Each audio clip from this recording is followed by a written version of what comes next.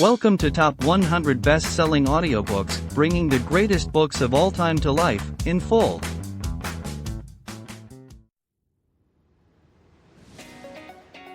Hello dear listener.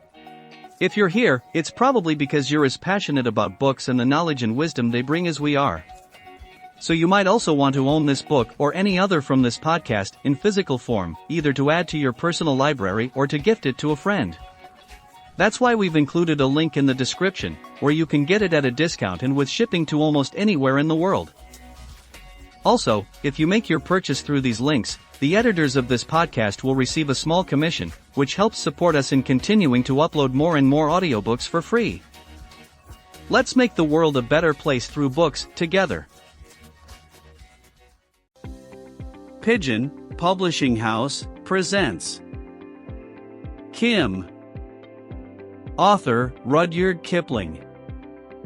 Preface. First published in 1901, Kim is one of Rudyard Kipling's greatest literary achievements, a novel that captures the color, complexity, and spirit of colonial India at the height of the British Empire.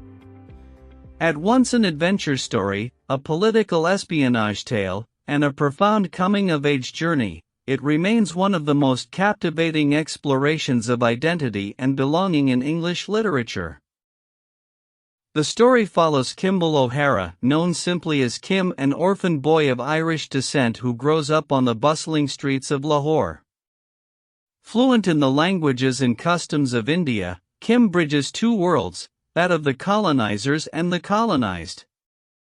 His path leads him into the great game, the shadowy struggle for power between Britain and Russia across Central Asia, even as he seeks his own spiritual destiny alongside a wandering Tibetan Lama.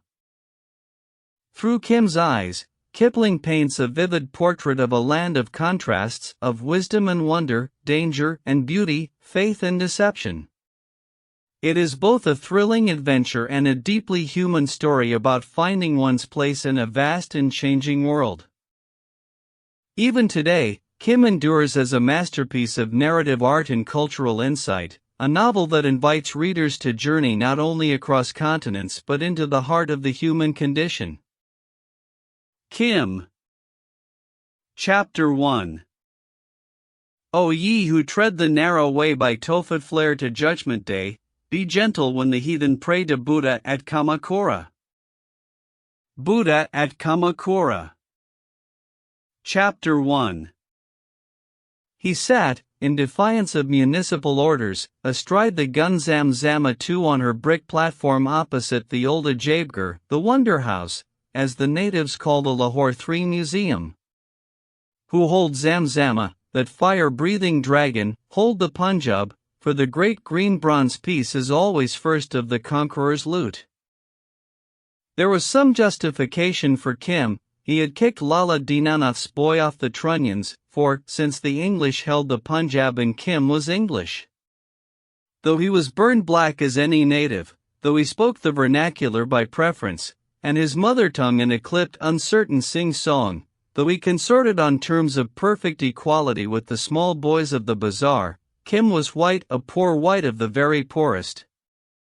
The half-caste woman who looked after him, she smoked opium, and pretended to keep a second-hand furniture shop by the square where the cheap cabs wait, told the missionaries that she was Kim's mother's sister, but his mother had been nursemaid in a colonel's family and had married Kimball O'Hara, a young color sergeant of the Mavericks, an Irish regiment. He afterwards took a post on the Sindh, Punjab, and Delhi Railway, and his regiment went home without him. The wife died of cholera in Ferozepur 5 and O'Hara fell to drink and loafing up and down the line with the keen-eyed 3-year-old baby. Societies and chaplains, anxious for the child, tried to catch him, but O'Hara drifted away, till he came across the woman who took opium and learned the taste from her, and died as poor whites do in India.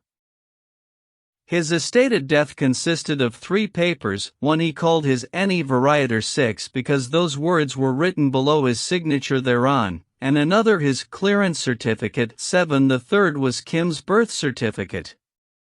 Those things, he was used to say, in his glorious opium hours, would yet make little Kimble a man.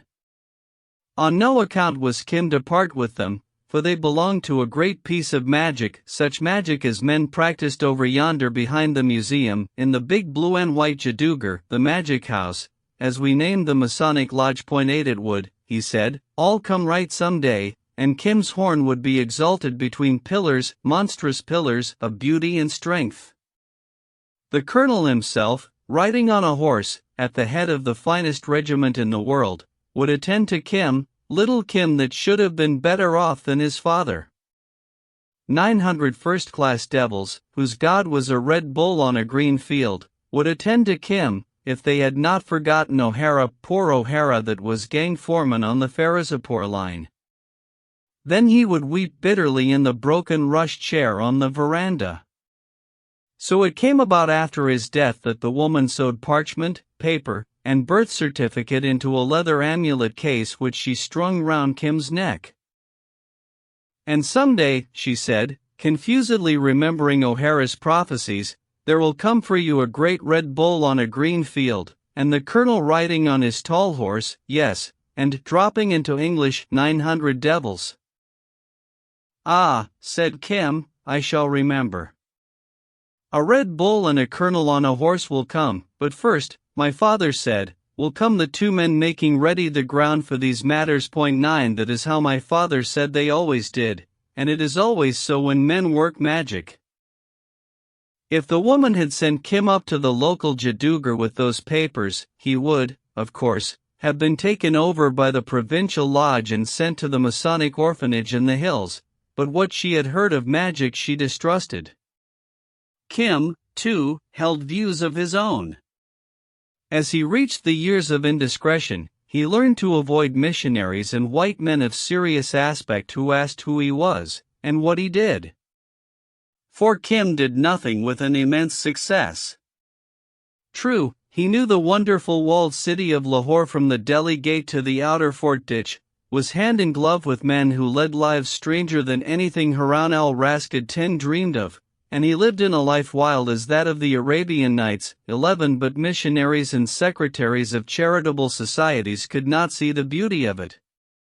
His nickname through the wards was Little Friend of All the World, and very often, being lithe and inconspicuous, he executed commissions by night on the crowded housetops for sleek and shiny young men of fashion. It was intrigue, of course, he knew that much, as he had known all evil since he could speak, but what he loved was the game for its own sake, the stealthy prowl through the dark gullies and lanes, the crawl up a water pipe, the sights and sounds of the women's world on the flat roofs, and the headlong flight from housetop to housetop under cover of the hot dark. Then there were holy men, ash-smeared fakirs 12 by their brick shrines under the trees at the riverside, with whom he was quite familiar. Greeting them as they returned from begging tours is parallel to and, when no one was by, eating from the same dish. The woman who looked after him insisted with tears that he should wear European clothes, trousers, a shirt, and a battered hat.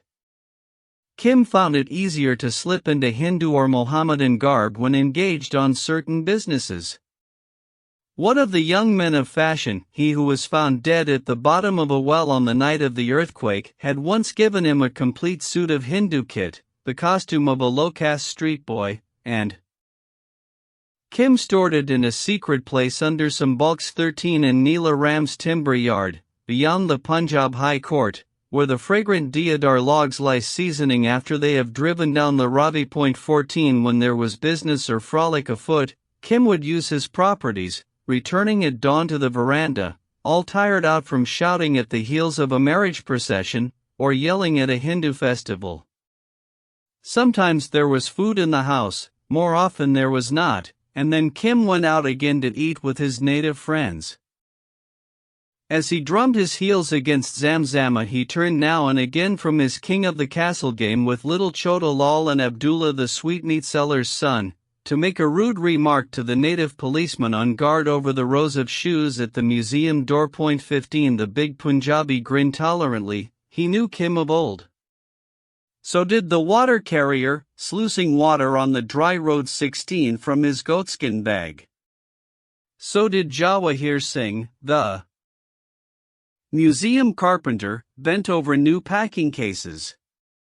So did everybody in sight except the peasants from the country, hurrying up to the wonder house to view the things that men made in their own province and elsewhere. The museum was given up to Indian arts and manufactures, and anybody who sought wisdom could ask the curator 17 to explain. Off! Off! Let me up, cried Abdullah, climbing up Zamzama's wheel. Thy father was a pastry cook, thy mother stole the GHI 18, sang Kim. All Mussulmans fell off Zamzama long ago. Let me up, shrilled little Chota Lal in his gilt-embroidered cap.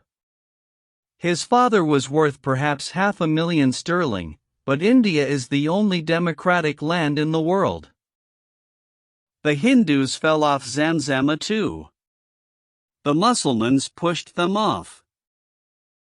Thy father was a pastry cook. He stopped, for there shuffled round the corner, from the roaring Modi Bazaar, such a man as Kim, who thought he knew all castes, had never seen. He was nearly 6 feet high, dressed in fold upon fold of dingy stuff like horse blanketing, and not one fold of it could Kim refer to any known trade or profession. At his belt hung a long openwork iron pencase and a wooden rosary such as holy men wear. On his head was a gigantic sort of tam o' shanter. His face was yellow and wrinkled, like that of Fuk Xing, the Chinese bootmaker in the bazaar. His eyes turned up at the corners and looked like little slits of onyx. "Who is that?" said Kim to his companions. "Perhaps it is a man," said Abdullah, finger in mouth, staring. "Without doubt," returned Kim, "but he is no man of India that I have ever seen." "A priest, perhaps," said Chota Lal, spying the rosary. "See! He goes into the wonder house." "Nay, nay," said the policeman, shaking his head. "I do not understand your talk." The constable spoke Punjabi. "O friend of all the world, what does he say?" "Send him hither," said Kim, dropping from Zamzama, flourishing his bare heels. "He is a foreigner, and thou art a buffalo." The man turned helplessly and drifted towards the boys. He was old, and his woolen gabardine still reeked of the stinking Artemisia 19 of the mountain passes. "0 children, what is that big house?" he said in very fair Urdu. 20. "The Ajabghar, the Wonder House." Kim gave him no title, such as Lala or Mian. He could not divine the man's creed. "Ah!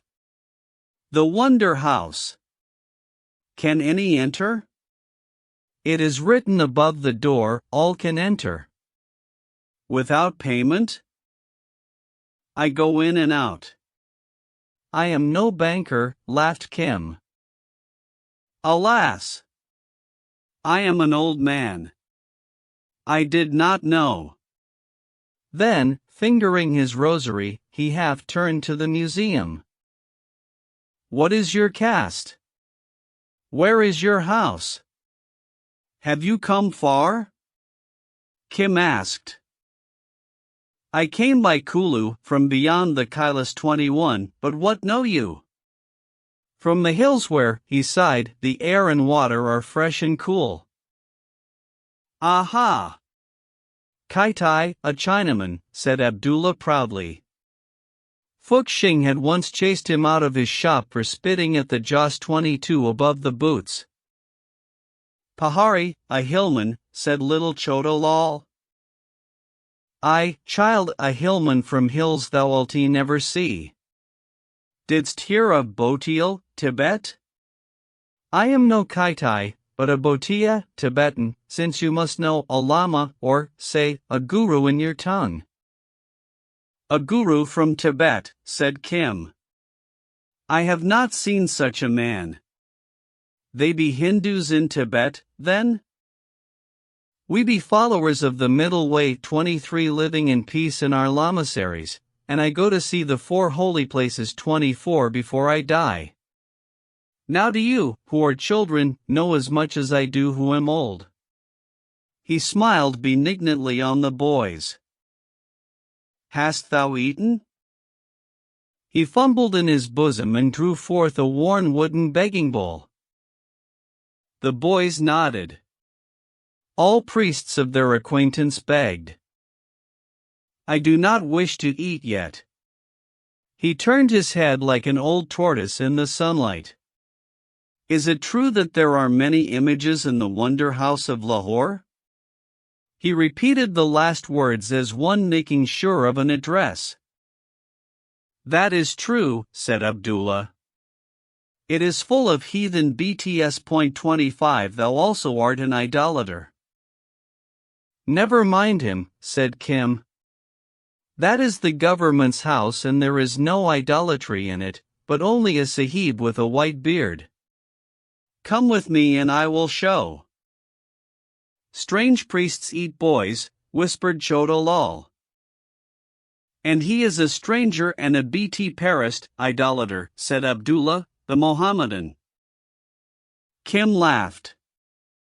He is new. Run to your mother's laps, and be safe. Come. Kim clicked round the self-registering turnstile. The old man followed and halted amazed. In the entrance hall stood the larger figures of the Greco-Buddhist sculptures 26 done, savants know how long since, by forgotten workmen whose hands were feeling, and not unskillfully, for the mysteriously transmitted Grecian touch. There were hundreds of pieces, friezes of figures in relief, fragments of statues and slabs crowded with figures that had encrusted the brick walls of the Buddhist stupas and viharas 27 of the North Country and now, dug up and labeled, made the pride of the museum. In open-mouthed wonder the Lama turned to this and that, and finally checked in rapt attention before a large alto relief representing a coronation or apotheosis of the Lord Buddha. The master was represented seated on a lotus 28, the petals of which were so deeply undercut as to show almost detached. Round him was an adoring hierarchy of kings, elders, and old-time Buddhas. Below were lotus-covered waters with fishes and waterbirds. 2 butterfly-winged Duas 29 held a wreath over his head, above them another pair supported an umbrella surmounted by the jeweled headdress of the Bodhisattva. 30. The Lord. The Lord. It is Sakyamuni 31 himself, the Lama half sobbed, and under his breath began the wonderful Buddhist invocation. To him the way, the law, apart, whom Maya held beneath her heart, Ananda S32 Lord, the Bodhisattva. And he is here. The most excellent law is here also. My pilgrimage is well begun. And what work? What work? Yonder is the Sahib, said Kim, and dodged sideways among the cases of the Arts and Manufactures wing.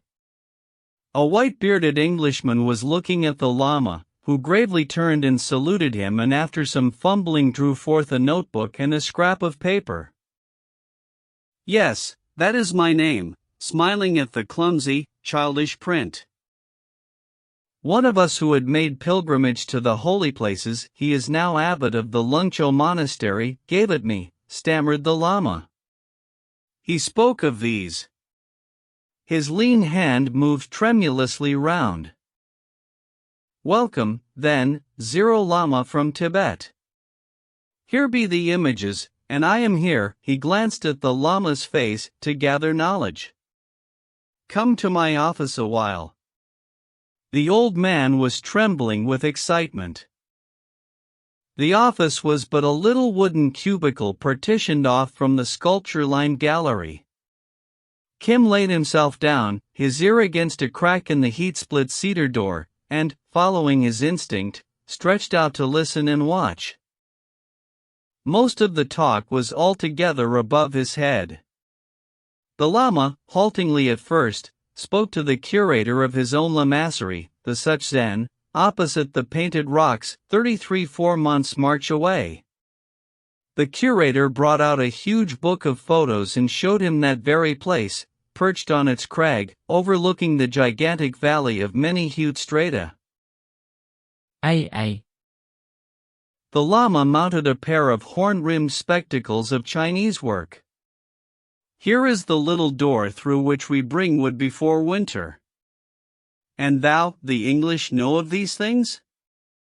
He who is now abbot of Lungcho told me, but I did not believe. The Lord, the Excellent One, he has honor here too? And his life is known? It is all carven upon the stones. Come and see, if thou art rested. Out shuffled the Lama to the main hall, and, the curator beside him, went through the collection with the reverence of a devotee and the appreciative instinct of a craftsman. Incident by incident in the beautiful story he identified on the blurred stone, puzzled here and there by the unfamiliar Greek convention, but delighted as a child at each new trove. Where the sequence failed, as in the Annunciation, 34 the curator supplied it from his mound of books French and German, with photographs and reproductions.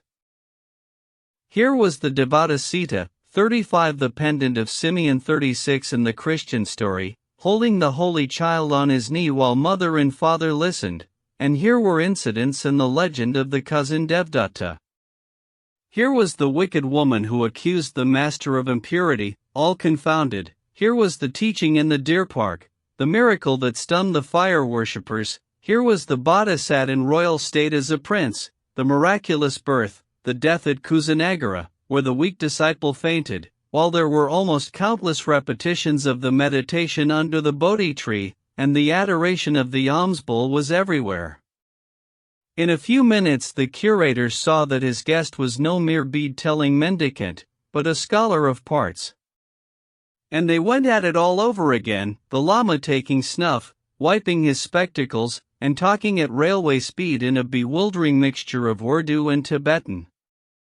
He had heard of the travels of the Chinese pilgrims, Fu Haiyuan and Wen Xiang, and was anxious to know if there was any translation of their record.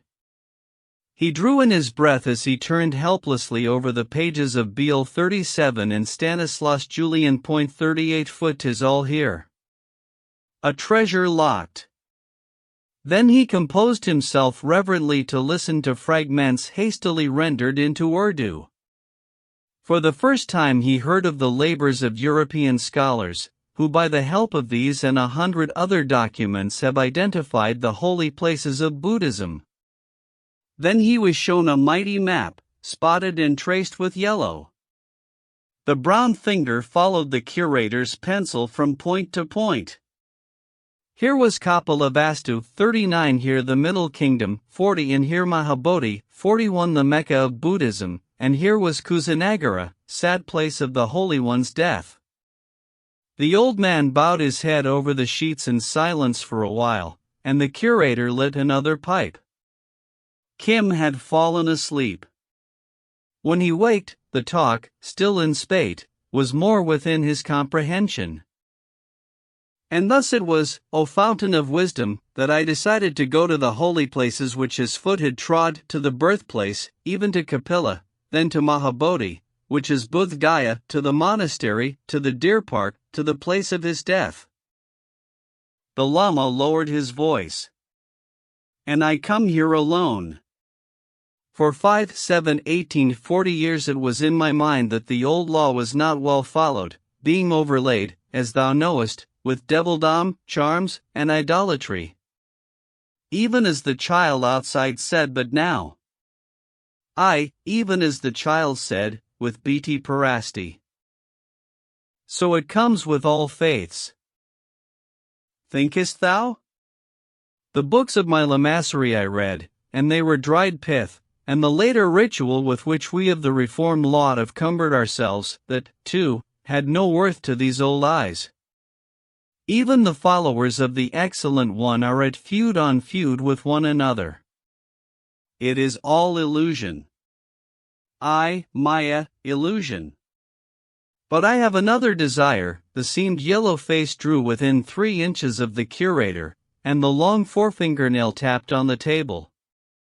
Your scholars, by these books, have followed the blessed feet in all their wanderings, but there are things which they have not sought out. I know nothing, nothing do I know, but I go to free myself from the wheel of things 42 by a broad and open road. He smiled with most simple triumph. As a pilgrim to the holy places I acquire merit. But there is more. Listen to a true thing. When our gracious Lord, being as yet a youth, sought a mate, men said, in his father's court, that he was too tender for marriage. Thou knowest? The curator nodded, wondering what would come next. So they made the triple trial of strength against all comers. And at the test of the bow, our Lord, first breaking that which they gave him, called for such a bow as none might bend. Thou knowest? It is written. I have read. And, overshooting all other marks, the arrow passed far and far beyond sight. At the last it fell, and, where it touched earth, there broke out a stream which presently became a river, whose nature, by our Lord's beneficence, and that merit he acquired ere he freed himself, is that whoso bathes in it washes away all taint and speckle of sin. So it is written, said the curator sadly. The Lama drew a long breath. Where is that river? Fountain of wisdom, where fell the arrow? Alas, my brother, I do not know, said the curator. Nay, if it please thee to forget the one thing only that thou hast not told me. Surely thou must know. See, I am an old man. I ask with my head between thy feet, O fountain of wisdom. We know he drew the bow. We know the arrow fell. We know the stream gushed. Where, then, is the river? My dream told me to find it. So I came. I am here. But where is the river? If I knew, think you I would not cry it aloud? By it one attains freedom from the wheel of things, the Lama went on, unheeding. The river of the arrow. Think again. Some little stream, maybe dried in the heats? But the Holy One would never so cheat an old man. I do not know. I do not know.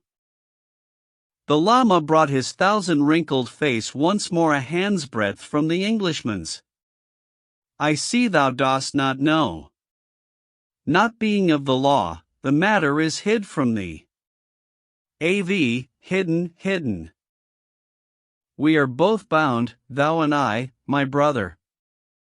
But he rose with a sweep of the soft thick drapery, I go to cut myself free. Come also. I am bound, said the curator. But whither goest thou? First to Kashi, Benares 43, where else? There I shall meet one of the pure faith in a Jain 44 temple of that city. He also is a seeker in secret, and from him haply I may learn. Maybe he will go with me to Bodh Gaya. Thence north and west to Kapila Vastu, and there will I seek for the river. Nay, I will seek everywhere as I go, for the place is not known where the arrow fell. And how wilt thou go? It is a far cry to Delhi, and farther to Benares. By road and the trains. From Pathankot, 45 having left the hills, I came hither in a train. It goes swiftly. At first I was amazed to see those tall poles by the side of the road snatching up their threads. He illustrated the stoop and whirl of a telegraph pole flashing past the train. But later, I was cramped and desired to walk, as I am used. And thou art sure of thy road, said the curator. Oh, for that one but asks a question and pays money, and the appointed persons dispatch all to the appointed place. That much I knew in my lamassery from sure report, said the Lama proudly. And when dost thou go? The curator smiled at the mixture of old-world piety and modern progress that is the note of India today. As soon as may be. I follow the places of his life till I come to the river of the Arrow. There is, moreover, a written paper of the hours of the trains that go south. And for food? Lamas, as a rule, have good store of money somewhere about them, but the curator wished to make sure. For the journey, I take up the master's begging bowl. Yes. Even as he went so go I, forsaking the ease of my monastery. There was with me when I left the hills a Chela, disciple, who begged for me as the rule demands, but halting in Kulu a while a fever took him and he died.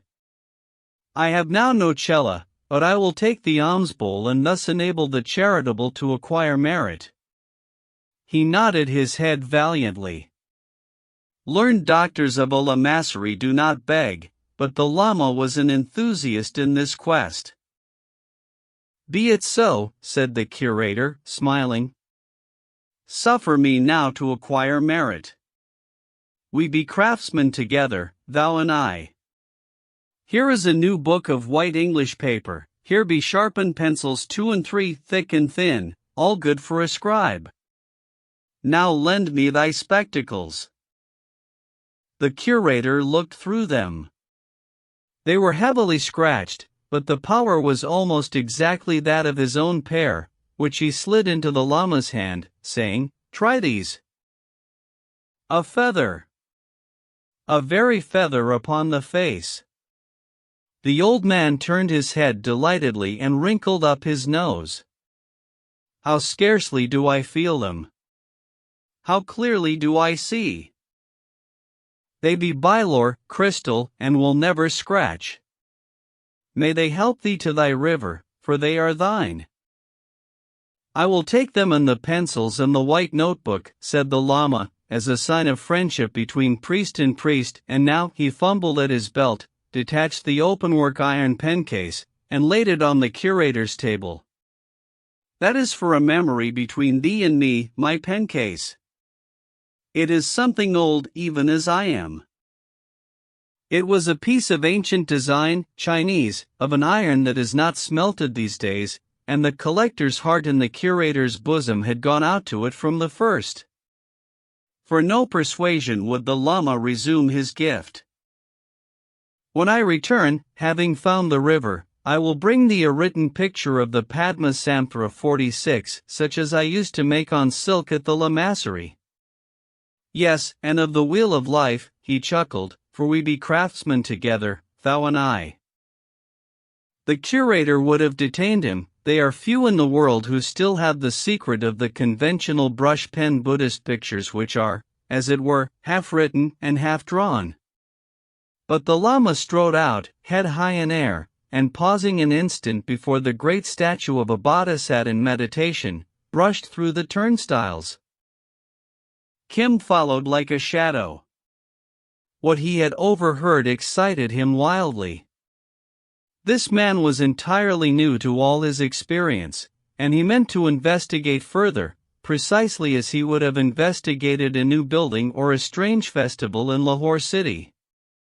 The Lama was his trove, and he purposed to take possession. Kim's mother had been Irish too. The old man halted by Zamzama and looked round till his eye fell on Kim. The inspiration of his pilgrimage had left him for a while, and he felt old, forlorn, and very empty. Do not sit under that gun, said the policeman loftily. Ha! Owl, was Kim's retort on the Lama's behalf. Sit under that gun if it please thee. When didst thou steal the milkwoman's slippers, Danu? That was an utterly unfounded charge sprung on the spur of the moment, but it silenced Danu, who knew that Kim's clear yell could call up legions of bad bazaar boys if need arose. "And whom didst thou worship within?" said Kim affably, squatting in the shade beside the llama. "I worshipped none, child. I bowed before the excellent law." Kim accepted this new god without emotion. He knew already a few score. 47. "And what dost thou do?" "I beg. I remember now it is long since I have eaten or drunk." "What is the custom of charity in this town? In silence, as we do of Tibet, or speaking aloud?" "Those who beg in silence starve in silence," said Kim, quoting a native proverb. The Lama tried to rise, but sank back again, sighing for his disciple, dead in faraway Kulu. Kim watched, head to one side, considering and interested. "Give me the bowl. I know the people of this city, all who are charitable. Give, and I will bring it back filled." Simply as a child the old man handed him the bowl. "Rest, thou. I know the people." He trotted off to the open shop of a kundry, a low-caste vegetable seller, which lay opposite the belt tramway line down the Modi Bazaar. She knew Kim of old. Oh, hast thou turned yogi with thy begging bowl?" she cried. "Nay," said Kim proudly. "There is a new priest in this city, a man such as I have never seen." "Old priest, young tiger," said the woman angrily. "I am tired of new priests. They settle on our wares like flies. Is the father of my son a well of charity to give to all who ask?" "No," said Kim. "Thy man is rather yagi, bad-tempered, than yogi, a holy man. But this priest is new. The Sahib in the Wonder House has talked to him like a brother. Zero, my mother, fill me this bowl. He waits." "That bowl indeed. That cow-bellied basket. Thou hast as much grace as the holy bull of Shiv. 48. He has taken the best of a basket of onions already, this morn, and forsooth, I must fill thy bowl. He comes here again." The huge, mouse-colored Brahmini bull of the ward was shouldering his way through the many-colored crowd, a stolen plantain hanging out of his mouth. He headed straight for the shop, while knowing his privileges as a sacred beast. 49 lowered his head, and puffed heavily along the line of baskets ere making his choice. Up flew Kim's hard little heel and caught him on his moist blue nose. He snorted indignantly, and walked away across the tram rails, his hump quivering with rage. "See? I have saved more than the bowl will cost thrice over. Now, mother, a little rice and some dried fish atop, yes, and some vegetable curry." A growl came out of the back of the shop, where a man lay. "He drove away the bull," said the woman in an undertone. "It is good to give to the poor." She took the bowl and returned it full of hot rice. "But my yogi is not a cow," said Kim gravely, making a hole with his fingers in the top of the mound. "A little curry is good, and a fried cake, and a morsel of conserve would please him, I think." "It is a hole as big as thy head," said the woman fretfully. But she filled it, nonetheless, with good, steaming vegetable curry, clapped a fried cake atop, and a morsel of clarified butter on the cake, dabbed a lump of sour tamarind conserve at the side, and Kim looked at the load lovingly. "That is good. When I am in the bazaar the bull shall not come to this house. He is a bold beggar man." "And thou," laughed the woman. "But speak well of bulls. Hast thou not told me that some day a red bull will come out of a field to help thee?" Now hold all straight and ask for the holy man's blessing upon me. Perhaps, too, he knows a cure for my daughter's sore eyes. Ask him that also, thou little friend of all the world. But Kim had danced off ere the end of the sentence, dodging pariah dogs 50 and hungry acquaintances. Thus do we beg who know the way of it, said he proudly to the Lama, who opened his eyes at the contents of the bowl. Eat now and I will eat with thee. Oh hey, Bisty, he called to the water carrier, sluicing the Crotons 51 by the museum. Give water here. We men are thirsty. We men, said the Bisty, laughing. Is one skinful enough for such a pair? Drink, then, in the name of the compassionate, 52. He loosed a thin stream into Kim's hands, who drank native fashion, but the Lama must needs pull out a cup from his inexhaustible upper draperies and drink ceremonially. Pardesi, a foreigner, Kim explained, as the old man delivered in an unknown tongue what was evidently a blessing. They ate together in great content, clearing the begging bowl. Then the Lama took snuff from a portentous wooden snuff gourd, fingered his rosary a while, and so dropped into the easy sleep of age, as the shadow of Zamzama grew long. Kim loafed over to the nearest tobacco seller, a rather lively young Mohammedan woman, and begged a rank cigar of the brand that they sell to students of the Punjab University who copy English customs. Then he smoked and thought, knees to chin, under the belly of the gun, and the outcome of his thoughts was a sudden and stealthy departure in the direction of Neela Ram's timber yard. The Lama did not wait till the evening life of the city had begun with lamplighting and the return of white-robed clerks and subordinates from the government offices. He stared dizzily in all directions, but none looked at him save a Hindu urchin in a dirty turban and Isabella-colored 53 clothes. Suddenly he bowed his head on his knees and wailed. "What is this?" said the boy, standing before him. "Hast thou been robbed?" "It is my new Chela, disciple, that is gone away from me, and I know not where he is." "And what like of man was thy disciple?" "It was a boy who came to me in place of him who died, on account of the merit which I had gained when I bowed before the law within there." He pointed towards the museum. "He came upon me to show me a road which I had lost. He led me into the wonder house, and by his talk emboldened to speak to the keeper of the images, so that I was cheered and made strong. And when I was faint with hunger he begged for me, as would a Chela for his teacher. Suddenly was he sent. Suddenly has he gone away. It was in my mind to have taught him the law upon the road to Benares." Kim stood amazed at this, because he had overheard the talk in the museum, and knew that the old man was speaking the truth, which is a thing a native on the road seldom presents to a stranger. "But I see now that he was but sent for a purpose.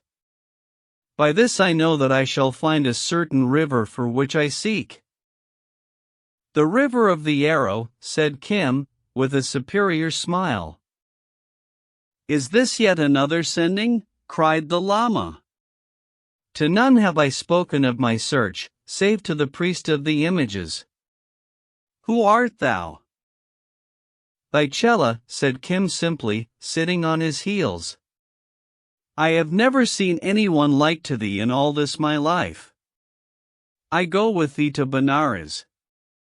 And, too, I think that so old a man as thou, speaking the truth to chance-met people at dusk, is in great need of a disciple." "But the river of the arrow?" "Oh, that I heard when thou wast speaking to the Englishman.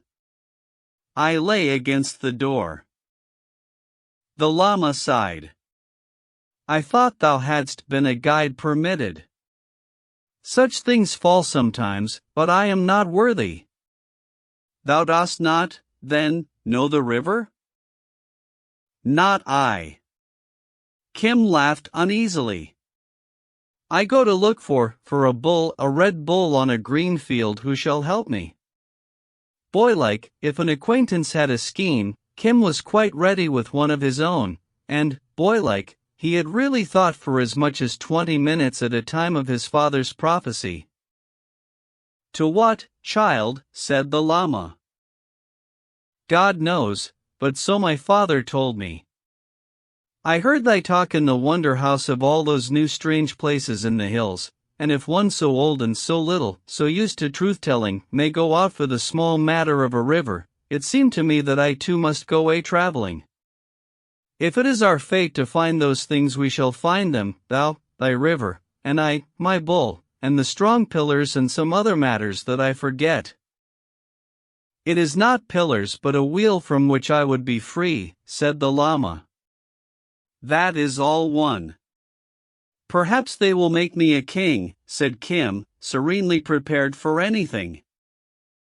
I will teach the other and better desires upon the road, the llama replied in the voice of authority. Let us go to Benares. Not by night. Thieves are abroad. Wait till the day. But there is no place to sleep. The old man was used to the order of his monastery, and though he slept on the ground, as the rule decrees, preferred a decency in these things. We shall get good lodging at the Kashmir Sarai, 54 said Kim, laughing at his perplexity. I have a friend there. Come. The hot and crowded bazaars blazed with light as they made their way through the press of all the races in Upper India, and the llama mooned through it like a man in a dream. It was his first experience of a large manufacturing city, and the crowded tramcar with its continually squealing brakes frightened him. Half pushed, half towed, he arrived at the high gate of the Kashmir Sarai, that huge open square over against the railway station, surrounded with arched cloisters, where the camel and horse caravans put up on their return from Central Asia. Here were all manner of northern folk, tending tethered ponies and kneeling camels, loading and unloading bales and bundles, drawing water for the evening meal at the creaking well-windlasses, piling grass before the shrieking, wild-eyed stallions, cuffing the surly caravan dogs, paying off camel drivers, taking on new grooms, swearing, shouting, arguing, and chaffering in the packed square. The cloisters, reached by 3 or 4 masonry steps, made a haven of refuge around this turbulent sea. Most of them were rented to traders, as we rent the arches of a viaduct, the space between pillar and pillar being bricked or boarded off into rooms, which were guarded by heavy wooden doors and cumbrous native padlocks. Locked doors showed that the owner was away, and a few rude, sometimes very rude, chalk or paint scratches told where he had gone. Thus, Lutafullah is gone to Kurdistan. Below, in coarse verse, Allah, who sufferest lice to live on the coat of a Kabuli, 55 Why hast thou allowed this louse Lutaf to live so long? Kim, fending the llama between excited men and excited beasts, sidled along the cloisters to the far end, nearest the railway station, where Mahbub Ali, the horse trader, lived when he came in from that mysterious land beyond the passes of the north. Kim had had many dealings with Mahbub in his little life, especially between his 10th and his 13th year, and the big burly Afghan, his beard dyed scarlet with lime, for he was elderly and did not wish his gray hairs to show, knew the boy's value as a gossip. Sometimes he would tell Kim to watch a man who had nothing whatever to do with horses, to follow him for one whole day and report every soul with whom he talked. Kim would deliver himself of this tale at evening, and Mahbub would listen without a word or gesture. It was intrigue of some kind, Kim knew, but its worth lay in saying nothing whatever to anyone except Mahbub, who gave him beautiful meals all hot from the cookshop at the head of the Sarai, and once as much as 8 annas 56 in money. He is here, said Kim, hitting a bad-tempered camel on the nose.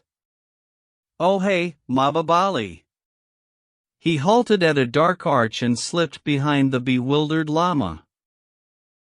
The horse trader, his deep, embroidered Bokhariot 57 belt unloosed, was lying on a pair of silk carpet saddlebags, pulling lazily at an immense silver hookah. .58 He turned his head very slightly at the cry, and seeing only the tall silent figure, chuckled in his deep chest. Allah! A llama!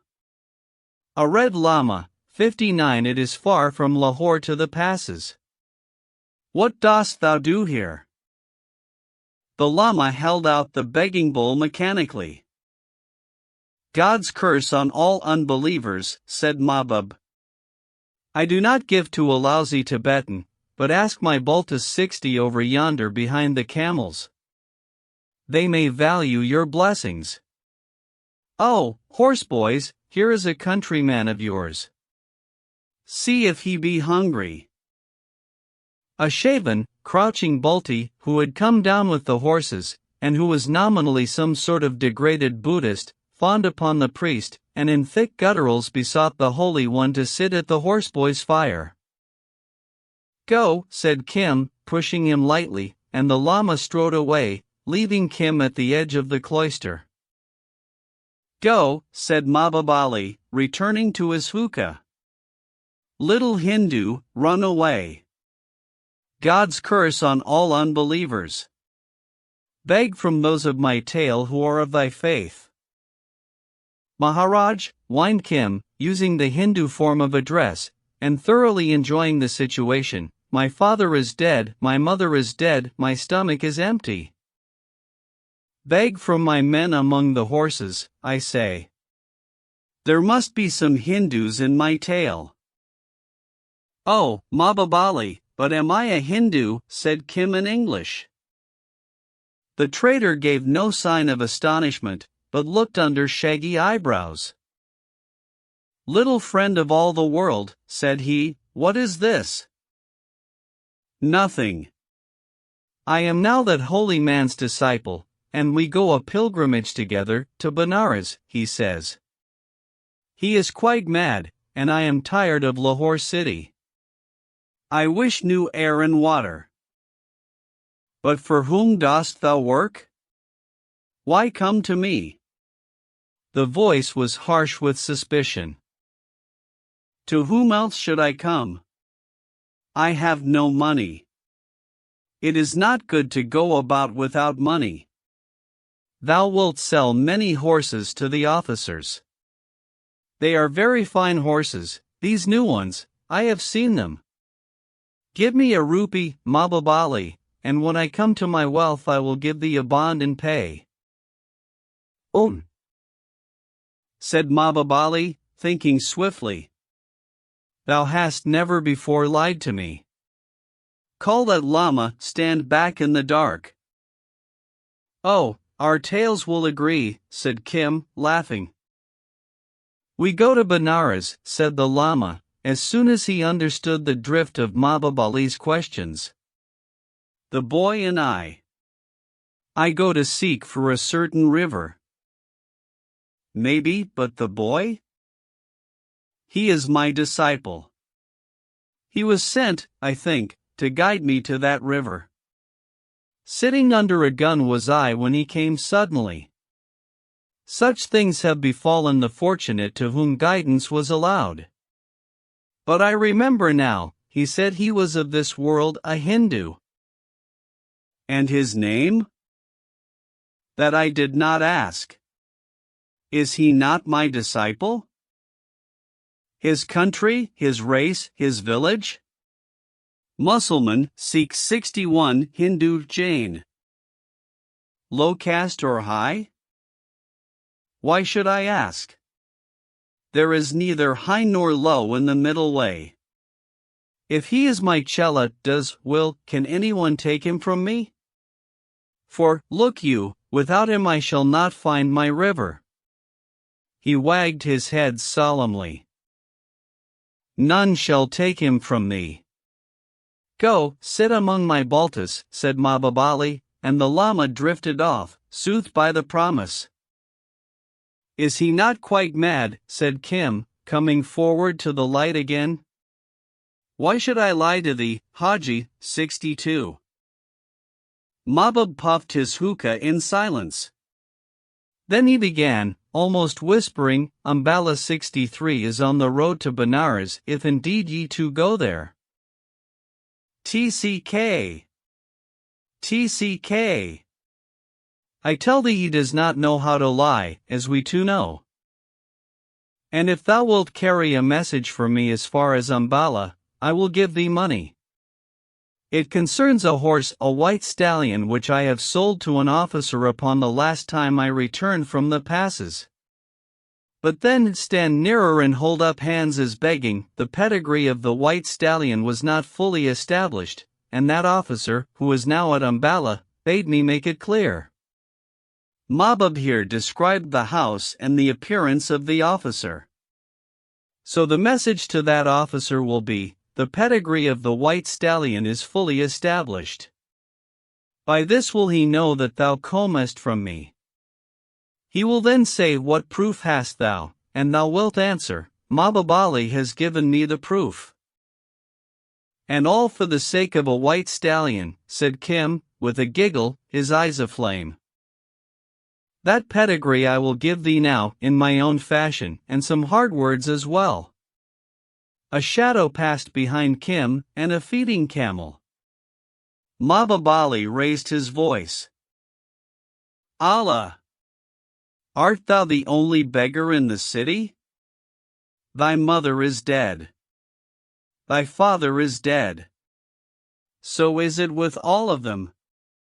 Well, he turned his feeling on the floor beside him and tossed a flap of soft, greasy Mussulman bread to the boy. Go and lie down among my horseboys for tonight, thou and the llama. Tomorrow I may give thee service. Kim slunk away, his teeth in the bread, and, as he expected, he found a small wad of folded tissue paper wrapped in oilskin, with 3 silver rupees, enormous largesse. He smiled and thrust money and paper into his leather amulet case. The llama, sumptuously fed by Mahbub's baltas, was already asleep in a corner of one of the stalls. Kim lay down beside him and laughed. He knew he had rendered a service to Mahbub Ali, and not for one little minute did he believe the tale of the stallion's pedigree. But Kim did not suspect that Mahbub Ali, known as one of the best horse dealers in the Punjab, a wealthy and enterprising trader, whose caravans penetrated far and far into the back of beyond, was registered in one of the locked books of the Indian Survey Department as C.25.1b. Twice or thrice yearly C.25 would send in a little story, boldly told but most interesting, and generally it was checked by the statements of our .17 and M.4, quite true. It concerned all manner of out-of-the-way mountain principalities, explorers of nationalities other than English, and the gun trade was, in brief, a small portion of that vast mass of information received on which the Indian government acts. But, recently, 5 confederated kings, who had no business to confederate, had been informed by a kindly Northern Power 64 that there was a leakage of news from their territories into British India. So those kings' prime ministers were seriously annoyed and took steps, after the Oriental fashion. They suspected, among many others, the bullying, red-bearded horse dealer whose caravans plowed through their fastnesses belly-deep in snow. At least, his caravan that season had been ambushed and shot at twice on the way down, when Mahbub's men accounted for 3 strange ruffians who might, or might not, have been hired for the job. Therefore Mahbub had avoided halting at the insalubrious city of Peshawar 65 and had come through without stop to Lahore, where, knowing his country people, he anticipated curious developments. And there was that on Mahbub Ali which he did not wish to keep an hour longer than was necessary, a wad of closely folded tissue paper, wrapped in oilskin, an impersonal, unaddressed statement, with 5 microscopic pinholes in one corner, that most scandalously betrayed the 5 confederated kings, the sympathetic Northern Power, a Hindu banker in Peshawar, a firm of gun makers in Belgium, and an important, semi-independent Mohammedan ruler to the south. This last was our 17th work, which Mahbub had picked up beyond the Dora past 66 and was carrying in for our 17, owing to circumstances over which he had no control, could not leave his post of observation. Dynamite was milky and innocuous beside that report of C.25, and even an Oriental, with an Oriental's views of the value of time, could see that the sooner it was in the proper hands the better. Mahbub had no particular desire to die by violence, because 2 or 3 family blood feuds across the border hung unfinished on his hands, and when these scores were cleared he intended to settle down as a more or less virtuous citizen. He had never passed the Sarai Gate since his arrival 2 days ago, but had been ostentatious in sending telegrams to Bombay, where he banked some of his money, to Delhi, where a sub-partner of his own clan was selling horses to the agent of a Rajputana 67 state, and to Ambala, where an Englishman was excitedly demanding the pedigree of a white stallion. The public letter writer, who knew English, composed excellent telegrams, such as, Creighton, Laurel Bank, Ambala. Horses Arabian is already advised. Sorrowful delayed pedigree which am translating. And later to the same address, much sorrowful delay. Will forward pedigree. To his sub-partner at Delhi he wired, Ludafolada, have wired 2,000 rupees your credit Luchman Narayan's bank. This was entirely in the way of trade, but every one of those telegrams was discussed and rediscussed, by parties who conceived themselves to be interested, before they went over to the railway station in charge of a foolish Balti, who allowed all sorts of people to read them on the road. When, in Mahbub's own picturesque language, he had mud-dyed the wells of inquiry with the stick of precaution, Kim had dropped on him, sent from heaven, and, being as prompt as he was unscrupulous, Mahbub Ali, used to taking all sorts of gusty chances, pressed him into service on the spot. A wandering lama with a low-caste boy-servant might attract a moment's interest as they wandered about India, the land of pilgrims, but no one would suspect them or, what was more to the point, rob. He called for a new light ball to his hookah, and considered the case. If the worst came to the worst, and the boy came to harm, the paper would incriminate nobody. And he would go up to Ambala leisurely and, at a certain risk of exciting fresh suspicion, repeat his tale by word of mouth to the people concerned. But our 17th report was the kernel of the whole affair, and it would be distinctly inconvenient if that failed to come to hand. However, God was great, and Mahbub Ali felt he had done all he could for the time being. Kim was the one soul in the world who had never told him a lie. That would have been a fatal blot on Kim's character if Mahbub had not known that to others, for his own ends or Mahbub's business, Kim could lie like an Oriental. Then Mahbub Ali rolled across the Sarai to the gate of the Harpies 68 who paint their eyes and trap the stranger, and was at some pains to call on the one girl who, he had reason to believe, was a particular friend of a smooth-faced Kashmiri pundit who had waylaid his simple Balti in the matter of the telegrams. It was an utterly foolish thing to do, because they fell to drinking perfumed brandy against the law of the Prophet 69 and Mahbub grew wonderfully drunk, and the gates of his mouth were loosened, and he pursued the flower of delight with the feat of intoxication till he fell flat among the cushions, where the flower of delight, aided by a smooth-faced Kashmiri pundit, searched him from head to foot most thoroughly. About the same hour Kim heard soft feet in Mahbub's deserted stall. The horse trader, curiously enough, had left his door unlocked, and his men were busy celebrating their return to India with a whole sheep of Mahbub's bounty. A sleek young gentleman from Delhi, armed with a bunch of keys which the flower had unshackled from the senseless one's belt, went through every single box, bundle, mat, and saddlebag in Mahbub's possession even more systematically than the flower and the pundit were searching the owner. And I think, said the flower scornfully an hour later, one rounded elbow on the snoring carcass, that he is no more than a pig of an Afghan horse dealer, with no thought except women and horses. Moreover, he may have sent it away by now, if ever there were such a thing. Nay, in a matter touching 5 kings it would be next his black heart, said the pundit. Was there nothing? The Delhi man laughed and resettled his turban as he entered. I searched between the soles of his slippers as the flower searched his clothes. This is not the man but another. I leave little unseen.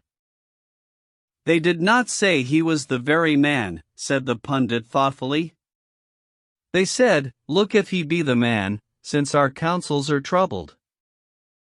That north country is full of horse dealers as an old coat of lice. There is Sikandar Khan, Nurali Beg, and Farrukh Shah, all heads of kafilas, caravans, who deal there, said the flower. They have not yet come in, said the pundit. Thou must ensnare them later. Phew, said the flower with deep disgust, rolling Mahbub's head from her lap. I earn my money.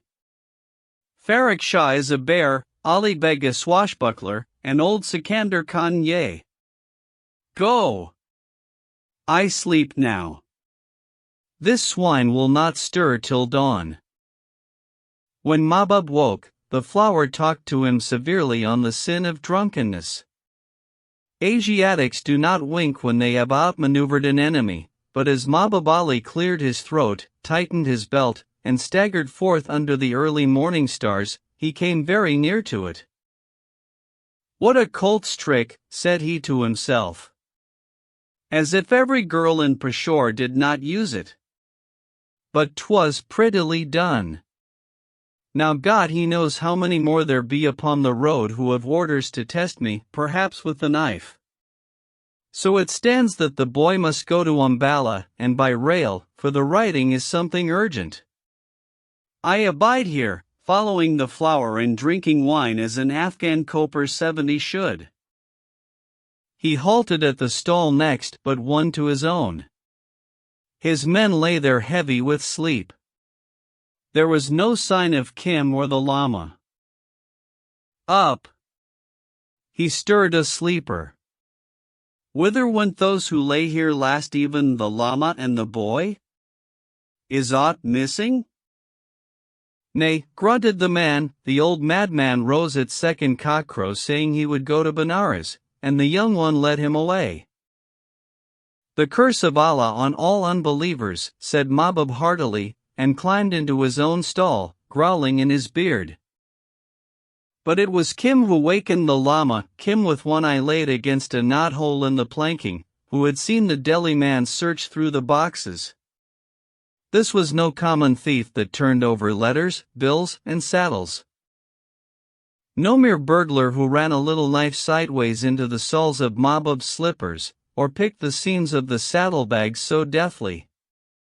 At first Kim had been minded to give the alarm, the long-drawn chor. Thief! Thief, that sets the sarai ablaze of nights, but he looked more carefully, and, hand on amulet, drew his own conclusions. It must be the pedigree of that made-up horselie, said he. The thing that I carry to Umballa. Better that we go now. Those who search bags with knives may presently search bellies with knives. Surely there is a woman behind this. Hi! Hi, in a whisper to the light-sleeping old man. Come. It is time to go to Benares. The llama rose obediently, and they passed out of the sarai like shadows. Chapter 2. And whoso will, from pride released, contemning neither creed nor priest, may feel the soul of all the East about him at Kamakura. Buddha at Kamakura. They entered the fort-like railway station, black in the end of night, the electric sizzling over the goods yard where they handle the heavy northern grain traffic. "This is the work of devils," said the llama, recoiling from the hollow echoing darkness, the glimmer of rails between the masonry platforms, and the maze of girders above. He stood in a gigantic stone hall paved, it seemed, with the sheeted dead 71 third-class passengers who had taken their tickets overnight and were sleeping in the waiting rooms. 72 All hours of the 24 are alike to Orientals, and their passenger traffic is regulated accordingly. This is where the fire carriages come. One stands behind that hole, Kim pointed to the ticket office, who will give thee a paper to take thee to Ambala. But we go to Benares, he replied petulantly. All one. Benares then.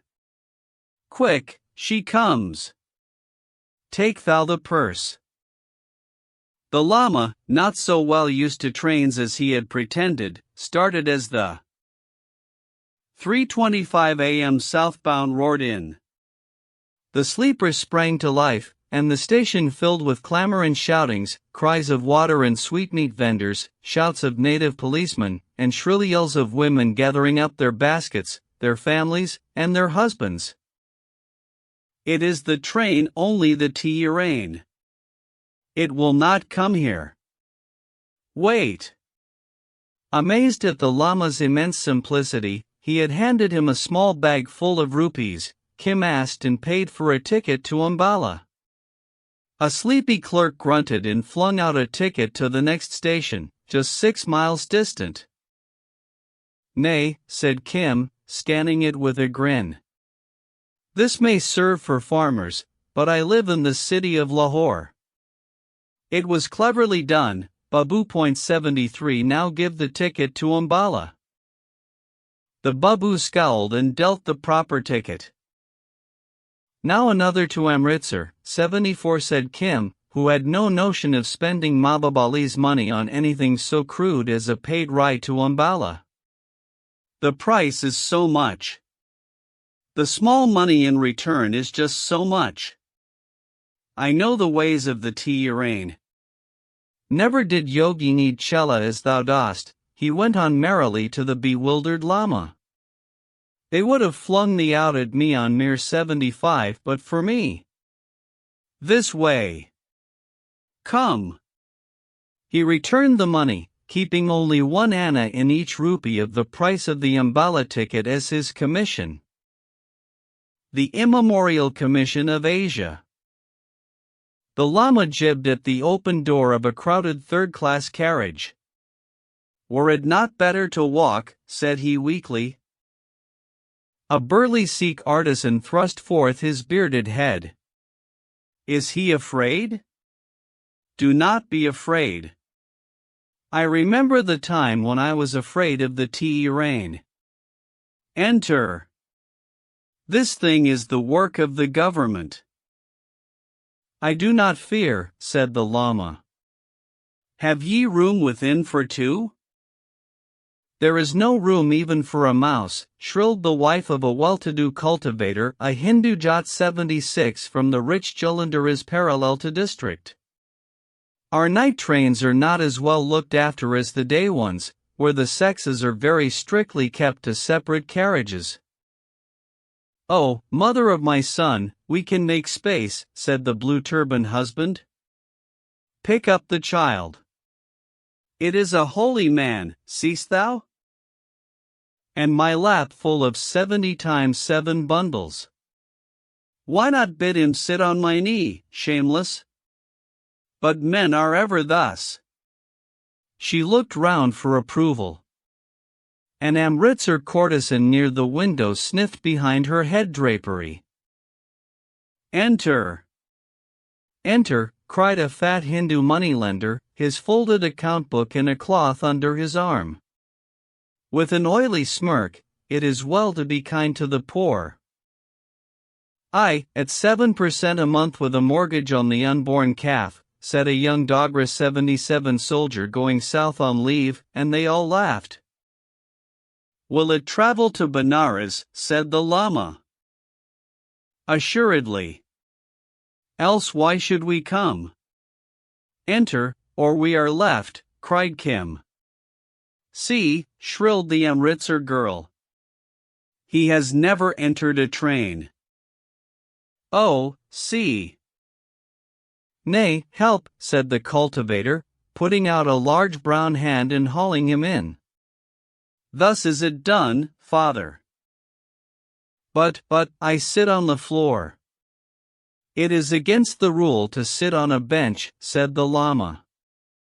Moreover, it cramps me.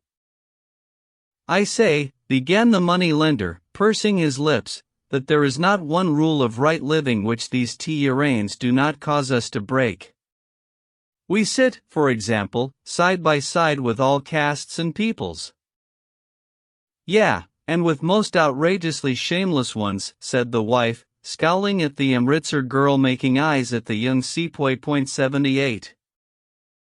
I said we might have gone by cart along the road, said the husband, and thus saved some money. Yes, and spent twice over what we saved on food by the way. That was talked out 10,000 times. Aye, by 10,000 tongues, grunted he. The gods help us poor women if we may not speak. Oho. He is of that sort which may not look at or reply to a woman. For the Lama, constrained by his rule, took not the faintest notice of her. And his disciple is like him? Nay, mother, said Kim most promptly. Not when the woman is well-looking and above all charitable to the hungry.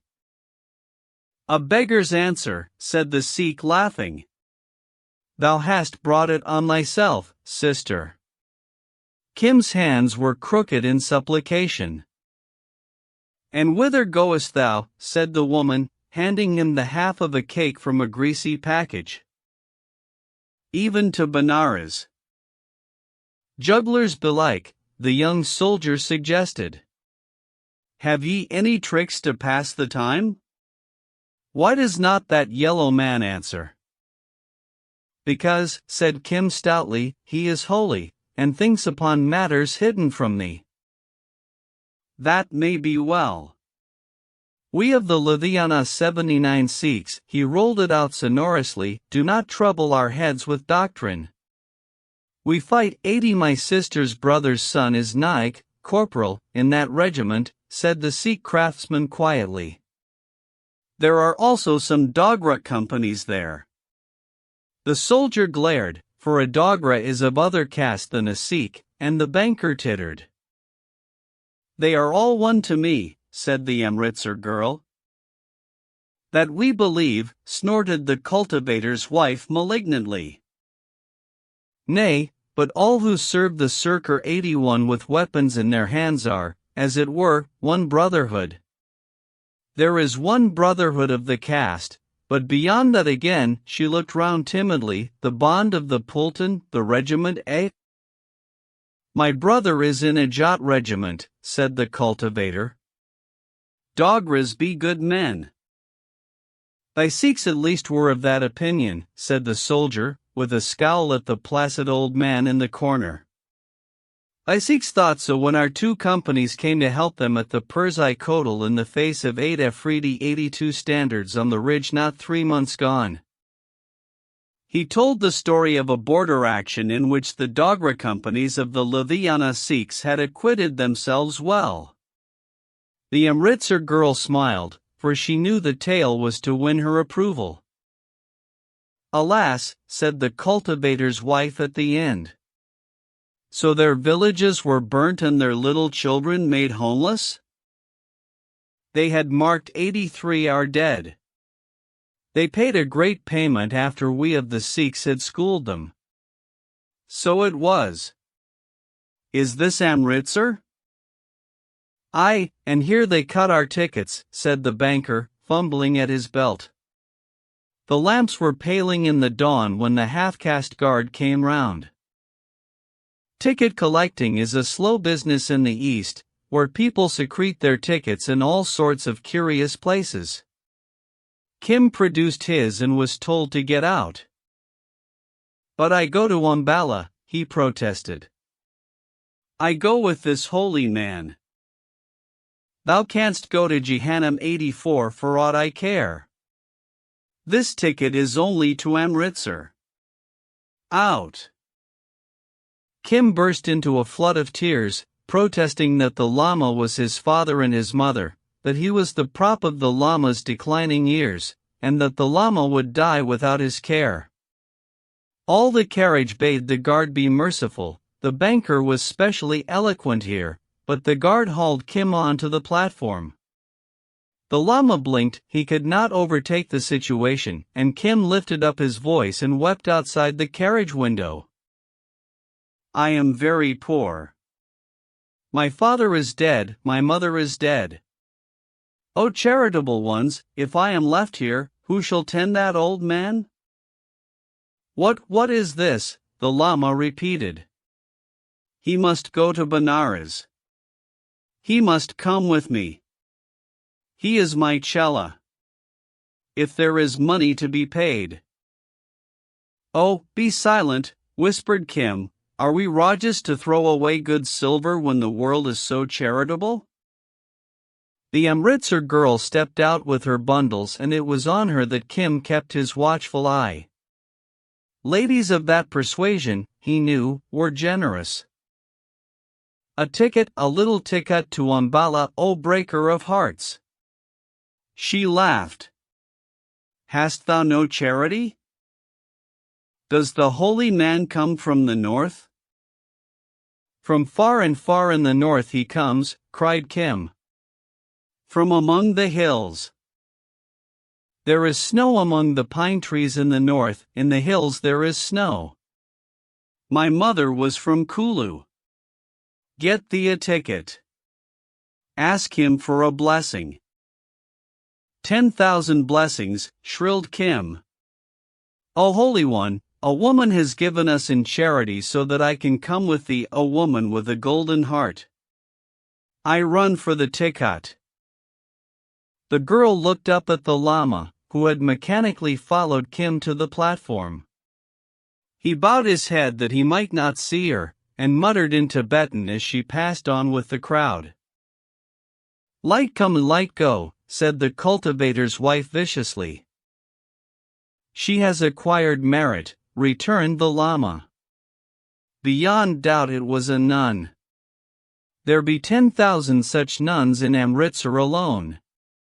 Return, old man, or the Tiarain may depart without thee, cried the banker. Not only was it sufficient for the ticket, but for a little food also, said Kim, leaping to his place. Now eat, Holy One. Look. Day comes. Golden, rose, saffron, and pink, the morning mist smoked away across the flat green levels. All the rich Punjab lay out in the splendor of the keen sun. The Lama flinched a little as the telegraph posts swung by. Great is the speed of the Tiarain, said the banker, with a patronizing grin. We have gone farther since Lahore than thou couldst walk in 2 days. At even, we shall enter Ambala. And that is still far from Benares, said the Lama wearily, mumbling over the cakes that Kim offered. They all unloosed their bundles and made their morning meal. Then the banker, the cultivator, and the soldier prepared their pipes and wrapped the compartment in choking, acrid smoke, spitting and coughing and enjoying themselves. The Sikh and the cultivator's wife chewed pan, 85 the Lama took snuff and told his beads, while Kim, cross-legged, smiled over the comfort of a full stomach. What rivers have ye by Benares? Said the Lama of a sudden to the carriage at large. We have Gunga, 86 returned the banker, when the little titter had subsided. What others? What other than Gunga? Nay, but in my mind was the thought of a certain river of healing. That is Gunga. Who bathes in her is made clean and goes to the gods. Thrice have I made pilgrimage to Gunga. He looked round proudly. There was need, said the young sepoy drilly, and the traveler's laugh turned against the banker. Clean to return again to the gods, the Lama muttered. And to go forth on the round of lives anew, still tied to the wheel. He shook his head testily. But maybe there is a mistake. Who, then, made Gunga in the beginning? The gods. Of what known faith art thou? The banker said, appalled. I follow the law, the most excellent law. So it was the gods that made Gunga. What like of gods were they? The carriage looked at him in amazement.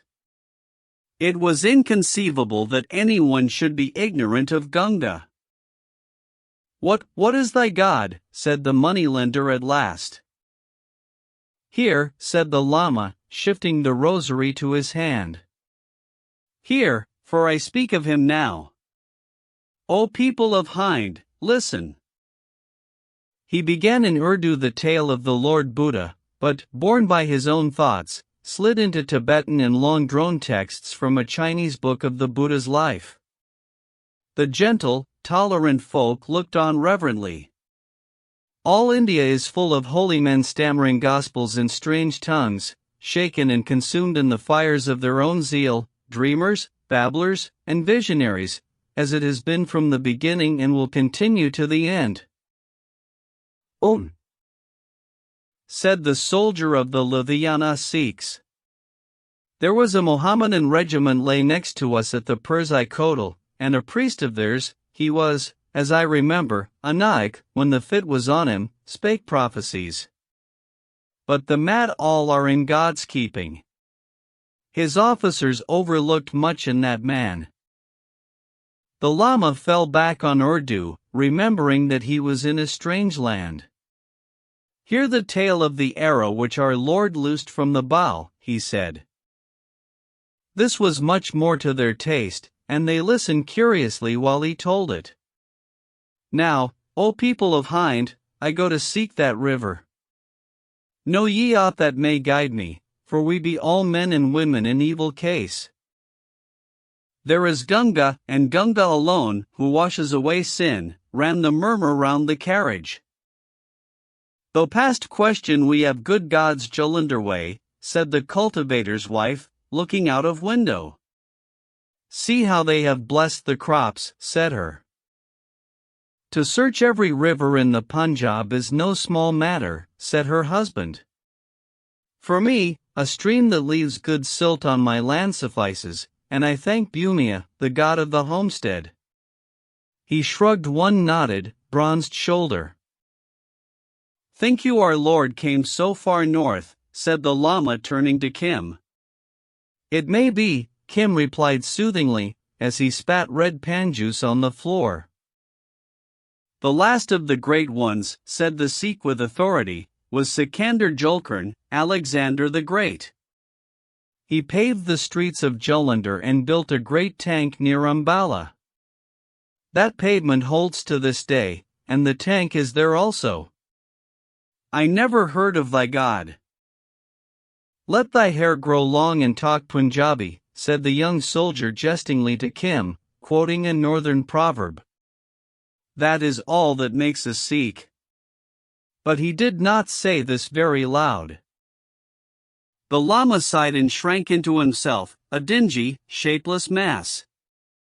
In the pauses of their talk they could hear the low droning Om Main Padme Hum, 87 Om Main Padme Hum, and the thick click of the wooden rosary beads. It irks me, he said at last. The speed and the clatter irk me. Moreover, my Chela, I think that maybe we have overpassed that river. Peace, peace, said Kim. Was not the river near Benares? We are yet far from the place. But if our Lord came north, it may be any one of these little ones that we have run across. I do not know. But thou wast sent to me, for the merit I had acquired over yonder at such sen. From beside the cannon didst thou come, bearing 2 faces and 2 garbs. Peace. One must not speak of these things here, whispered Kim. There was but one of me. Think again and thou wilt remember. A boy, a Hindu boy, by the great green cannon. But was there not also an Englishman with a white beard, holy among images, who himself made more sure my assurance of the river of the arrow? We went to the Ajabgarh in Lahore to pray before the gods there, Kim explained to the openly listening company. And the Sahib of the Wonder House talked to him, yes, this is truth, as a brother. He is a very holy man, from far beyond the hills. Rest, thou. In time we come to Ambala. But my river, the river of my healing?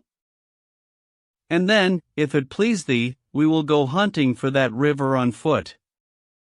So that we miss nothing, not even a little rivulet in a field side. But thou hast a search of thine own? The Lama, very pleased that he remembered so well, sat bolt upright. I, said Kim, humoring him. The boy was entirely happy to be out chewing pan and seeing new people in the great good-tempered world. It was a bull, a red bull that shall come and help thee, and carry thee. Whither? I have forgotten. A red bull on a green field, was it not? Nay, it will carry me nowhere, said Kim. It is but a tale I told thee. What is this?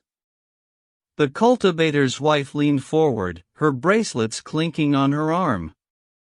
Do ye both dream dreams? A red bull on a green field, that shall carry thee to the heavens, or what? Was it a vision? Did one make a prophecy? We have a red bull in our village behind Jalandhar city, and he grazes by choice in the very greenest of our fields. Give a woman an old wife's tale and a weaver bird 88 a leaf and a thread, they will weave wonderful things, said the Sikh. All holy men dream dreams, and by following holy men their disciples attain that power. A red bull on a green field, was it? The Lama repeated. In a former life it may be thou hast acquired merit, and the bull will come to reward thee. Nay, nay, it was but a tale one told to me, for a jest belike. But I will seek the bull about Ambala, and how canst look for thy river and rest from the clatter of the train? It may be that the bull knows that he is sent to guide us both, said the Lama, hopefully as a child. Then to the company, indicating Kim, this one was sent to me but yesterday. He is not, I think, of this world. Beggars aplenty have I met, and holy men to boot, but never such a yogi nor such a disciple, said the woman. Her husband touched his forehead lightly with one finger and smiled. But the next time the Lama would eat they took care to give him of their best. And at last, tired, sleepy, and dusty, they reached Ambala city station. We abide here upon a lawsuit, said the cultivator's wife to Kim. We lodge with my man's cousin's younger brother. There is room also in the courtyard for thy yogi and for thee. Will he give me a blessing? O holy man! A woman with a heart of gold gives us lodging for the night. It is a kindly land, this land of the south. See how we have been helped since the dawn. The Lama bowed his head in benediction. To fill my cousin's younger brother's house with wastrels, the husband began, as he shouldered his heavy bamboo staff. Thy cousin's younger brother owes my father's cousin something yet on his daughter's marriage feast, said the woman crisply. Let him put their food to that account. The yogi will beg, I doubt not. I beg for him, said Kim, anxious only to get the Lama under shelter for the night, that he might seek Mahbubali's Englishman and deliver himself of the white stallion's pedigree. Now, said he, when the llama had come to an anchor in the inner courtyard of a decent Hindu house behind the cantonments, I go away for a while, to buy us victual in the bazaar. Do not stray abroad till I return. Thou wilt return? Thou wilt surely return. The old man caught at his wrist. And how wilt return in this very same shape? Is it too late to look tonight for the river? Too late and too dark. Be comforted. Think how far thou art on the road. An 100 miles from Lahore already. Yeah, and farther from my monastery. Alas! It is a great and terrible world. Kim stole out and away, as unremarkable a figure as ever carried his own and a few score thousand other folks' fates slung round his neck. Mahbubali's directions left him little doubt of the house in which his Englishman lived, and a groom, bringing a dog-cart home from the club, 89 made him quite sure. It remained only to identify his man, and Kim slipped through the garden hedge and hid in a clump of plumed grass close to the veranda. The house blazed with lights, and servants moved about tables dressed with flowers, glass, and silver. Presently forth came an Englishman, dressed in black and white, humming a tune. It was too dark to see his face, so Kim, beggar-wise, tried an old experiment. Protector of the poor. The man backed towards the voice. Mahbubali says. Ha! What says Mahbubali? He made no attempt to look for the speaker, and that showed Kim that he knew. The pedigree of the white stallion is fully established. What proof is there? The Englishman switched at the rose hedge in the side of the drive. Mahbubali has given me this proof. Kim flipped the wad of folded paper into the air, and it fell on the path beside the man, who put his foot on it as a gardener came round the corner. When the servant passed he picked it up, dropped a rupee, Kim could hear the clink, and strode into the house, never turning round. Swiftly Kim took up the money, but, for all his training, he was Irish enough by birth to reckon silver the least part of any game. What he desired was the visible effect of action, so, instead of slinking away, he lay close in the grass and wormed nearer to the house. He saw Indian bungalows are open through and through. The Englishman returned to a small dressing room, in a corner of the veranda, that was half office, littered with papers and dispatch boxes, and sit down to study Mahbubali's message. His face, by the full ray of the kerosene lamp, changed and darkened, and Kim, used as every beggar must be to watching countenances, took good note. Will, dear, called a woman's voice. You ought to be in the drawing room. They'll be here in a minute. The man still read intently. Will, said the voice, 5 minutes later. He's come. I can hear the troopers in the drive. The man dashed out bareheaded as a big landau with 4 native troopers behind it halted at the veranda, and a tall, black-haired man, erect as an arrow, swung out, preceded by a young officer who laughed pleasantly. Flat on his belly lay Kim, almost touching the high wheels. His man and the black stranger exchanged 2 sentences. Certainly, sir, said the young officer promptly. Everything waits while a horse is concerned. We shan't be more than 20 minutes, said Kim's man. You can do the honors, keep Em amused, and all that. Tell one of the troopers to wait, said the tall man, and they both passed into the dressing room together as the landau rolled away. Kim saw their heads bent over Mahbubali's message, and heard the voices, one low and deferential, the other sharp and decisive. It isn't a question of weeks. It is a question of days, hours almost, said the elder. I'd been expecting it for some time, but this, he tapped Mababali's paper, clinches it. Grogan's dining here tonight, isn't he?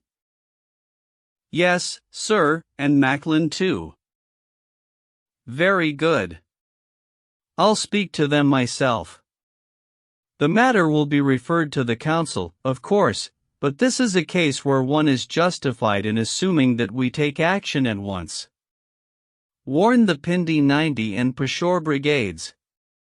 It will disorganize all the summer reliefs, but we can't help that. This comes of not smashing them thoroughly the first time.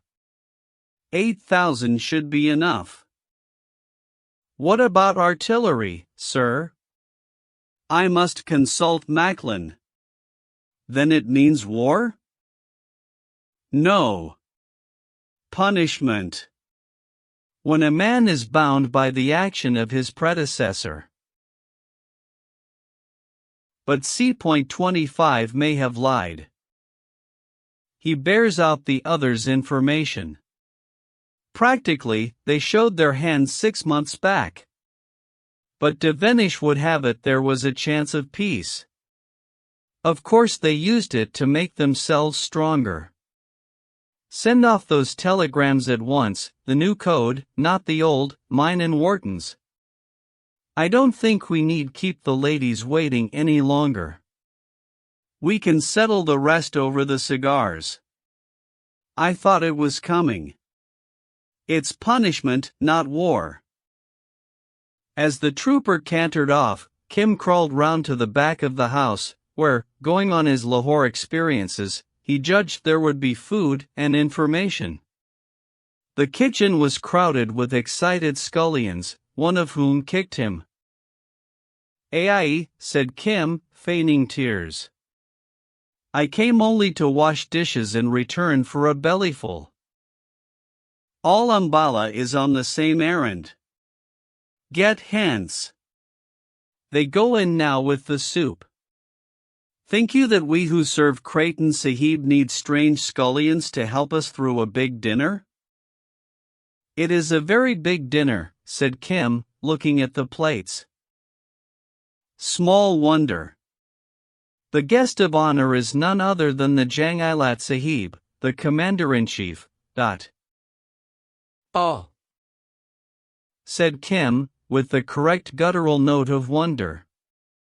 He had learned what he wanted, and when the scullion turned he was gone. And all that trouble, said he to himself, thinking as usual in Hindustani, for a horse's pedigree. Mababali should have come to me to learn a little lying. Every time before that I have borne a message it concerned a woman. Now it is men. Better. The tall man said that they will lose a great army to punish someone somewhere. The news goes to Pindi and Peshawar. There are also guns. Would I had crept nearer? It is big news. He returned to find the cultivator's cousin's younger brother discussing the family lawsuit in all its bearings with the cultivator and his wife and a few friends, while the Lama dozed. After the evening meal someone passed him a water pipe, and Kim felt very much of a man as he pulled at the smooth coconut shell, his legs spread abroad in the moonlight, his tongue clicking in remarks from time to time. His hosts were most polite, for the cultivator's wife had told them of his vision of the Red Bull, and of his probable descent from another world. Moreover, the Lama was a great and venerable curiosity. The family priest, an old, tolerant Sarsad Brahmin 91 dropped in later, and naturally started a theological argument to impress the family. By creed, of course, they were all on their priest's side, but the Lama was the guest and the novelty. His gentle kindliness, and his impressive Chinese quotations, that sounded like spells, delighted them hugely, and in this sympathetic, simple air, he expanded like the Bodhisattva's own lotus, speaking of his life in the great hills of Suchsen, before, as he said, I rose up to seek enlightenment. Then it came out that in those worldly days he had been a master hand at casting horoscopes and nativities, and the family priest led him on to describe his methods, each giving the planets names that the others could not understand, and pointing upwards as the big stars sailed across the dark. The children of the house tugged unrebuked at his rosary, and he clean forgot the rule which forbids looking at women as he talked of enduring snows, landslips, blocked passes, the remote cliffs where men find sapphires and turquoise, and that wonderful upland road that leads at last into great China itself. "How thinkest thou of this one?" said the cultivator aside to the priest. A holy man indeed. "His gods are not the gods, but his feet are upon the way," was the answer. "And his methods of nativities, though that is beyond thee, are wise and sure." "Tell me," said Kim lazily, "whether I find my red bull on a green field, as was promised me." "What knowledge hast thou of thy birth hour?" the priest asked, swelling with importance. "Between first and second cockcrow of the first night in May." "Of what year?" "I do not know, but upon the hour that I cried first fell the great earthquake in Srinagar, which is in Kashmir." This Kim had from the woman who took care of him, and she again from Kimball O'Hara. The earthquake had been felt in India, and for long stood a leading date in the Punjab. Aye, said a woman excitedly. This seemed to make Kim's supernatural origin more certain. Was not such an one's daughter born then? And her mother bore her husband 4 sons in 4 years, all likely boys, cried the cultivator's wife, sitting outside the circle in the shadow.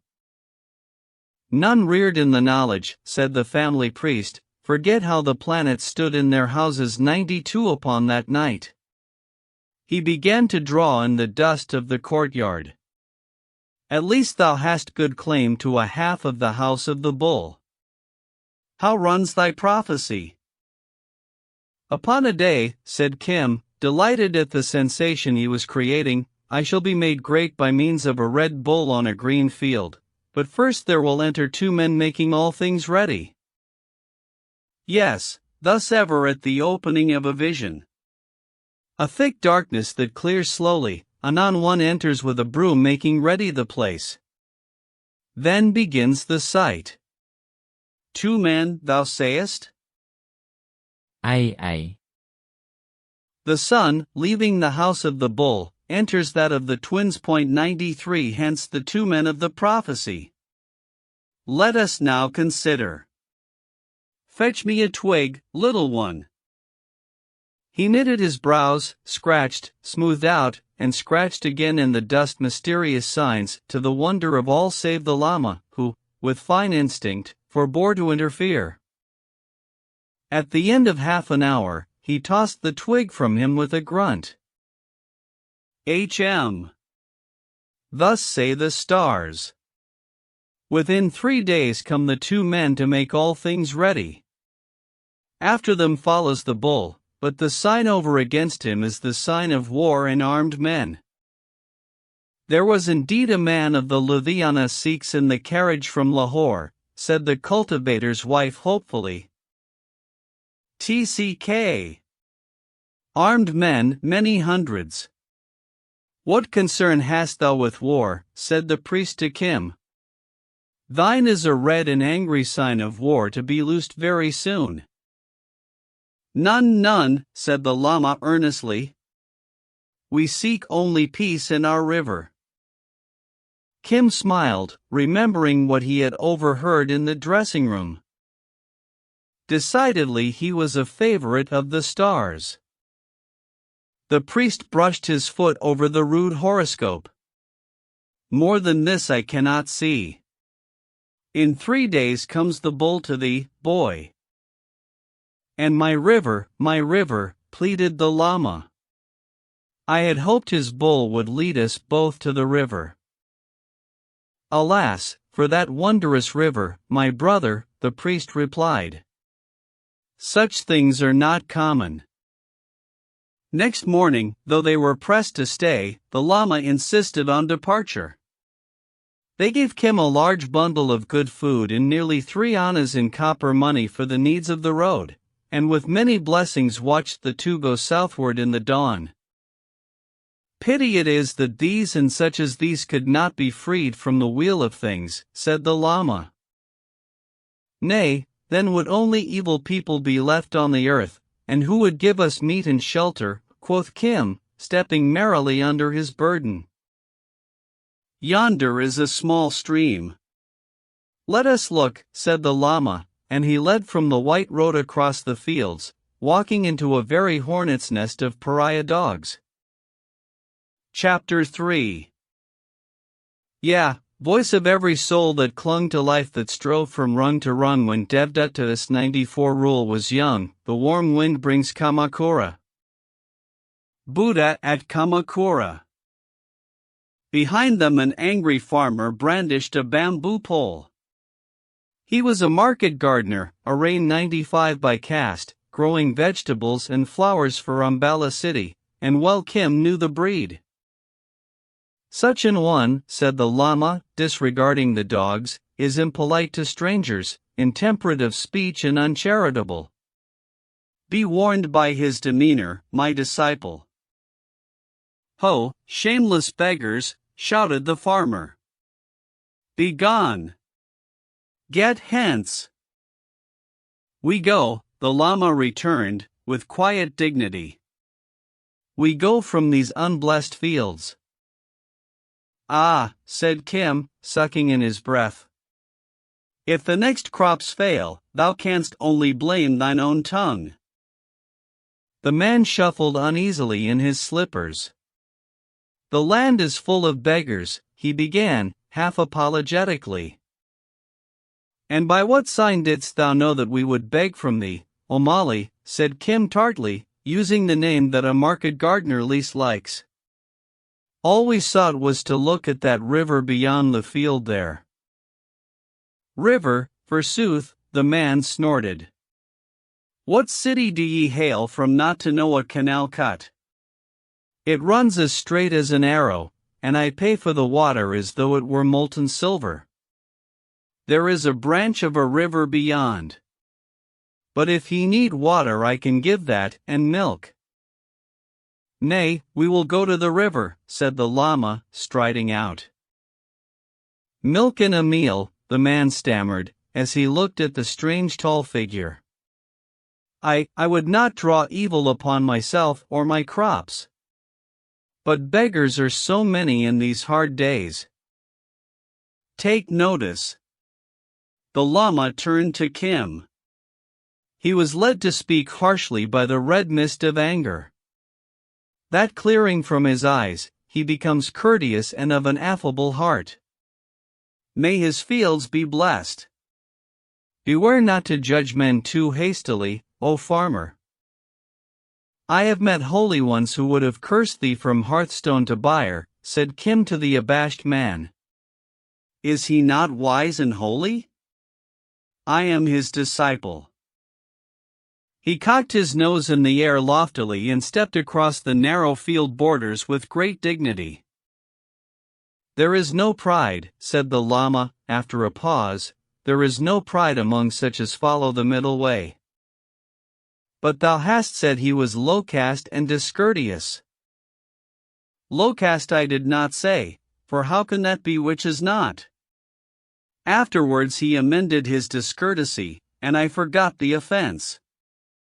Moreover, he is as we are, bound upon the wheel of things, but he does not tread the way of deliverance. He halted at a little runlet among the fields, and considered the hoof-pitted bank. Now, how wilt thou know thy river? Said Kim, squatting in the shade of some tall sugar cane. When I find it, an enlightenment will surely be given. This, I feel, is not the place. O littlest among the waters, if only thou couldst tell me where runs my river. But be thou blessed to make the fields bare. Look! Look! Kim sprang to his side and dragged him back. A yellow and brown streak glided from the purple rustling stems to the bank, stretched its neck to the water, drank, and lay still, a big cobra with fixed, lidless eyes. "I have no stick, I have no stick," said Kim. "I will get me one and break his back."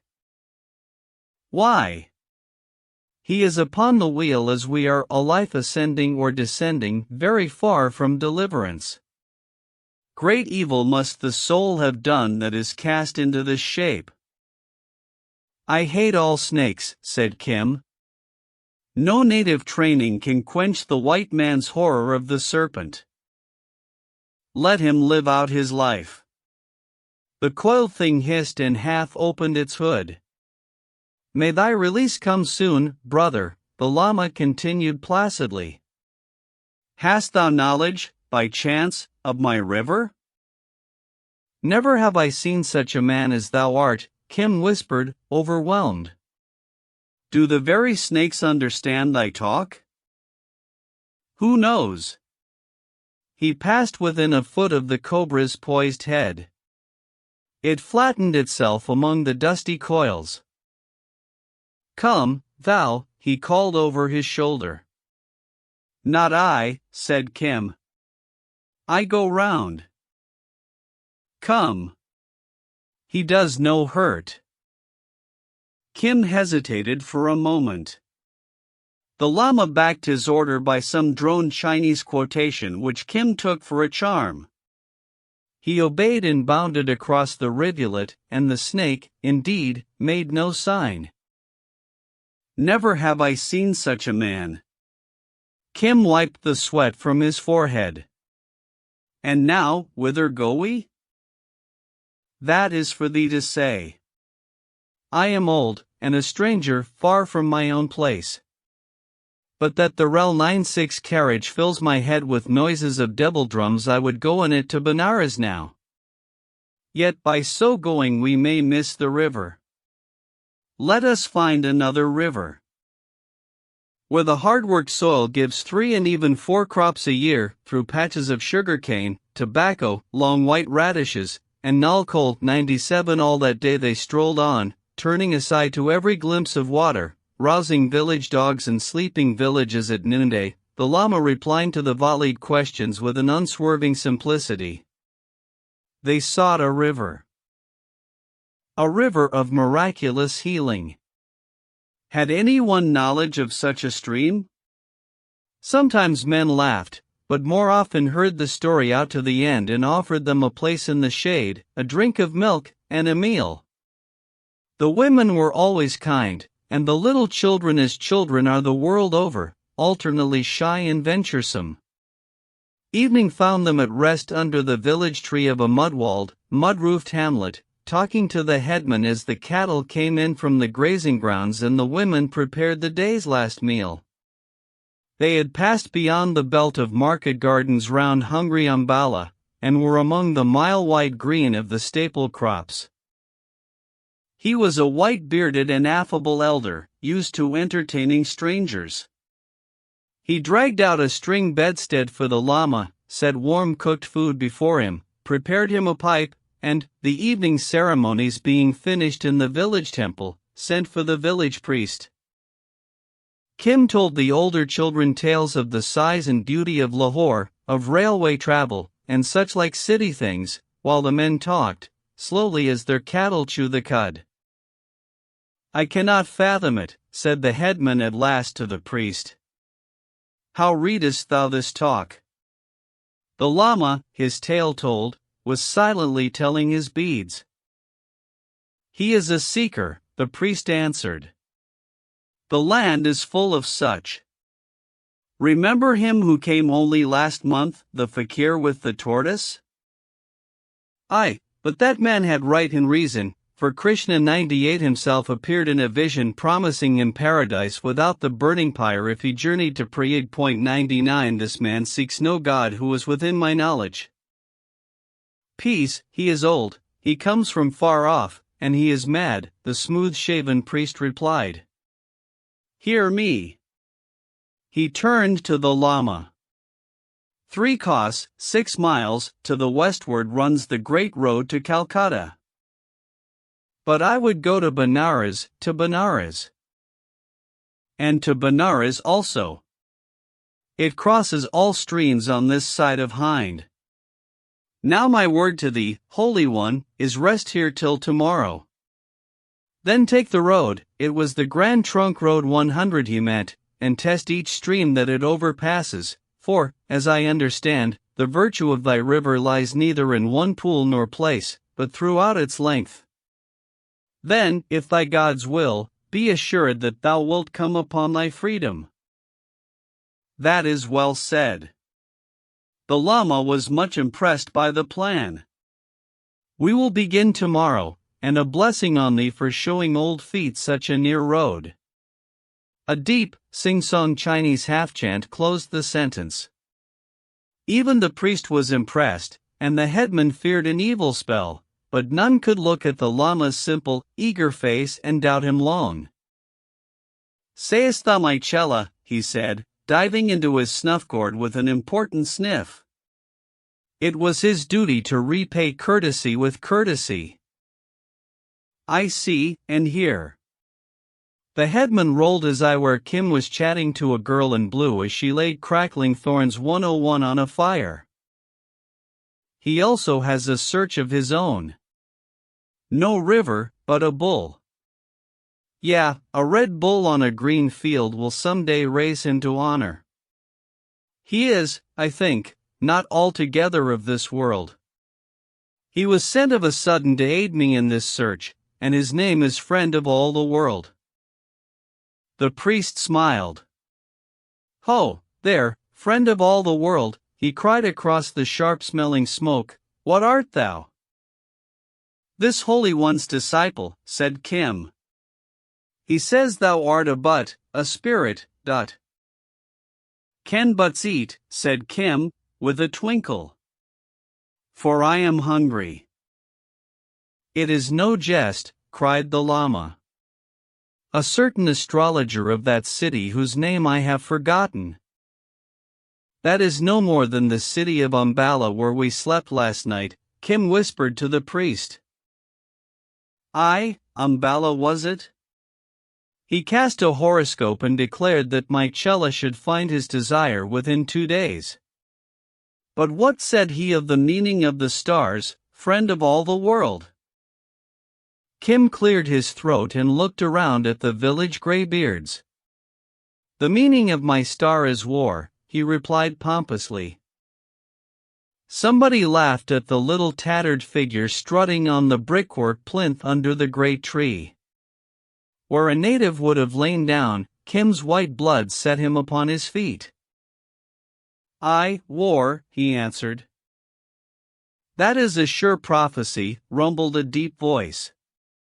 For there is always war along the border, as I know.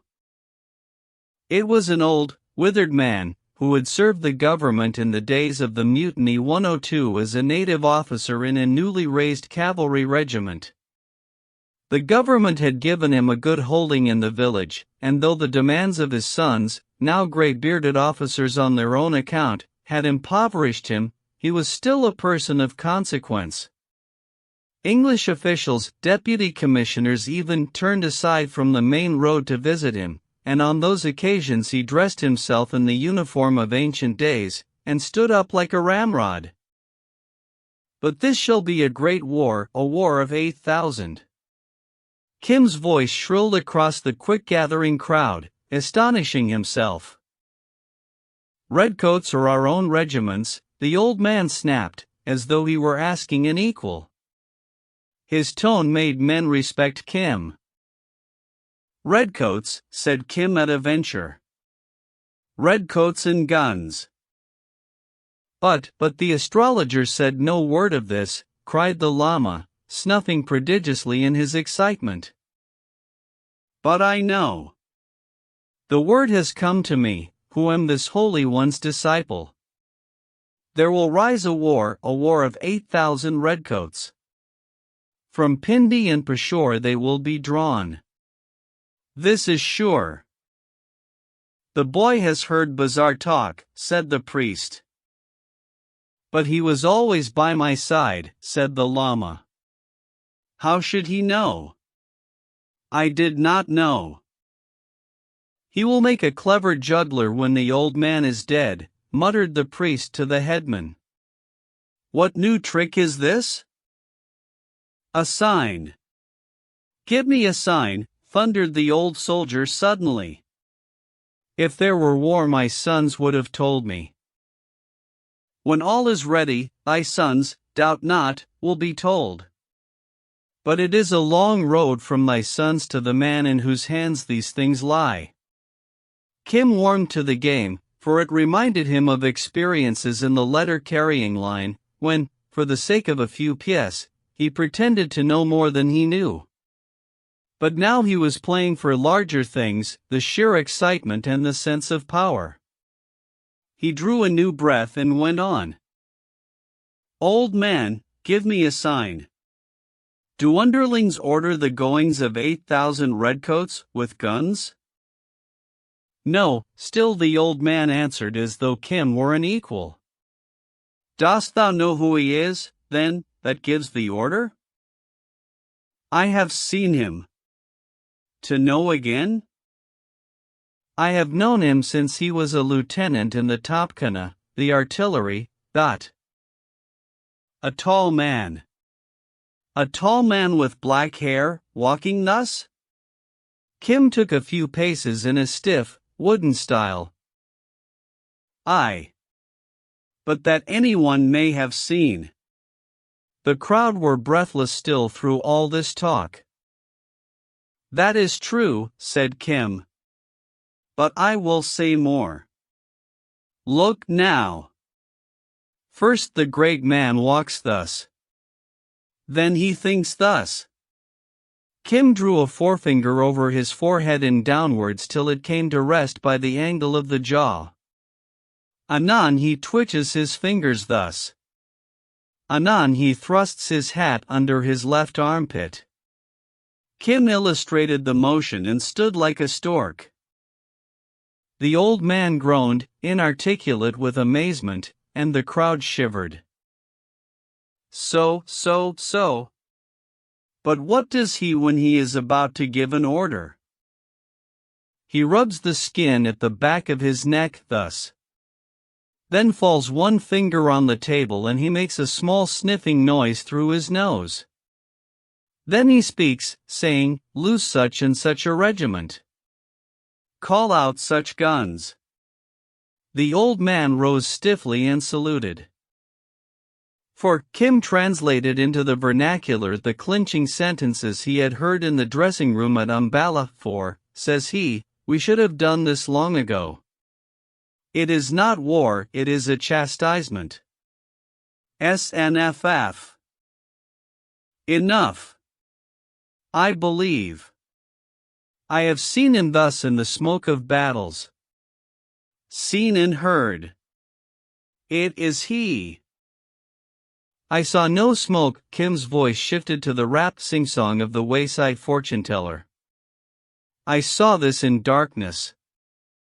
First came a man to make things clear. Then came horsemen. Then came he, standing in a ring of light. The rest followed as I have said. Old man, have I spoken truth? It is he. Past all doubt it is he. The crowd drew a long, quavering breath, staring alternately at the old man, still at attention, and ragged Kim against the purple twilight. Said I not he was from the other world, cried the llama proudly. He is the friend of all the world. He is the friend of the stars. At least it does not concern us, a man cried.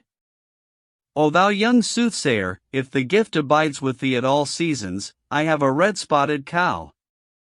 She may be sister to thy bull for aught I know. Or I care, said Kim. My stars do not concern themselves with thy cattle. Nay, but she is very sick, a woman struck in. My man is a buffalo, or he would have chosen his words better. tell me if she recover? Had Kim been at all an ordinary boy, he would have carried on the play, but one does not know Lahore city, and least of all the fakirs by the Taksali gate, for 13 years without also knowing human nature. The priest looked at him sideways, something bitterly, a dry and blighting smile. Is there no priest, then, in the village? I thought I had seen a great one even now, cried Kim. But, the woman began. But thou and thy husband hoped to get the cow cured for a handful of thanks. The shot told, they were notoriously the closest-fisted couple in the village. It is not well to cheat the temples. Give a young calf to thine own priest, and, unless thy gods are angry past recall, she will give milk within a month. A master beggar art thou, purred the priest approvingly. Not the cunning of 40 years could have done better. Surely thou hast made the old man rich? A little flour, a little butter, and a mouthful of cardamoms. Kim retorted, flushed with the praise, but still cautious, does one grow rich on that? And, as thou canst see, he is mad. But it serves me while I learn the road at least.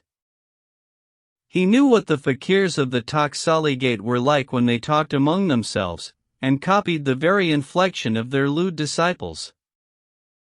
Is his search, then, truth or a cloak to other ends? It may be treasure. He is mad, many times mad. There is nothing else. Here the old soldier hobbled up and asked if Kim would accept his hospitality for the night. The priest recommended him to do so, but insisted that the honor of entertaining the Lama belonged to the temple, at which the Lama smiled guilelessly. Kim glanced from one face to the other, and drew his own conclusions. Where is the money? He whispered, beckoning the old man off into the darkness. In my bosom. Where else? Give it me. Quietly and swiftly give it me. But why? Here is no ticket to buy. Am I thy chela, or am I not? Do I not safeguard thy old feet about the ways? Give me the money and at dawn I will return it. He slipped his hand above the Lama's girdle and brought away the purse. Be it so, be it so. The old man nodded his head. This is a great and terrible world. I never knew there were so many men alive in it. Next morning the priest was in a very bad temper, but the Lama was quite happy, and Kim had enjoyed a most interesting evening with the old man, who brought out his cavalry saber and, balancing it on his dry knees, told tales of the mutiny and young captains 30 years in their graves, till Kim dropped off to sleep. Certainly the air of this country is good, said the Lama. I sleep lightly, as do all old men, but last night I slept unwaking till broad day. Even now I am heavy.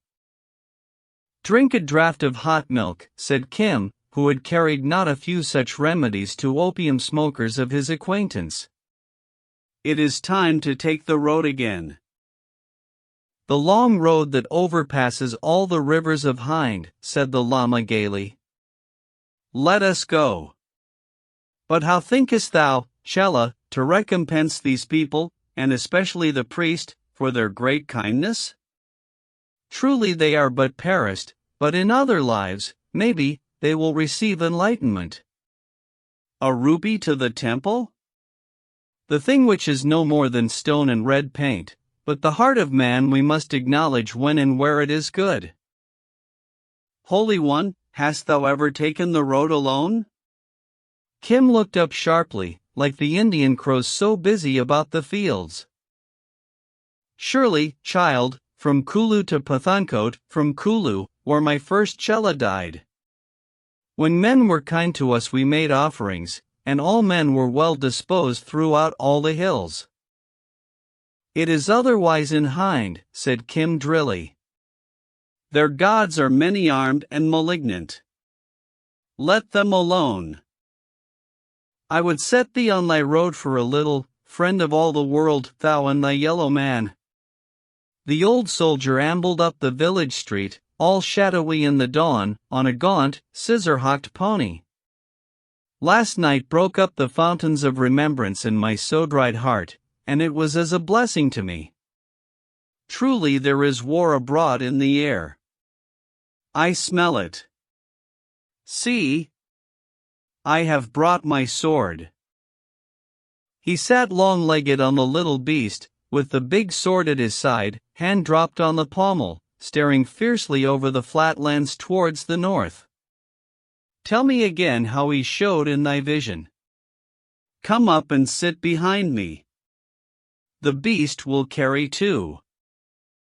I am this Holy One's disciple, said Kim, as they cleared the village gate. The villagers seemed almost sorry to be rid of them, but the priest's farewell was cold and distant. He had wasted some opium on a man who carried no money.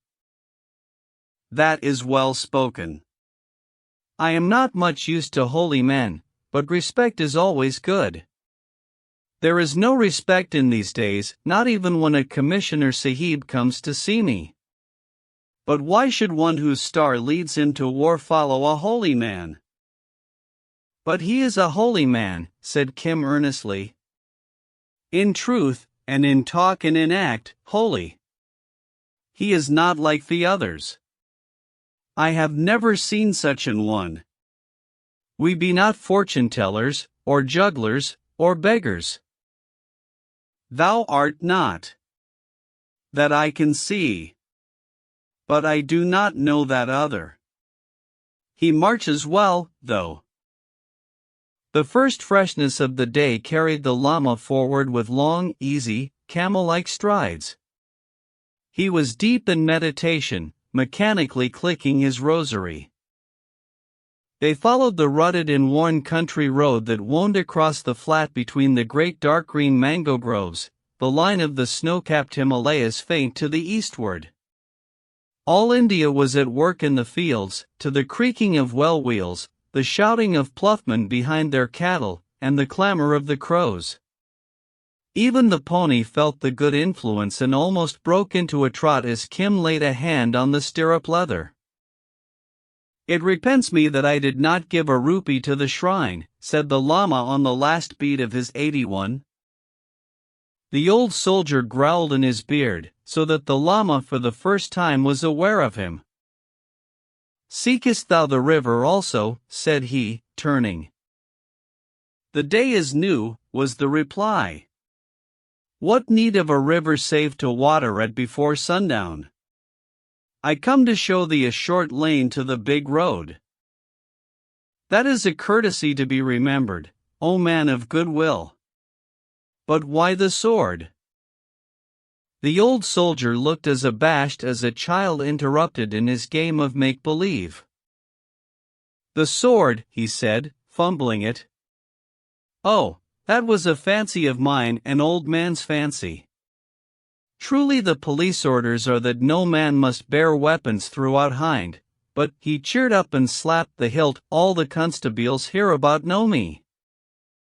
It is not a good fancy, said the Lama. What profit to kill men? Very little, as I know, but if evil men were not now and then slain it would not be a good world for weaponless dreamers. I do not speak without knowledge who have seen the land from Delhi south awash with blood. What madness was that, then? The gods, who sent it for a plague, alone know. A madness ate into all the army, and they turned against their officers. That was the first evil, but not past remedy if they had then held their hands. But they chose to kill the sahibs' wives and children. Then came the sahibs from over the sea and called them to most strict account. Some such rumor, I believe, reached me once long ago. They called it the Black Year, as I remember. What manner of life hast thou led, not to know the year? A rumor indeed. All earth knew, and trembled. Our earth never shook but once upon the day that the Excellent One received enlightenment. I saw Delhi shake at least, and Delhi is the navel of the world. So they turned against women and children? That was a bad deed, for which the punishment cannot be avoided. Many strove to do so, but with very small profit. I was then in a regiment of cavalry. It broke. Of 680 sabres stood fast to their salt. How many, think you? 3. Of whom I was one. The greater merit. Merit. We did not consider it merit in those days. My people, my friends, my brothers fell from me. They said, the time of the English is accomplished. Let each strike out a little holding for himself. But I had talked with the men of Sobraon, of Chilianwala, of Moodkee and Farazesha 103. I said, abide a little and the wind turns. There is no blessing in this work. In those days I rode 70 miles with an English memsahib and her babe on my saddle-bow. Wow! That was a horse fit for a man. I placed them in safety, and back came I to my officer, the one that was not killed of our 5. Give me work, said I, for I am an outcast among my own kin, and my cousin's blood is wet on my saber. Be content, said he. There is great work forward. When this madness is over there is a recompense. Aye, there is a recompense when the madness is over, surely, the Lama muttered half to himself. They did not hang medals in those days on all who by accident had heard a gun fired. No. In 19 pitched battles was I, in 46 skirmishes of horse, and in small affairs without number. 9 wounds I bear, a medal and 4 clasps and the medal of an order, for my captains, who are now generals, remembered me when the Kaisari Hind 104 had accomplished 50 years of her reign, and all the land rejoiced. They said, give him the order of Baradish India. I carry it upon my neck now. I have also my Jagger, holding, from the hands of the state, a free gift to me and mine.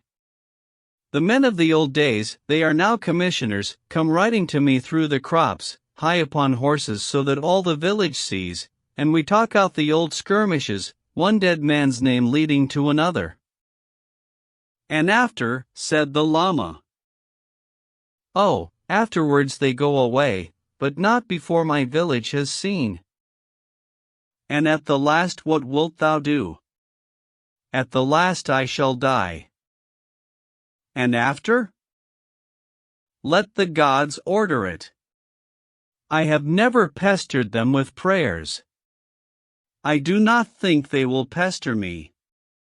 Look you, I have noticed in my long life that those who eternally break in upon those above with complaints and reports and bellowings and weepings are presently sent for in haste, as our colonel used to send for slack-jawed down countrymen who talk too much. No, I have never wearied the gods.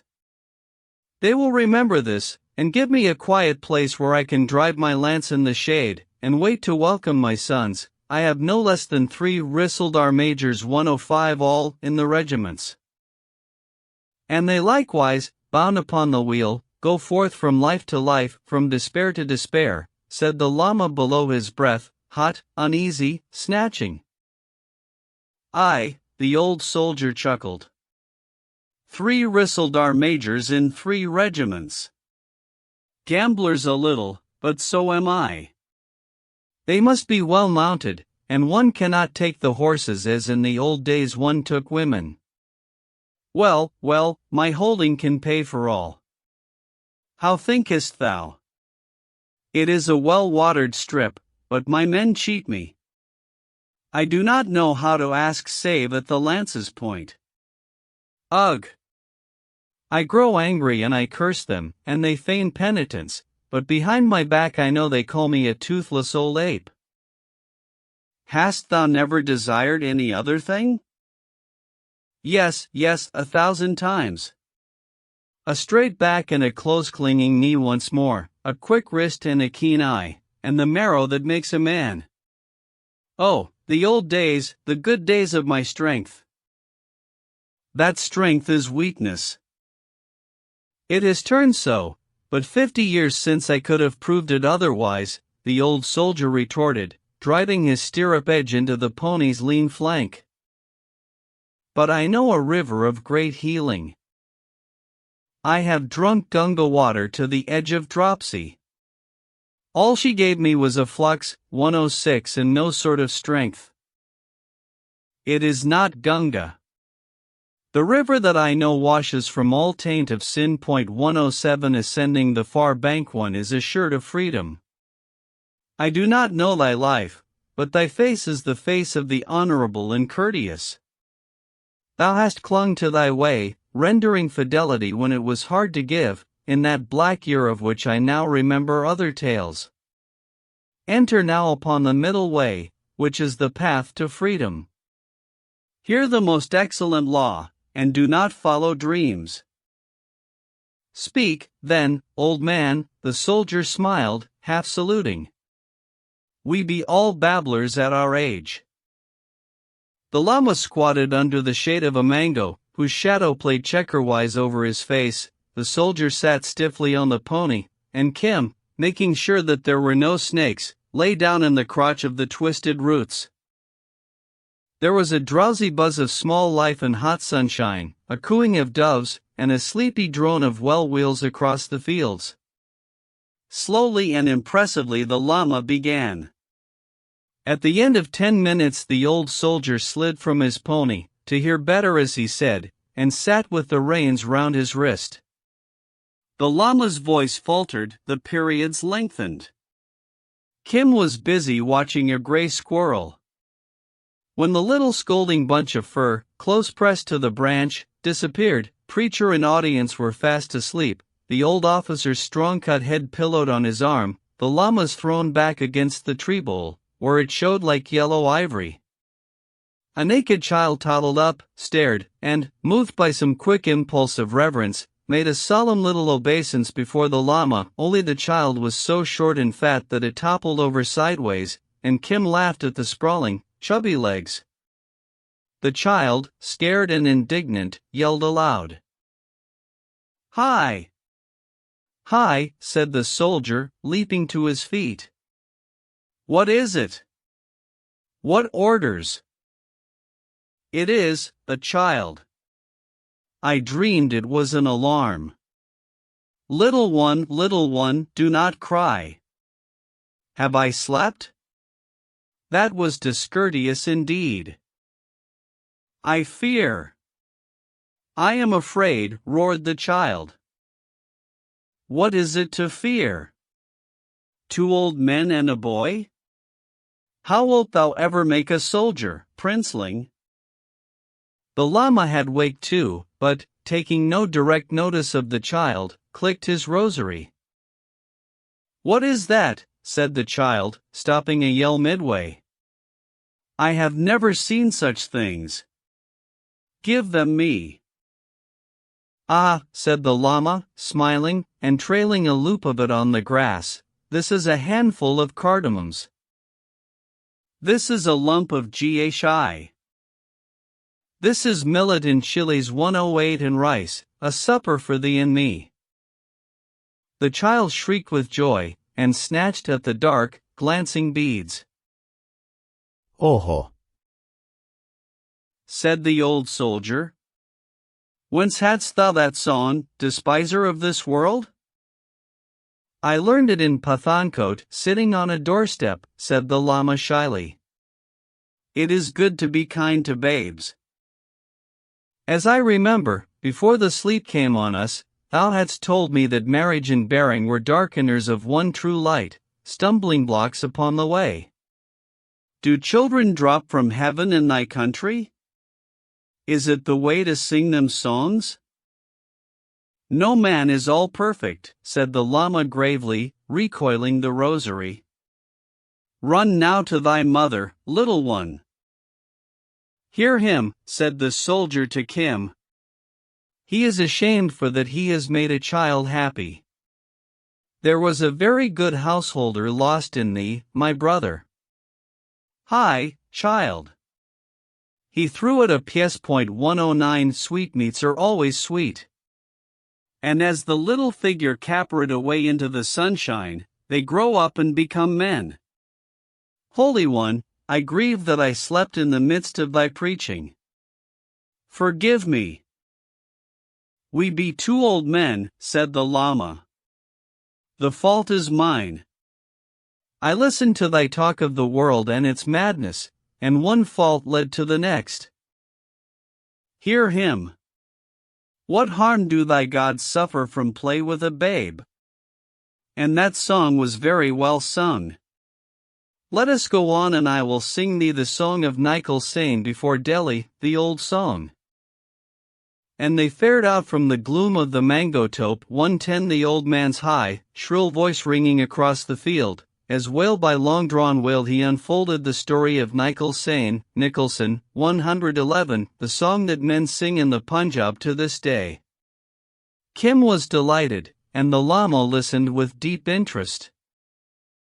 Ah he! Nichol Sain is dead, he died before Delhi. Lances of the North, take vengeance for Nichol Sain.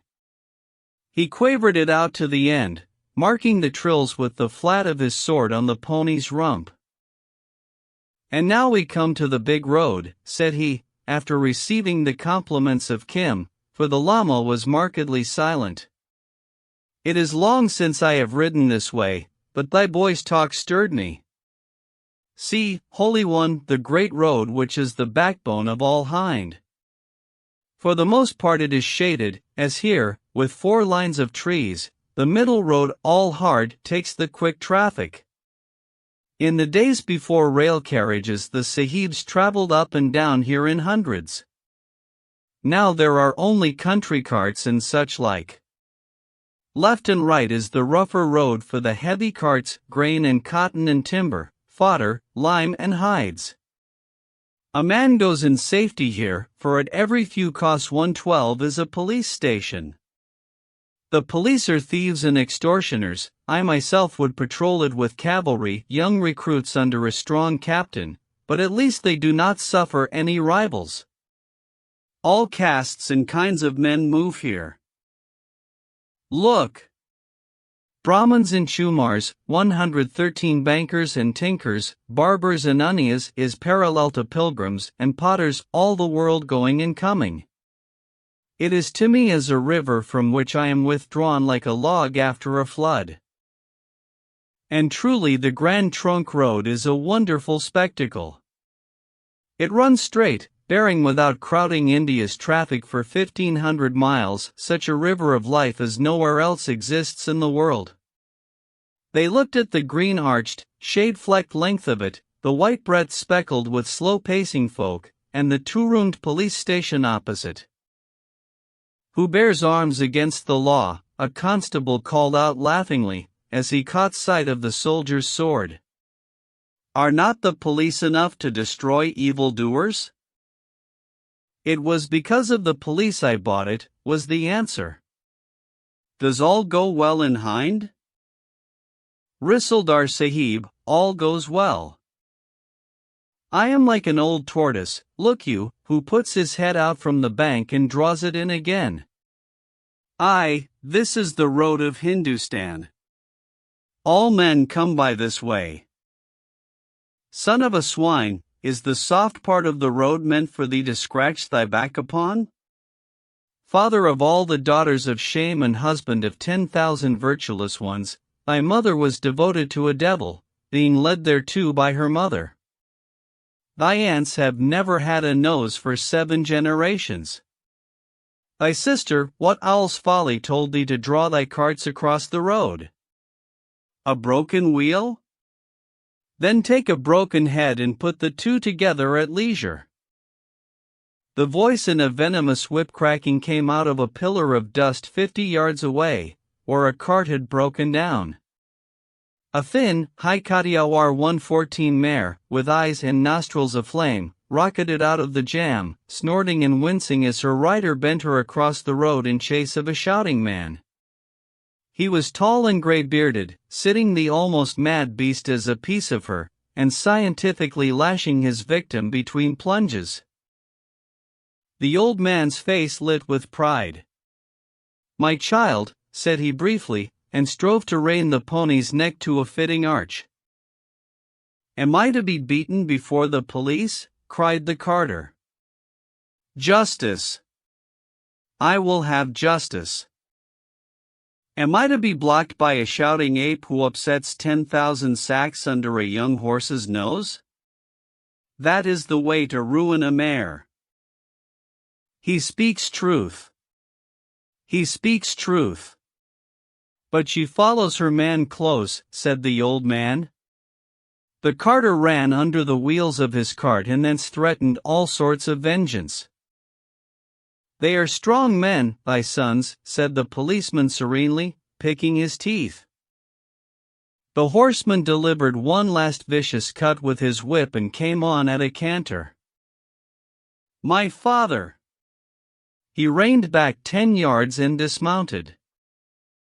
The old man was off his pony in an instant, and they embraced as do father and son in the East. Chapter 4. Good luck, she is never a lady, but the cursedest queen alive, tricksy, wincing, and jady, Kittle 115 to lead or drive. Greet her, she's hailing a stranger.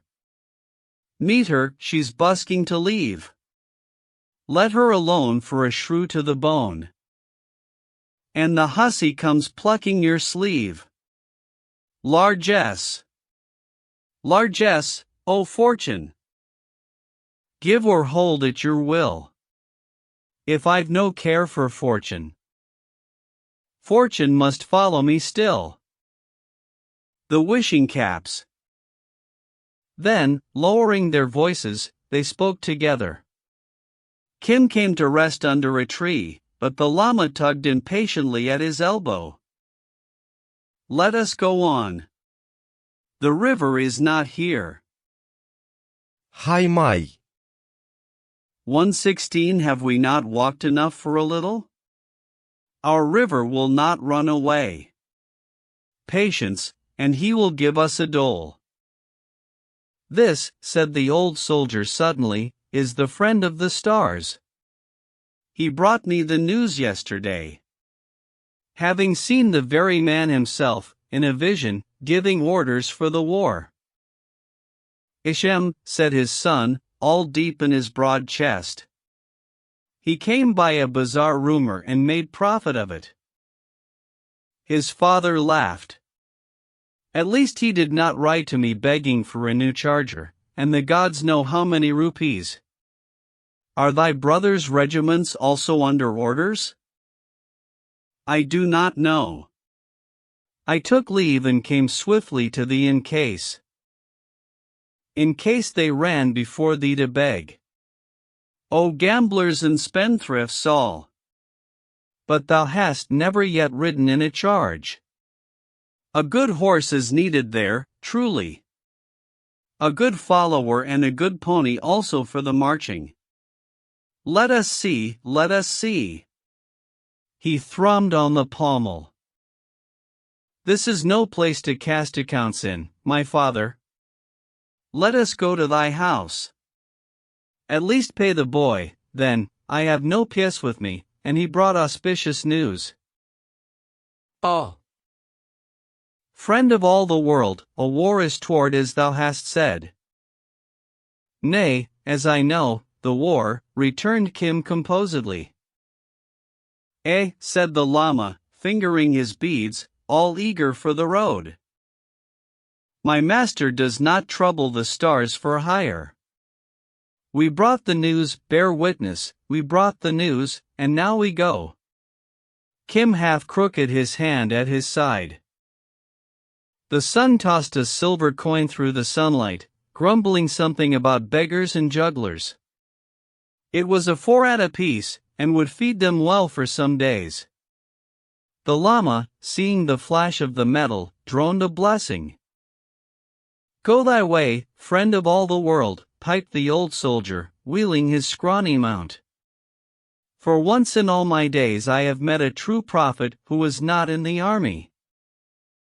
Father and son swung round together, the old man sitting as erect as the younger. A Punjabi constable in yellow linen trousers slouched across the road. He had seen the money pass. "Halt," he cried in impressive English. "Know ye not that there is takas 117 of 2 annas ahead, which is 4 annas, on those who enter the road from this side road?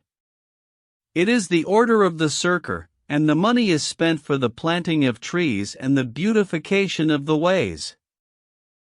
"And the bellies of the police," said Kim, skipping out of arm's reach. "Consider for a while, man with a mud head. Think you we came from the nearest pond like the frog, thy father-in-law?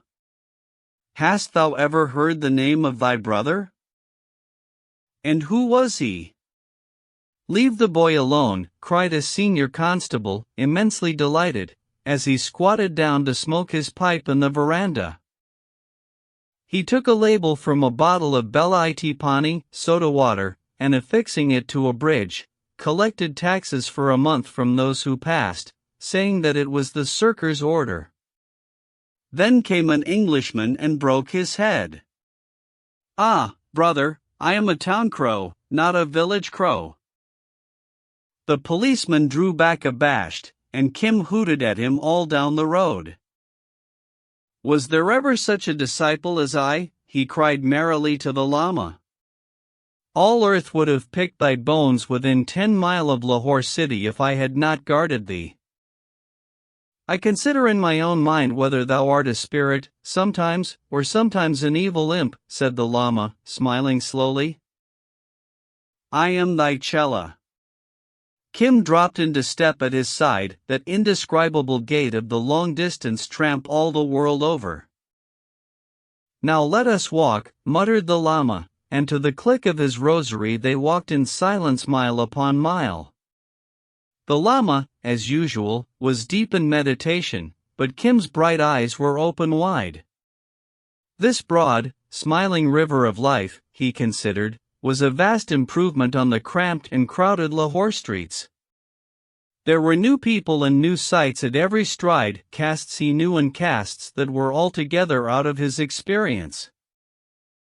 They met a troop of long-haired, strong-scented Sansus 118 with baskets of lizards and other unclean food on their backs, their lean dogs sniffing at their heels. These people kept their own side of the road, moving at a quick, furtive jog-trot, and all other castes gave them ample room, for the Sansi is deep pollution. Behind them, walking wide and stiffly across the strong shadows, the memory of his leg irons still on him, strode one newly released from the jail, his full stomach and shiny skin to prove that the government fed its prisoners better than most honest men could feed themselves. Kim knew that walk well, and made broad jest of it as they passed. Then an Akali 119 wild-eyed, wild-haired Sikh devotee in the blue-checked clothes of his faith, with polished steel quoits 120 glistening on the cone of his tall blue turban, stalked past, returning from a visit to one of the independent Sikh states, where he had been singing the ancient glories of the Khalsa 121 to college-trained princelings in top boots and white-cord breeches. Kim was careful not to irritate that man, for the Akali's temper is short and his arm quick.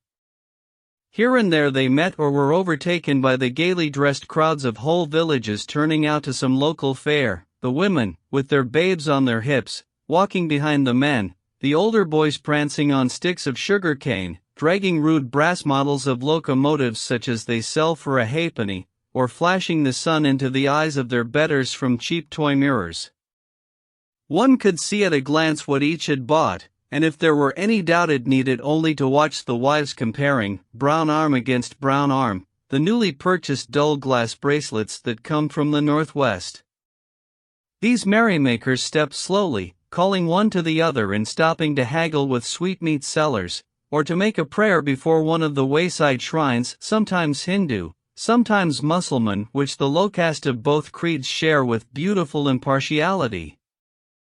A solid line of blue, rising and falling like the back of a caterpillar in haste, would swing up through the quivering dust and trot past to a chorus of quick cackling. That was a gang of Changars 122. The women who have taken all the embankments of all the northern railways under their charge, a flat-footed, big-bosomed, strong-limbed, blue-petticoat clan of earth carriers, hurrying north on news of a job, and wasting no time by the road. They belong to the caste whose men do not count, and they walked with squared elbows, swinging hips, and heads on high, as suits women who carry heavy weights. A little later a marriage procession would strike into the grand trunk with music and shoutings, and a smell of marigold and jasmine stronger even than the reek of the dust. One could see the bride's litter, 123, a blur of red and tinsel, staggering through the haze, while the bridegroom's bereaved pony turned aside to snatch a mouthful from a passing fodder cart. Then Kim would join the Kentish fire 124 of good wishes and bad jokes, wishing the couple 100 sons and no daughters, 125 as the saying is. Still more interesting and more to be shouted over it was when a strolling juggler with some half-trained monkeys, or a panting, feeble bear, or a woman who tied goat's horns to her feet, and with these danced on a slack rope, set the horses to shying and the women to shrill, long-drawn quavers of amazement. The Lama never raised his eyes. He did not note the money-lender on his goose-rumped pony, hastening along to collect the cruel interest, or the long-shouting, deep-voiced little mob, still in military formation, of native soldiers on leave, rejoicing to be rid of their breeches and puttees, and saying the most outrageous things to the most respectable women in sight. Even the seller of Danju's water he did not see, and Kim expected that he would at least buy a bottle of that precious stuff. He looked steadily at the ground, and strode as steadily hour after hour, his soul busied elsewhere. But Kim was in the seventh heaven of joy.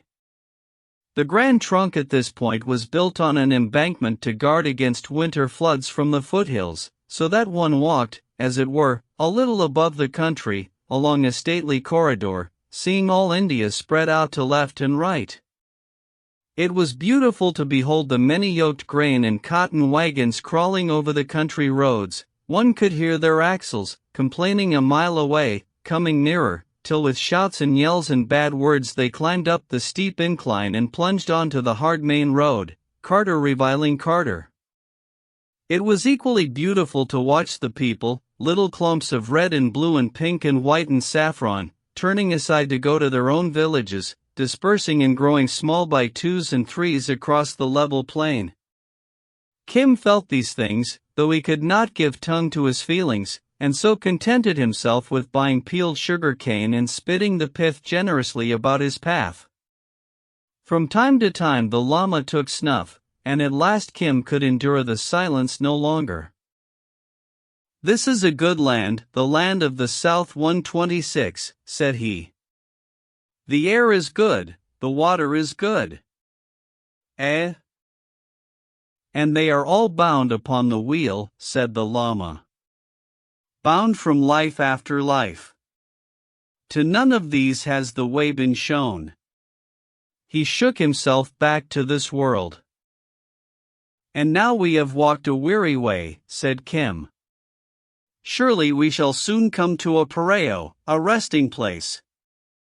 Shall we stay there? Look, the sun is sloping. Who will receive us this evening? That is all one. The country is full of good folk.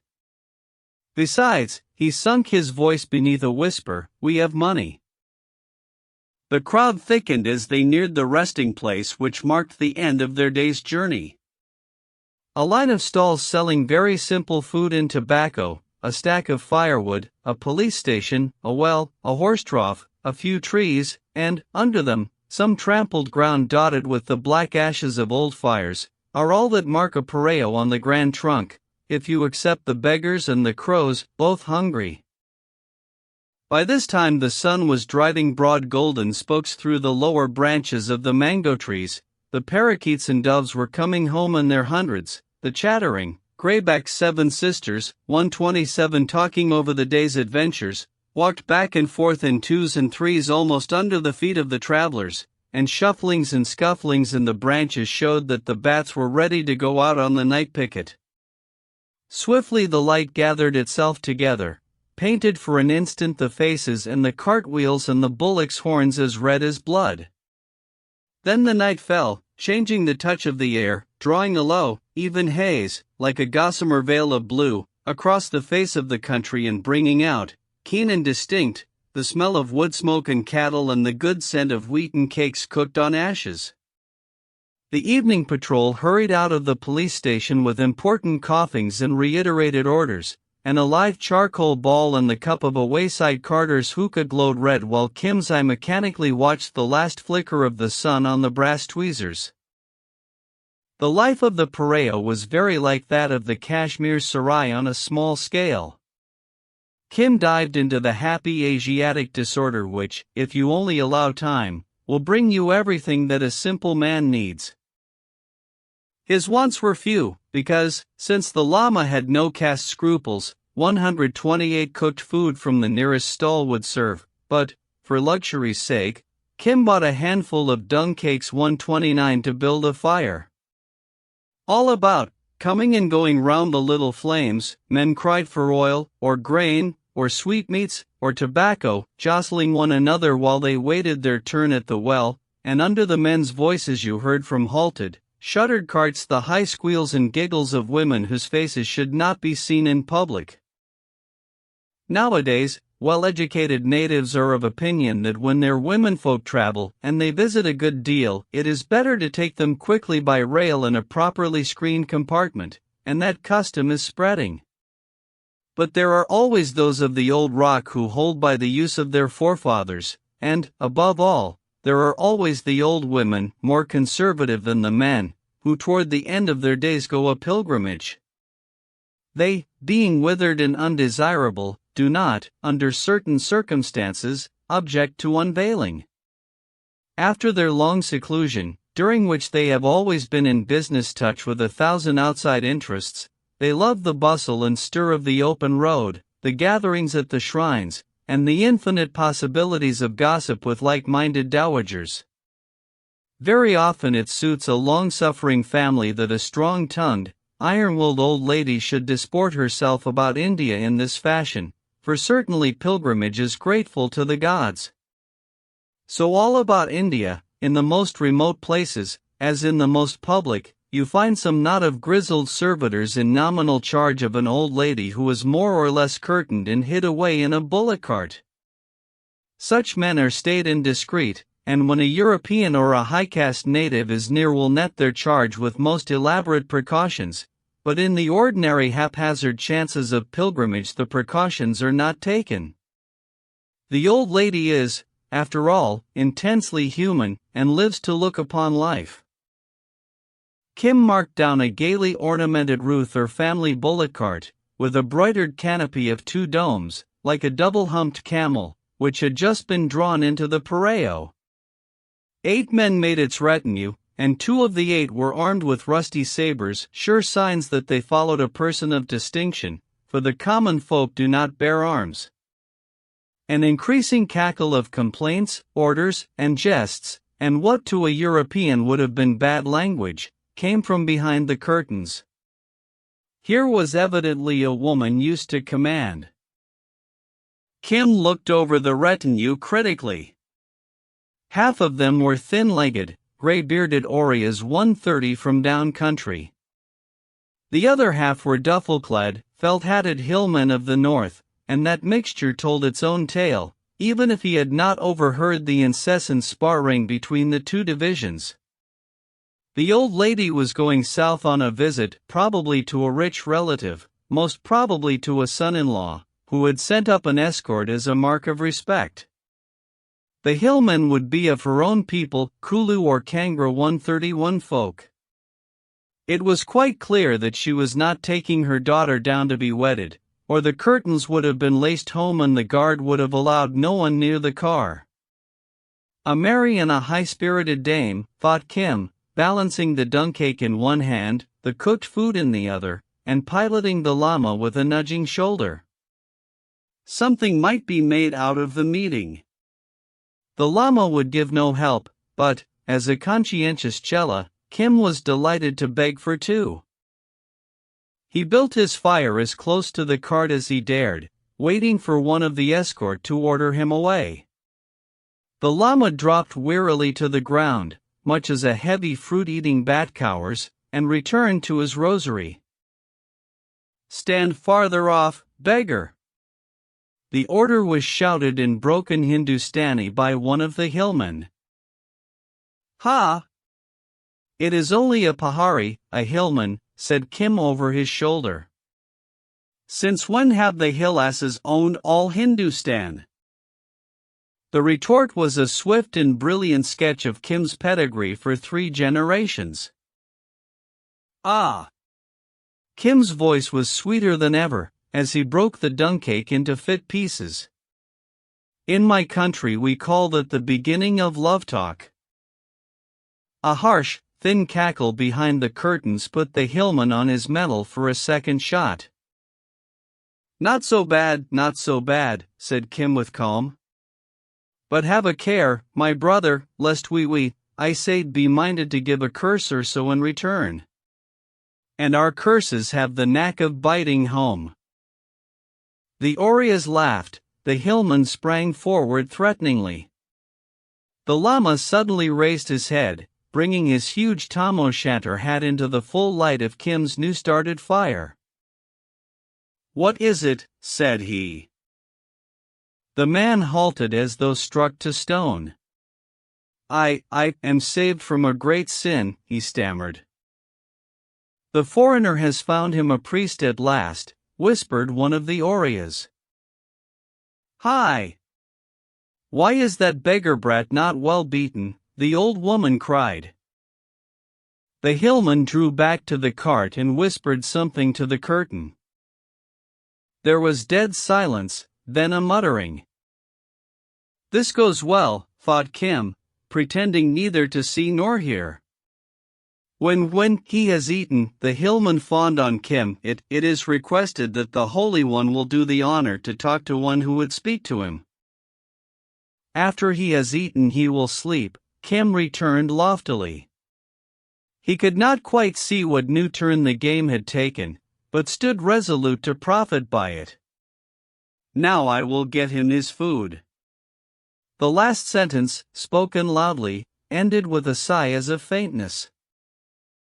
I myself and the others of my people will look to that, if it is permitted." "It is permitted," said Kim, more loftily than ever. "Holy One, these people will bring us food. The land is good. All the country of the south is good, a great and a terrible world," mumbled the llama drowsily. "Let him sleep," said Kim, "but look to it that we are well fed when he wakes. He is a very holy man." Again one of the Orias said something contemptuously. "He is not a fakir. He is not a down-country beggar," Kim went on severely, addressing the stars.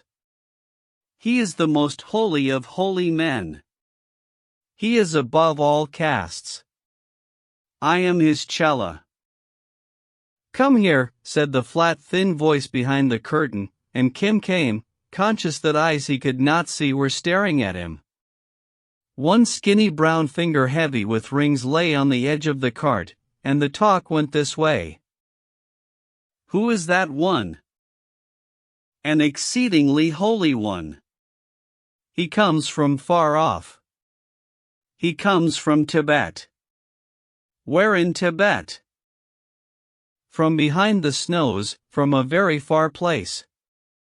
He knows the stars, he makes horoscopes, he reads nativities. But he does not do this for money. He does it for kindness and great charity. I am his disciple. I am called also the friend of the stars.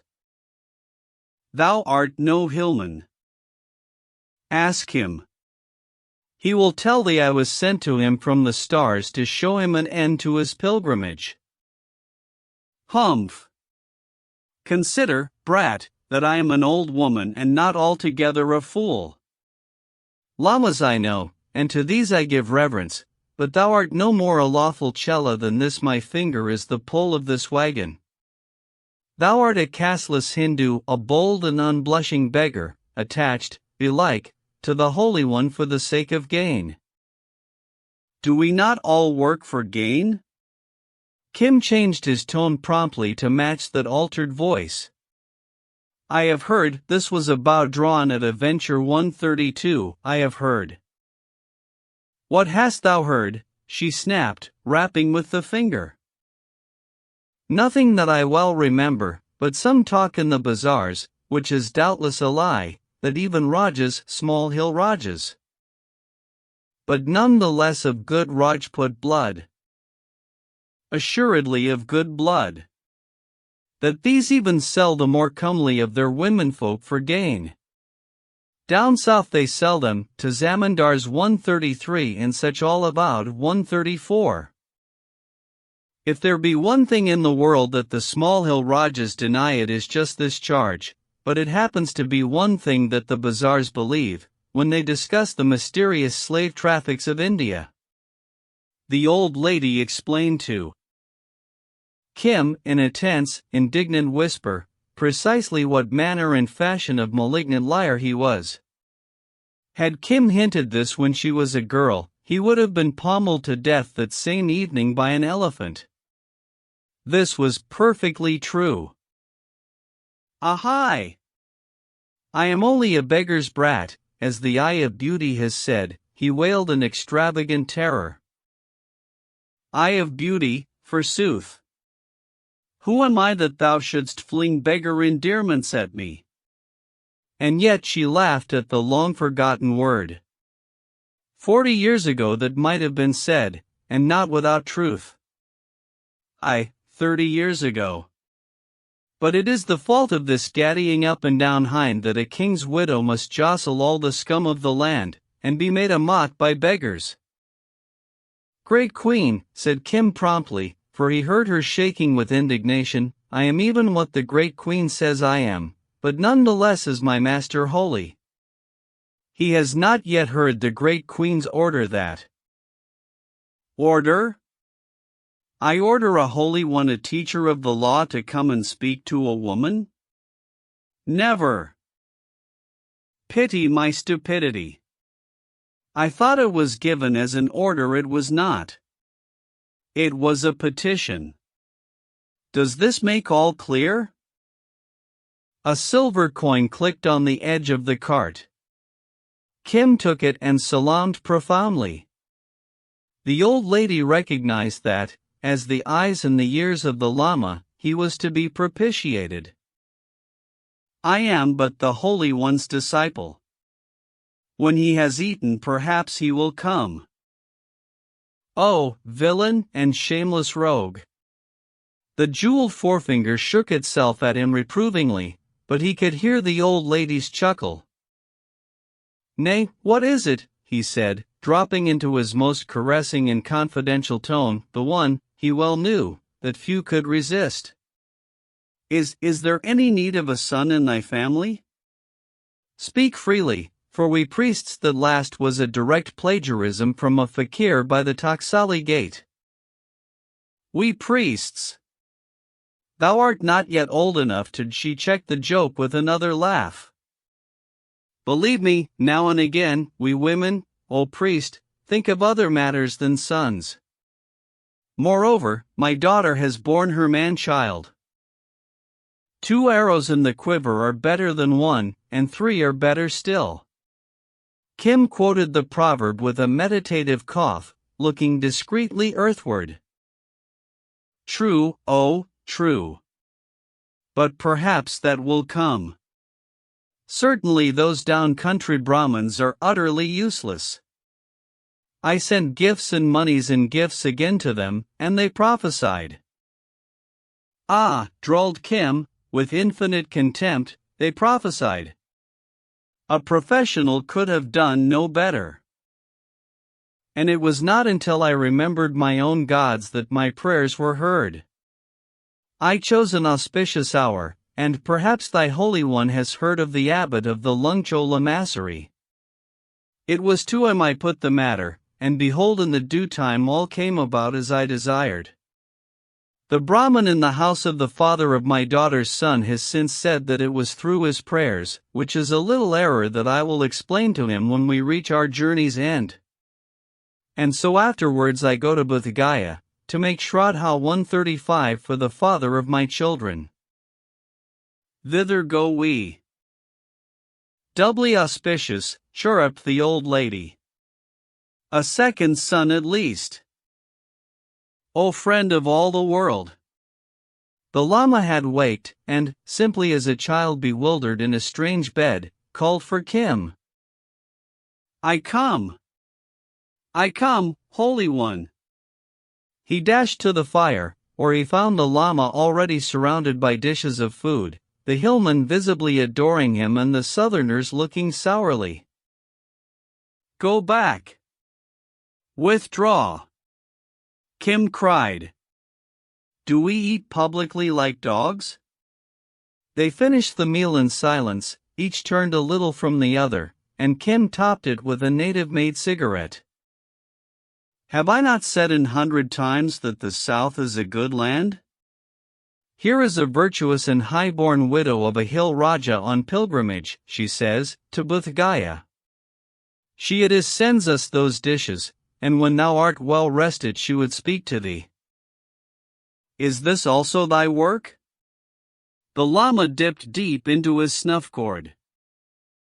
Who else watched over thee since our wonderful journey began?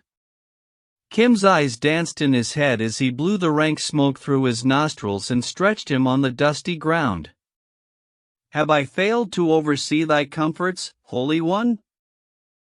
A blessing on thee. The Lama inclined his solemn head. I have known many men in my so long life, and disciples not a few. But to none among men, if so be thou art woman-born 136, has my heart gone out as it has to thee, thoughtful, wise, and courteous, but something of a small imp. And I have never seen such a priest as thou. Kim considered the benevolent yellow face wrinkle by wrinkle.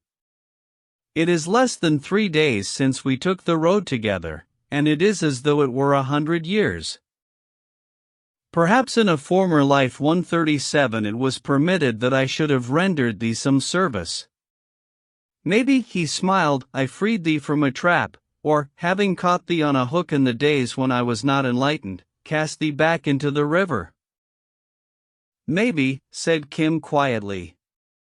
He had heard this sort of speculation again and again, from the mouths of many whom the English would not consider imaginative. Now, as regards that woman in the bullock cart, I think she needs a second son for her daughter. That is no part of the way, sighed the Lama. But at least she is from the hills. Ah, the hills, and the snow of the hills. He rose and stalked to the cart. Kim would have given his ears to come too, but the Lama did not invite him, and the few words he caught were in an unknown tongue, for they spoke some common speech of the mountains. The woman seemed to ask questions which the Lama turned over in his mind before answering. Now and again he heard the sing-song cadence of a Chinese quotation. It was a strange picture that Kim watched between drooped eyelids.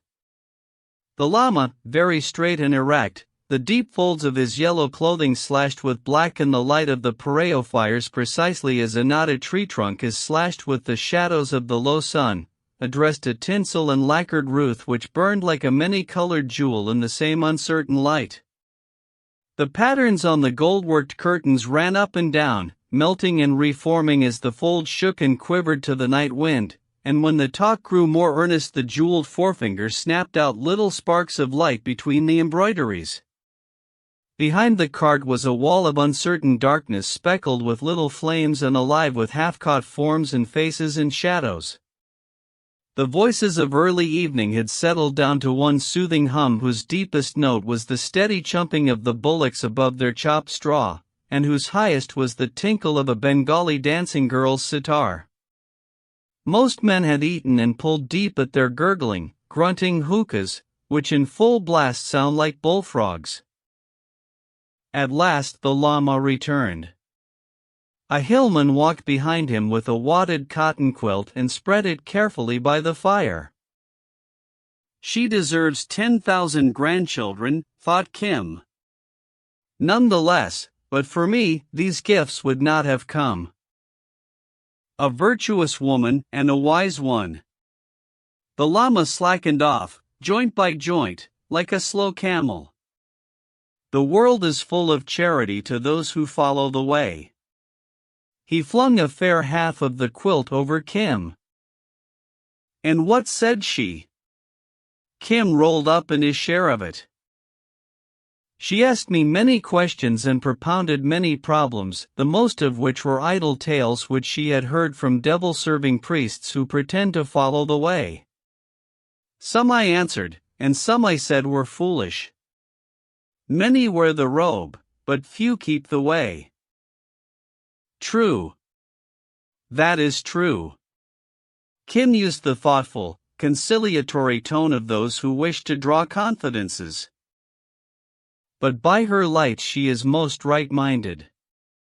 She desires greatly that we should go with her to Bodh Gaya, her road being ours, as I understand, for many days' journey to the southward.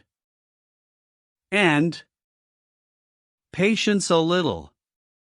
To this I said that my search came before all things. She had heard many foolish legends, but this great truth of my river she had never heard. Such are the priests of the lower hills. She knew the abbot of Lungcho, but she did not know of my river nor the tale of the arrow. And I spoke therefore of the search, and of the way, and of matters that were profitable, she desiring only that I should accompany her and make prayer for a second son. Aha! We women do not think of anything save children, said Kim sleepily. Now, since our roads run together for a while, I do not see that we in any way depart from our search if so be we accompany her, at least as far as, I have forgotten the name of the city. Oi, said Kim, turning and speaking in a sharp whisper to one of the Orias a few yards away. Where is your master's house? A little behind Saharanpur, 138 among the fruit gardens. He named the village. That was the place, said the Lama. So far, at least, we can go with her. Flies go to carrion, said the Oriya, in an abstracted voice. For the sick cow a crow, for the sick man a Brahmin. Kim breathed the proverb impersonally to the shadow tops of the trees overhead. The Oriya grunted and held his peace. So then we go with her, Holy One? Is there any reason against? I can still step aside and try all the rivers that the road overpasses. She desires that I should come. She very greatly desires it. Kim stifled a laugh in the quilt. When once that imperious old lady had recovered from her natural awe of a Lama, he thought it probable that she would be worth listening to. He was nearly asleep when the Lama suddenly quoted a proverb, "The husbands of the talkative have a great reward hereafter." Then Kim heard him snuff thrice, and dozed off, still laughing. The diamond-bright dawn woke men and crows and bullocks together. Kim sat up and yawned, shook himself, and thrilled with delight. This was seeing the world in real truth, this was life as he would have it, bustling and shouting, the buckling of belts, and beating of bullocks and creaking of wheels, lighting of fires and cooking of food, and new sights at every turn of the approving eye. The morning mist swept off in a whirl of silver, the parrot shot away to some distant river in shrieking green hosts. All the well-wheels within earshot went to work. India was awake, and Kim was in the middle of it, more awake and more excited than anyone, chewing on a twig that he would presently use as a toothbrush, for he borrowed right and left-handedly from all the customs of the country he knew and loved. There was no need to worry about food, no need to spend a cowrie 139 at the crowded stalls. He was the disciple of a holy man annexed by a strong-willed old lady. All things would be prepared for them, and when they were respectfully invited so to do they would sit and eat. For the rest, Kim giggled here as he cleaned his teeth. His hostess would rather heighten the enjoyment of the road. He inspected her bullocks critically, as they came up grunting and blowing under the yokes. If they went too fast, it was not likely there would be a pleasant seat for himself along the pole. The llama would sit beside the driver. The escort, of course, would walk. The old lady, equally of course, would talk a great deal, and by what he had heard that conversation would not lack salt. She was already ordering, haranguing, rebuking, and, it must be said, cursing her servants for delays. Get her her pipe. In the name of the gods, get her her pipe and stop her ill-omened mouth, cried an Oriya, tying up his shapeless bundles of bedding. She and the parrots are alike. They screech in the dawn. The lead bullocks. Hi! Look to the lead bullocks. They were backing and wheeling as a grain cart's axle caught them by the horns. Son of an owl, where dost thou go? This to the grinning carter. Aye. Yai! Yai! That within there is the Queen of Delhi going to pray for a son, the man called back over his high load.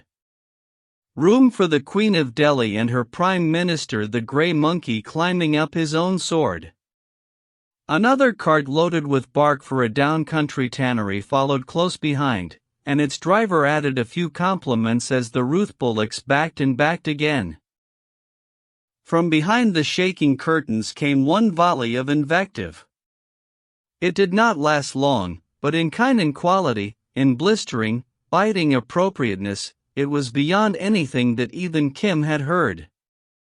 He could see the carter's bare chest collapse with amazement, as the man salaamed reverently to the voice, leaped from the pole, and helped the escort haul their volcano onto the main road. Here the voice told him truthfully what sort of wife he had wedded, and what she was doing in his absence. Oh, shabash, 140, murmured Kim, unable to contain himself, as the man slunk away. Well done, indeed? It is a shame and a scandal that a poor woman may not go to make prayer to her gods except she be jostled and insulted by all the refuse of Hindustan, that she must eat gully, abuse, as men eat gishi. But I have yet a wag left to my tongue, a word or two well spoken that serves the occasion. And still am I without my tobacco. Who is the one-eyed and luckless son of shame that has not yet prepared my pipe? It was hastily thrust in by a hillman, and a trickle of thick smoke from each corner of the curtain showed that peace was restored. If Kim had walked proudly the day before, disciple of a holy man, today he paced with tenfold pride in the train of a semi-royal procession, with a recognized place under the patronage of an old lady of charming manners and infinite resource. The escort, their heads tied up native fashion, fell in on either side the cart, shuffling enormous clouds of dust. The llama and Kim walked a little to one side, Kim chewing his stick of sugar cane, and making way for no one under the status of a priest. They could hear the old lady's tongue clack as steadily as a rice husker. She bade the escort tell her what was going on the road, and so soon as they were clear of the pareo she flung back the curtains and peered out, her veil a third across her face. Her men did not eye her directly when she addressed them, and thus the proprieties were more or less observed. A dark, sallowish district superintendent of police, faultlessly uniformed, an Englishman, trotted by on a tired horse, and, seeing from her retinue what manner of person she was, chaffed her. "Oh mother," he cried, "do they do this in the zananas? 141. Suppose an Englishman came by and saw that thou hadst no nose?" "What?" she shrilled back. "Thine own mother has no nose? Why say so, then, on the open road?" It was a fair counter. The Englishman threw up his hand with the gesture of a man hit at swordplay. She laughed and nodded. "Is this a face to tempt virtue aside?" She withdrew all her veil and stared at him. It was by no means lovely, but as the man gathered up his reins he called it a moon of paradise, a disturber of integrity, and a few other fantastic epithets which doubled her up with mirth. "That is a nutcut, rogue," she said. "All police constables are nutcuts, but the police wallahs are the worst. Hi, my son, thou hast never learned all that since thou camest from Belate, Europe. Who suckled thee?" "A pahareen, a hill woman of Dalhousie, my mother." "Keep thy beauty under a shade, O dispenser of delights," and he was gone. "These be the sort," she took a fine judicial tone, and stuffed her mouth with pan, "these be the sort to oversee justice. They know the land and the customs of the land. The others, all new from Europe, suckled by white women and learning our tongues from books, are worse than the pestilence. They do harm to kings." Then she told a long, long tale to the world at large, of an ignorant young policeman who had disturbed some small hill Raja, a ninth cousin of her own, in the matter of a trivial land case, winding up with a quotation from a work by no means devotional. Then her mood changed, and she bade one of the escort ask whether the Lama would walk alongside and discuss matters of religion. So Kim dropped back into the dust and returned to his sugar cane. For an hour or more the Lama's tam o' shanter showed like a moon through the haze, and, from all he heard, Kim gathered that the old woman wept. One of the Aureas half apologized for his rudeness overnight, saying that he had never known his mistress of so bland a temper, and he ascribed it to the presence of the strange priest. Personally, he believed in Brahmins, though, like all natives, he was acutely aware of their cunning and their greed. Still, when Brahmins but irritated with begging demands the mother of his master's wife, and when she sent them away so angry that they cursed the whole retinue, which was the real reason of the second offside bullet going lame, and of the pole breaking the night before, he was prepared to accept any priest of any other denomination in or out of India. To this Kim assented with wise nods, and bade the Uriya observe that the Lama took no money, and that the cost of his and Kim's food would be repaid 100 times in the good luck that would attend the caravan henceforward. He also told stories of Lahore city, and sang a song or two which made the escort laugh. As a town mouse well acquainted with the latest songs by the most fashionable composers, they are women for the most part, Kim had a distinct advantage over men from a little fruit village behind Saharanpur, but he let that advantage be inferred. At noon they turned aside to eat, and the meal was good, plentiful, and well served on plates of clean leaves, in decency, out of drift of the dust. They gave the scraps to certain beggars, that all requirements might be fulfilled, and sat down to a long, luxurious smoke. The old lady had retreated behind her curtains, but mixed most freely in the talk, her servants arguing with and contradicting her as servants do throughout the East. She compared the cool and the pines of the Kangra and Kulu hills with the dust and the mangoes of the south. She told a tale of some old local gods at the edge of her husband's territory. She roundly abused the tobacco which she was then smoking, reviled all Brahmins, and speculated without reserve on the coming of many grandsons. Chapter 5. Here come I to my own again, fed, forgiven, and known again, claimed by bone of my bone again, and sipped of flesh of my flesh. The fatted calf is dressed for me, but the husks have greater zest for me. I think my pigs will be best for me, so I'm off to the styes afresh. The Prodigal Son. 142. Once more the lazy, string-tied, shuffling procession got under way, and she slept till they reached the next halting stage.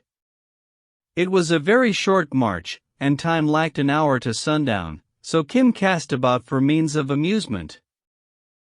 But why not sit and rest, said one of the escort. Only the devils and the English walk to and fro without reason. Never make friends with the devil, a monkey, or a boy. No man knows what they will do next, said his fellow. Kim turned a scornful back. He did not want to hear the old story how the devil played with the boys and repented of it and walked idly across country. The llama strode after him. All that day, whenever they passed a stream, he had turned aside to look at it, but in no case had he received any warning that he had found his river. Insensibly, too, the comfort of speaking to someone in a reasonable tongue, and of being properly considered and respected as her spiritual adviser by a well-born woman, had weaned his thoughts a little from the search. And further, he was prepared to spend serene years in his quest, having nothing of the white man's impatience, but a great faith. Where goest thou? He called after Kim. No whither, it was a small march, and all this, Kim waved his hands abroad, is new to me. She is beyond question a wise and a discerning woman. But it is hard to meditate when all women are thus.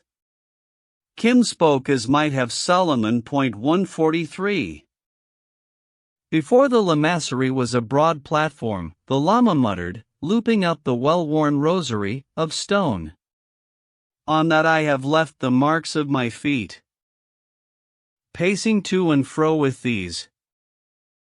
He clicked the beads, and began the main Padme hums of his devotion, grateful for the cool, the quiet, and the absence of dust.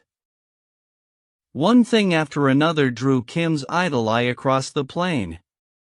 There was no purpose in his wanderings, except that the build of the huts nearby seemed new, and he wished to investigate. They came out on a broad tract of grazing ground, brown and purple in the afternoon light, with a heavy clump of mangoes in the center. It struck Kim as curious that no shrine stood in so eligible a spot.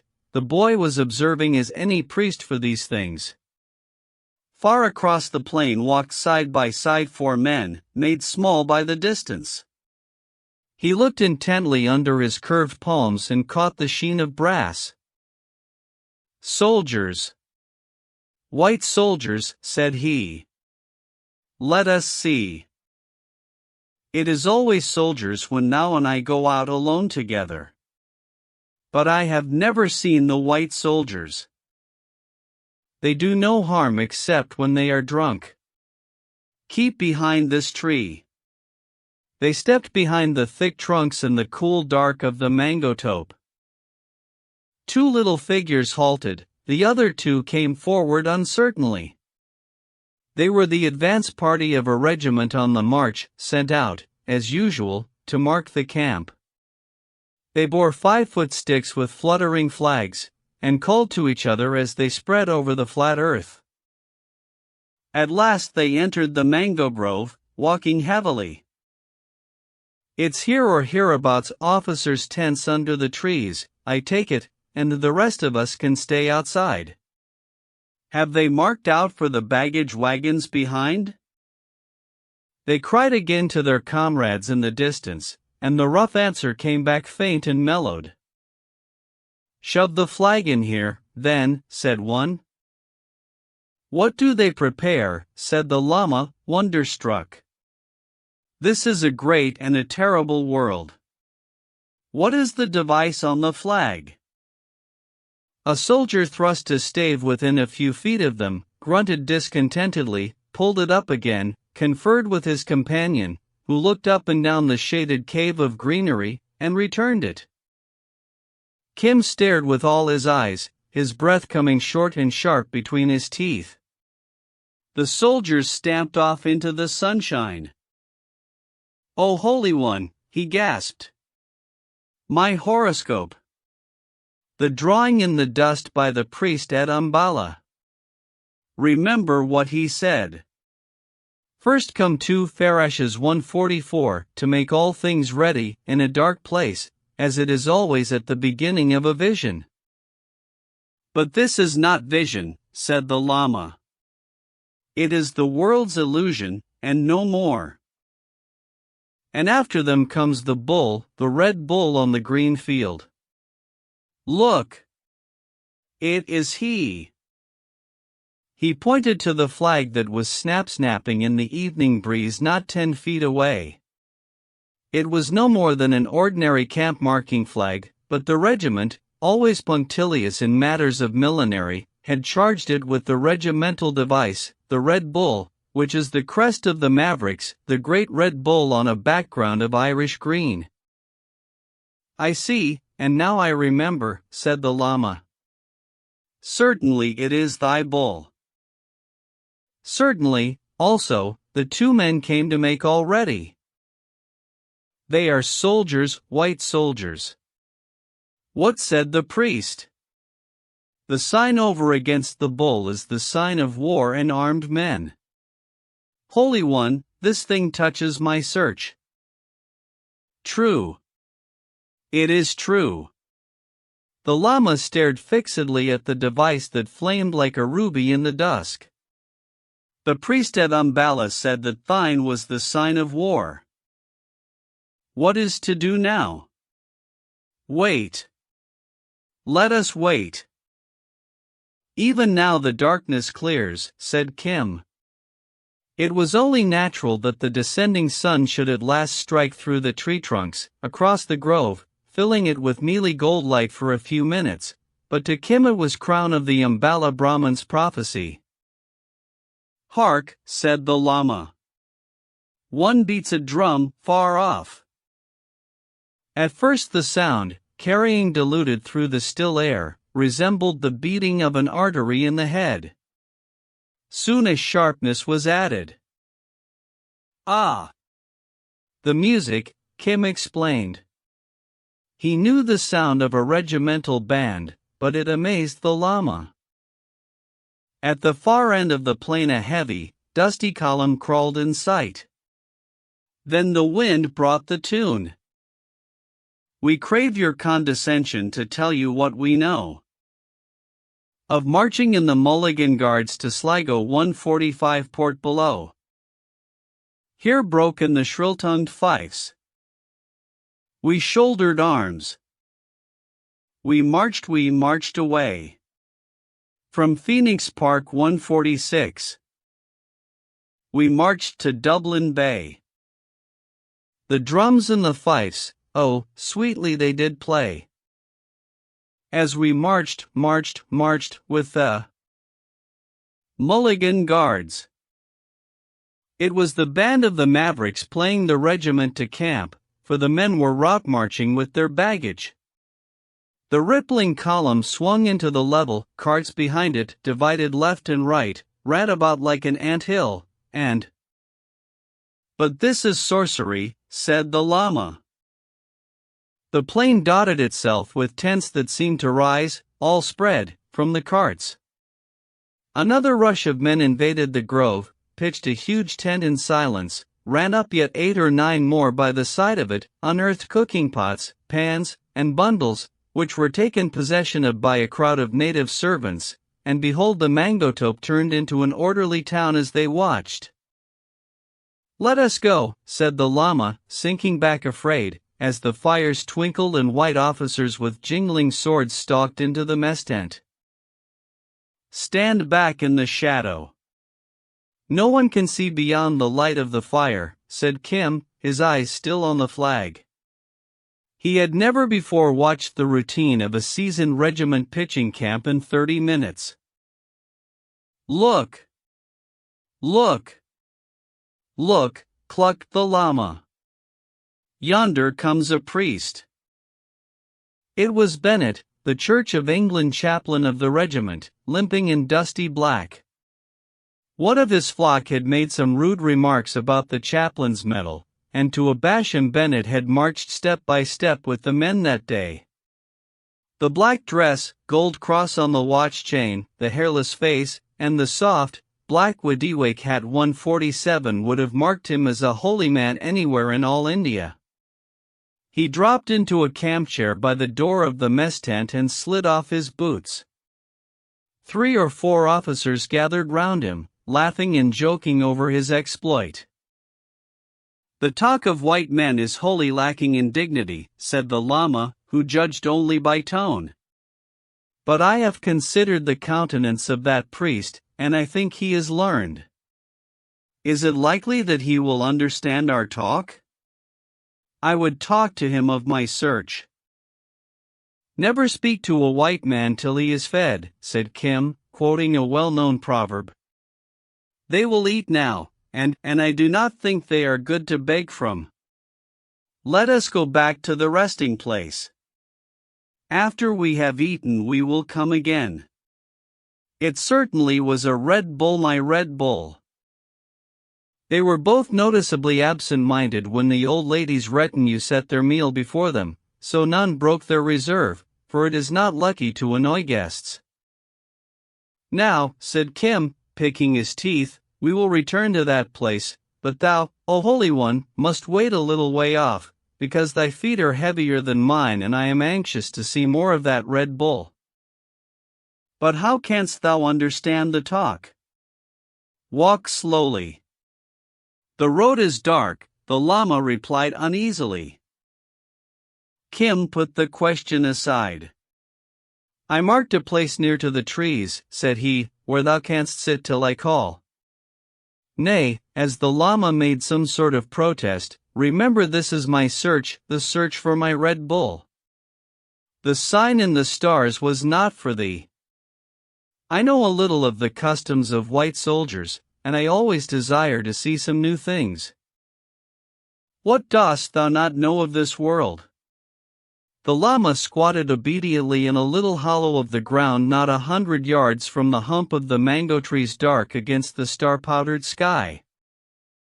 "Stay till I call." Kim flitted into the dusk. He knew that in all probability there would be sentries round the camp, and smiled to himself as he heard the thick boots of one. A boy who can dodge over the roofs of Lahore city on a moonlight night, using every little patch and corner of darkness to discomfit his pursuer, is not likely to be checked by a line of well-trained soldiers. He paid them the compliment of crawling between a couple, and, running and halting, crouching and dropping flat, worked his way toward the lighted mess tent where, close pressed behind the mango tree, he waited till some chance word should give him a returnable lead. The one thing now in his mind was further information as to the Red Bull. For aught he knew, and Kim's limitations were as curious and sudden as his expansions, the men, the 900 thorough devils of his father's prophecy, might pray to the beast after dark, as Hindus pray to the holy cow. That at least would be entirely right and logical, and the padre with the gold cross would be therefore the man to consult in the matter. On the other hand, remembering sober-faced padres whom he had avoided in Lahore city, the priest might be an inquisitive nuisance who would bid him learn. But had it not been proven at Ambala that his sign in the high heavens portended war and armed men? Was he not the friend of the stars as well as of all the world, crammed to the teeth with dreadful secrets? Lastly, and firstly as the undercurrent of all his quick thoughts, this adventure, though he did not know the English word, was a stupendous lark.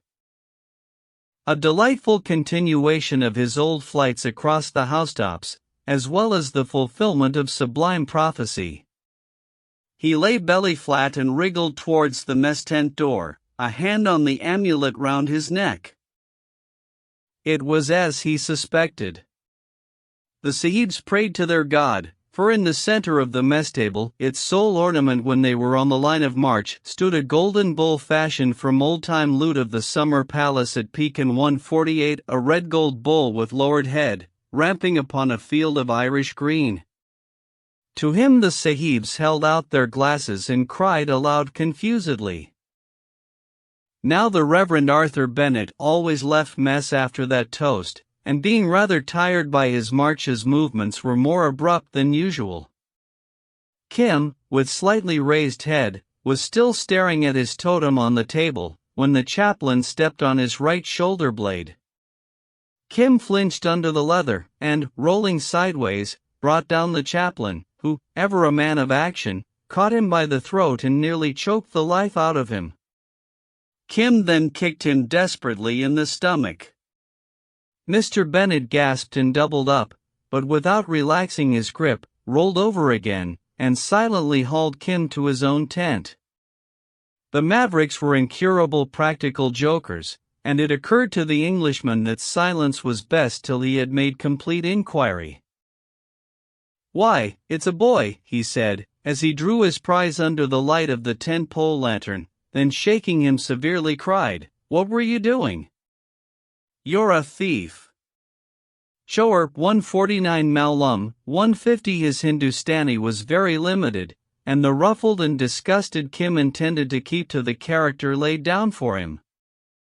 As he recovered his breath, he was inventing a beautifully plausible tale of his relations to some scullion, and at the same time keeping a keen eye on and a little under the chaplain's left armpit.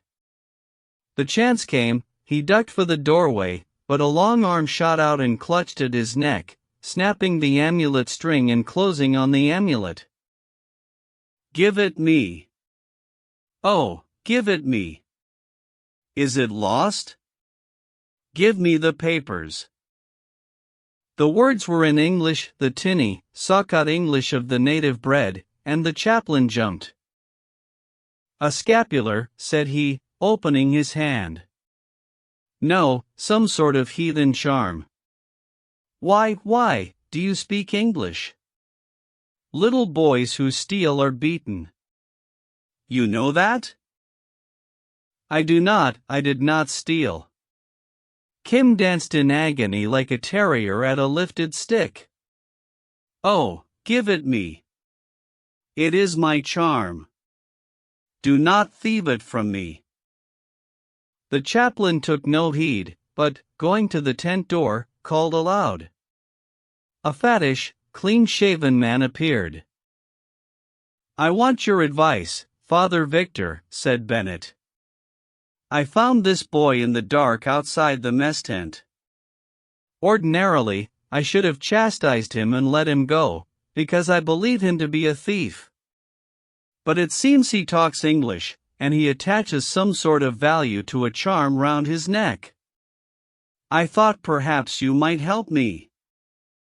Between himself and the Roman Catholic chaplain of the Irish contingent lay, as Bennett believed, an unbridgeable gulf, but it was noticeable that whenever the Church of England dealt with a human problem, she was very likely to call in the Church of Rome. Bennett's official abhorrence of the Scarlet Woman 151 and all her ways was only equaled by his private respect for Father Victor. "A thief talking English, is it? Let's look at his charm." "No, it's not a scapular, Bennett." He held out his hand. "But have we any right to open it?" A sound whipping. "I did not thieve," protested Kim. "You have hit me kicks all over my body. Now give me my charm and I will go away." "Not quite so fast. We'll look first," said Father Victor, leisurely rolling out poor Kimball O'Hara's NE Varietor parchment, his clearance certificate, and Kim's baptismal certificate. On this last O'Hara, with some confused idea that he was doing wonders for his son, had scrawled scores of times, "Look after the boy. Please look after the boy," signing his name and regimental number in full. Powers of darkness below, said Father Victor, passing all over to Mr. Bennet. Do you know what these things are? Yes, said Kim. They are mine, and I want to go away. I do not quite understand, said Mr. Bennet. He probably brought them on purpose. It may be a begging trick of some kind. I never saw a beggar less anxious to stay with his company, then. There's the makings of a gay mystery here. Ye believe in Providence, Bennet? I hope so. Well, I believe in miracles, so it comes to the same thing. Powers of darkness. Kimball O'Hara. And his son. But then he's a native, and I saw Kimball married myself to Annie Shott. How long have you had these things, boy? Ever since I was a little baby. Father Victor stepped forward quickly and opened the front of Kim's upper garment. You see, Bennet, he's not very black. What's your name? Kim. Or Kimball. Perhaps. Will you let me go away? What else? They call me Kim Rishti Koo. That is Kim of the Rishti. What is that Rishti? Rishti, that was the regiment, my father's. Irish, oh, I see. Yes. That was how my father told me. My father, he has lived. Has lived where? Has lived. Of course he is dead, gone out. Oh.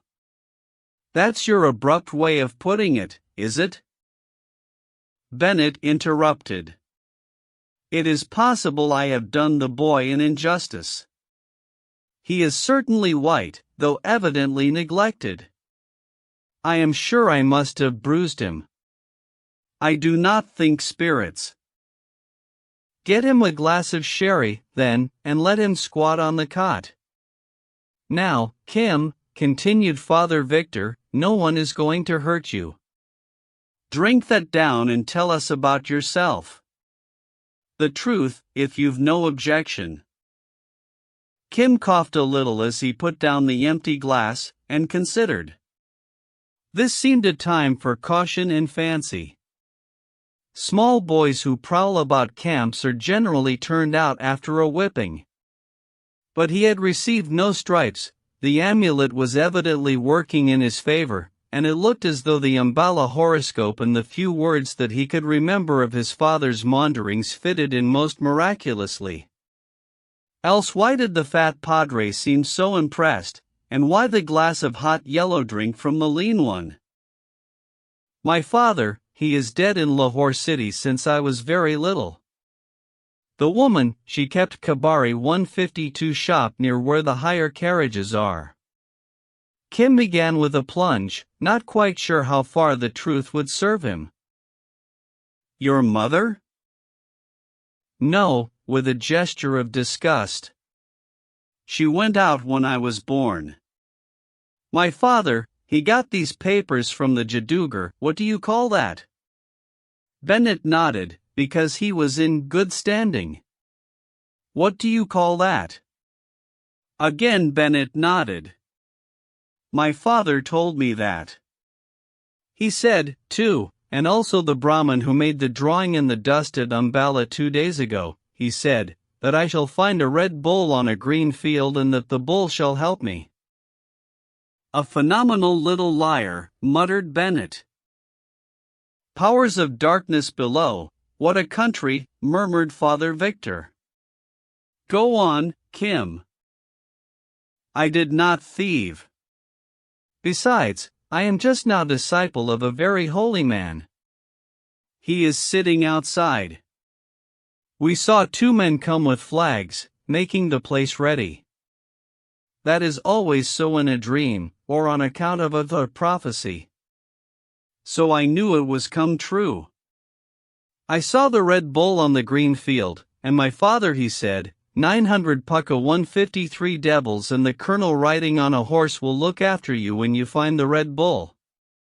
I did not know what to do when I saw the bull, but I went away and I came again when it was dark. I wanted to see the bull again, and I saw the bull again with the sahibs praying to it. I think the bull shall help me. The holy man said so too. He is sitting outside. Will you hurt him, if I call him a shout now? He is very holy. He can witness to all the things I say, and he knows I am not a thief. Sahibs praying to a bull. What in the world do you make of that? Said Bennett. Disciple of a holy man. Is the boy mad? It's O'Hara's boy, sure enough. O'Hara's boy leagued with all the powers of darkness. It's very much what his father would have done if he was drunk. We'd better invite the holy man. He may know something. He does not know anything, said Kim. I will show you him if you come. He is my master. Then afterwards we can go. Powers of darkness was all that Father Victor could say, as Bennett marched off, with a firm hand on Kim's shoulder. They found the llama where he had dropped. The search is at an end for me, shouted Kim in the vernacular. I have found the bull, but God knows what comes next. They will not hurt you. Come to the fat priest's tent with this thin man and see the end. It is all new, and they cannot talk Hindi. They are only uncurried donkeys. Then it is not well to make a jest of their ignorance, the Lama returned. I am glad if thou art rejoiced, Chela. Dignified and unsuspicious, he strode into the little tent, saluted the churches as a churchman, and sat down by the open charcoal brazier. The yellow lining of the tent reflected in the lamplight made his face red gold. Bennett looked at him with the triple-ringed uninterest of the creed that lumps 9/10 of the world under the title of heathen. And what was the end of the search? What gift has the Red Bull brought? The Lama addressed himself to Kim. He says, what are you going to do? Bennett was staring uneasily at Father Victor, and Kim, for his own ends, took upon himself the office of interpreter. I do not see what concern this fakir has with the boy, who is probably his dupe or his confederate, Bennett began. We cannot allow an English boy. Assuming that he is the son of a mason, the sooner he goes to the Masonic orphanage the better. Ah! That's your opinion as secretary to the regimental lodge, said Father Victor, but we might as well tell the old man what we are going to do. He doesn't look like a villain. My experience is that one can never fathom the Oriental mind. Now, Kimball, I wish you to tell this man what I say word for word. Kim gathered the import of the next few sentences and began thus. Holy One, the thin fool who looks like a camel says that I am the son of a sahib. But how? Oh, it is true. I knew it since my birth, but he could only find it out by rending the amulet from my neck and reading all the papers. He thinks that once a sahib is always a sahib, and between the two of them they purpose to keep me in this regiment or to send me to a madrasa, a school. It has happened before. I have always avoided it. The fat fool is of one mind and the camel like one of another. But that is no odds. I may spend one night here and perhaps the next. It has happened before. Then I will run away and return to thee. But tell them that thou art my Chela. Tell them how thou didst come to me when I was faint and bewildered. Tell them of our search, and they will surely let thee go now. I have already told them. They laugh, and they talk of the police. What are you saying? Asked Mr. Bennet. What? He only says that if you do not let me go it will stop him in his business, his urgent private affairs. This last was a reminiscence of some talk with a Eurasian clerk in the canal department, but it only drew a smile, which nettled him. And if you did know what his business was you would not be in such a beastly hurry to interfere. What is it then? Said Father Victor, not without feeling, as he watched the llama's face. There is a river in this country which he wishes to find so very much. It was put out by an arrow which Kim tapped his foot impatiently as he translated in his own mind from the vernacular to the clumsy English. Oh, it was made by our Lord God Buddha, you know, and if you wash there you are washed away from all your sins and made as white as cotton wool. Kim had heard mission talk in his time. I am his disciple, and we must find that river. It is so very valuable to us. Say that again, said Bennet. Kim obeyed, with amplifications. But this is gross blasphemy, cried the Church of England. TCK. TCK, said Father Victor sympathetically. I'd give a good deal to be able to talk the vernacular. A river that washes away sin. And how long have you two been looking for it? Oh, many days. Now we wish to go away and look for it again. It is not here, you see. I see, said Father Victor gravely. But he can't go on in that old man's company. It would be different, Kim, if you were not a soldier's son. Tell him that the regiment will take care of you and make you as good a man as can be. Tell him that if he believes in miracles he must believe that. There is no need to play on his credulity, Bennet interrupted.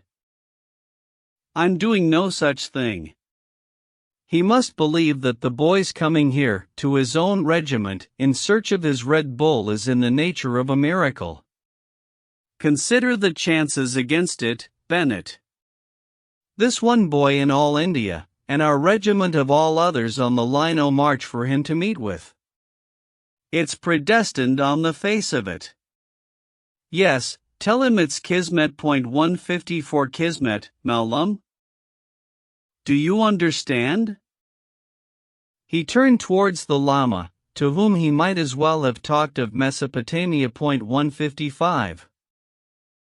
They say, the old man's eye lighted at Kim's speech, they say that the meaning of my horoscope is now accomplished, and that being led back.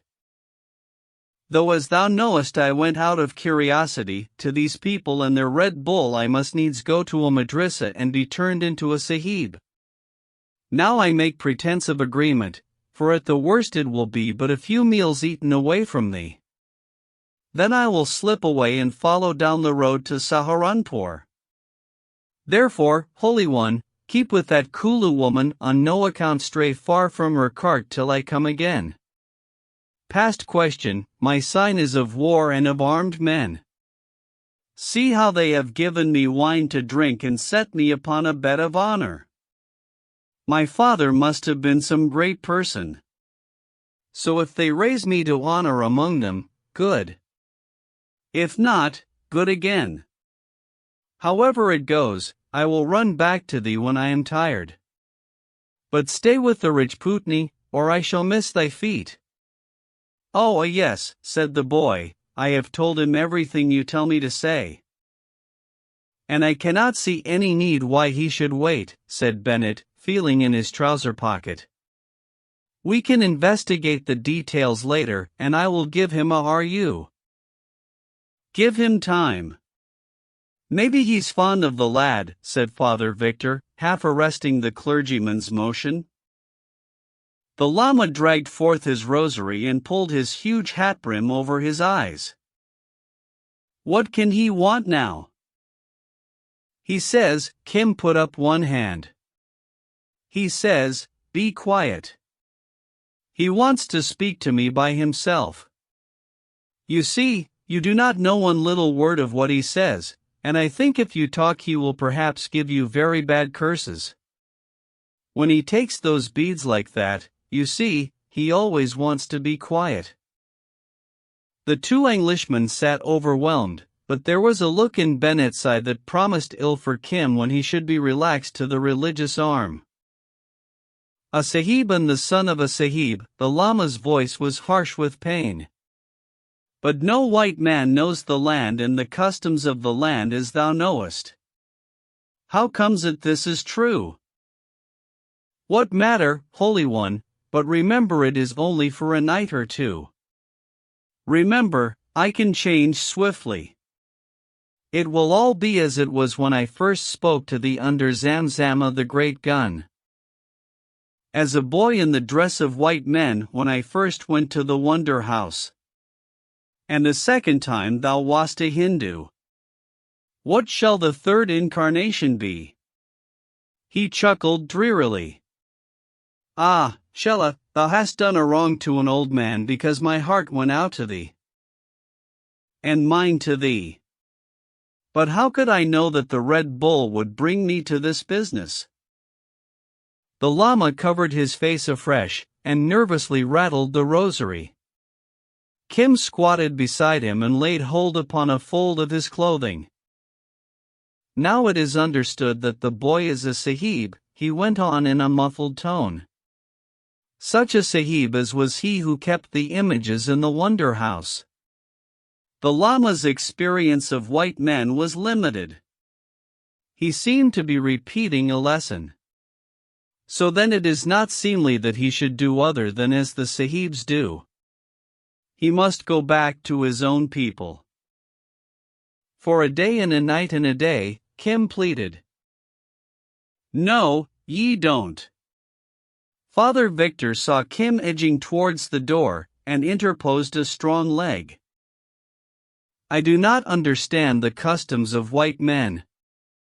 The priest of the images in the Wonder House in Lahore was more courteous than the thin one here. This boy will be taken from me. They will make a Sahib of my disciple? Woe to me! How shall I find my river? Have they no disciples? Ask. He says he is very sorry that he cannot find the river now anymore. He says, why have you no disciples, and stop bothering him. He wants to be washed of his sins. Neither Bennett nor Father Victor found any answer ready. Said Kim in English, distressed for the Lama's agony, I think if you will let me go now we will walk away quietly and not steal. We will look for that river like before I was caught. I wish I did not come here to find the Red Bull and all that sort of thing. I do not want it. It's the very best day's work you ever did for yourself, young man, said Bennett. Good heavens, I don't know how to console him, said Father Victor, watching the Lama intently. He can't take the boy away with him, and yet he's a good man, I'm sure he's a good man. Bennett, if you give him that rupee he'll curse you root and branch. They listened to each other's breathing, 3-5 full minutes. Then the Lama raised his head, and looked forth across them into space and emptiness. And I am a follower of the way, he said bitterly. The sin is mine and the punishment is mine. I made believe to myself, for now I see it was but make-believe, that thou wast sent to me to aid in the search.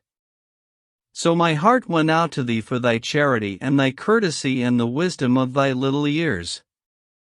But those who follow the way must permit not the fire of any desire or attachment, for that is all illusion. As says, he quoted an old Chinese text, backed it with another, and reinforced these with a third. I stepped aside from the way, my Cella. It was no fault of thine. I delighted in the sight of life, the new people upon the roads, and in thy joy at seeing these things. I was pleased with thee who should have considered my search and my search alone. Now I am sorrowful because thou art taken away and my river is far from me. It is the law which I have broken. Powers of darkness below, said Father Victor, who, wise in the confessional, heard the pain in every sentence. I can see now that the sign of the Red Bull was a sign for me as well as for thee.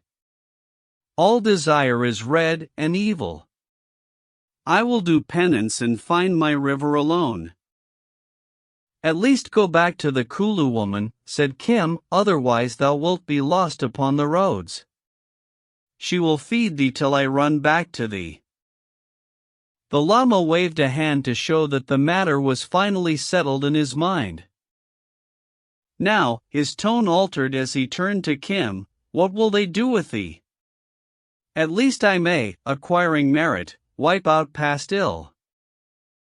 Make me a sahib, so they think. The day after tomorrow I return. Do not grieve. Of what sort? Such an one as this or that man? He pointed to Father Victor. Such an one as those I saw this evening, men wearing swords and stamping heavily? Maybe. That is not well. These men follow desire and come to emptiness. Thou must not be of their sort. The Umballa priest said that my star was war, Kim interjected. I will ask these fools, but there is truly no need. I will run away this night, for all I wanted to see the new things. Kim put 2 or 3 questions in English to Father Victor, translating the replies to the Lama. Then, he says, you take him from me and you cannot say what you will make him. He says, tell me before I go, for it is not a small thing to make a child. You will be sent to a school. Later on, we shall see. Kimball, I suppose you'd like to be a soldier? Goralog, white folk. Noah. Noah. Kim shook his head violently. There was nothing in his composition to which drill and routine appealed. I will not be a soldier. You will be what you're told to be, said Bennett, and you should be grateful that we're going to help you. Kim smiled compassionately. If these men lay under the delusion that he would do anything that he did not fancy, so much the better. Another long silence followed. Bennett fidgeted with impatience, and suggested calling a sentry to evict the fakir. Do they give or sell learning among the sahibs? Ask them, said the Lama, and Kim interpreted. They say that money is paid to the teacher, but that money the regiment will give what need? It is only for a night. And the more money is paid the better learning is given? The Lama disregarded Kim's plans for an early flight. It is no wrong to pay for learning. To help the ignorant to wisdom is always a merit. The rosary clicked furiously as an abacus. Then he faced his oppressors. Ask them for how much money do they give a wise and suitable teaching? And in what city is that teaching given? Well, said Father Victor in English, when Kim had translated. That depends. The regiment would pay for you all the time you were at the military orphanage, or you might go on the Punjab Masonic orphanages list. Not that he or you'd understand what that means, but the best schooling a boy can get in India is, of course, at St. Xavier's in Party Bus 156 at Lucknow. This took some time to interpret, for Bennett wished to cut it short. He wants to know how much, said Kim placidly. 200 or 300 rupees a year. Father Victor was long past any sense of amazement. Bennett, impatient, did not understand. He says, write that name and the money upon a paper and give it him. And he says you must write your name below, because he is going to write a letter in some days to you. He says you are a good man. He says the other man is a fool. He is going away. The Lama rose suddenly. I follow my search, he cried, and was gone. He'll run slap into the sentries, cried Father Victor, jumping up as the Lama stalked out, but I can't leave the boy. Kim made swift motion to follow, but checked himself. There was no sound of challenge outside. The Lama had disappeared. Kim settled himself composedly on the chaplain's cot. At least the Lama had promised that he would stay with the Rajput woman from Kulu, and the rest was of the smallest importance. It pleased him that the two padres were so evidently excited. They talked long in undertones, Father Victor urging some scheme on Mr. Bennett, who seemed incredulous. All this was very new and fascinating, but Kim felt sleepy. They called men into the tent, one of them certainly was the colonel, as his father had prophesied, and they asked him an infinity of questions, chiefly about the woman who looked after him, all of which Kim answered truthfully. They did not seem to think the woman a good guardian. After all, this was the newest of his experiences. Sooner or later, if he chose, he could escape into great, grey, formless India, beyond tents and padres 157 and colonels. Meantime, if the sahibs were to be impressed, he would do his best to impress them. He too was a white man. After much talk that he could not comprehend, they handed him over to a sergeant, who had strict instructions not to let him escape. The regiment would go on to Ambala, and Kim would be sent up, partly at the expense of the lodge and in part by subscription, to a place called Sanawar. 158. It's miraculous past all whooping, Colonel, said Father Victor, when he had talked without a break for 10 minutes. His Buddhist friend has Levant 159 after taking my name and address.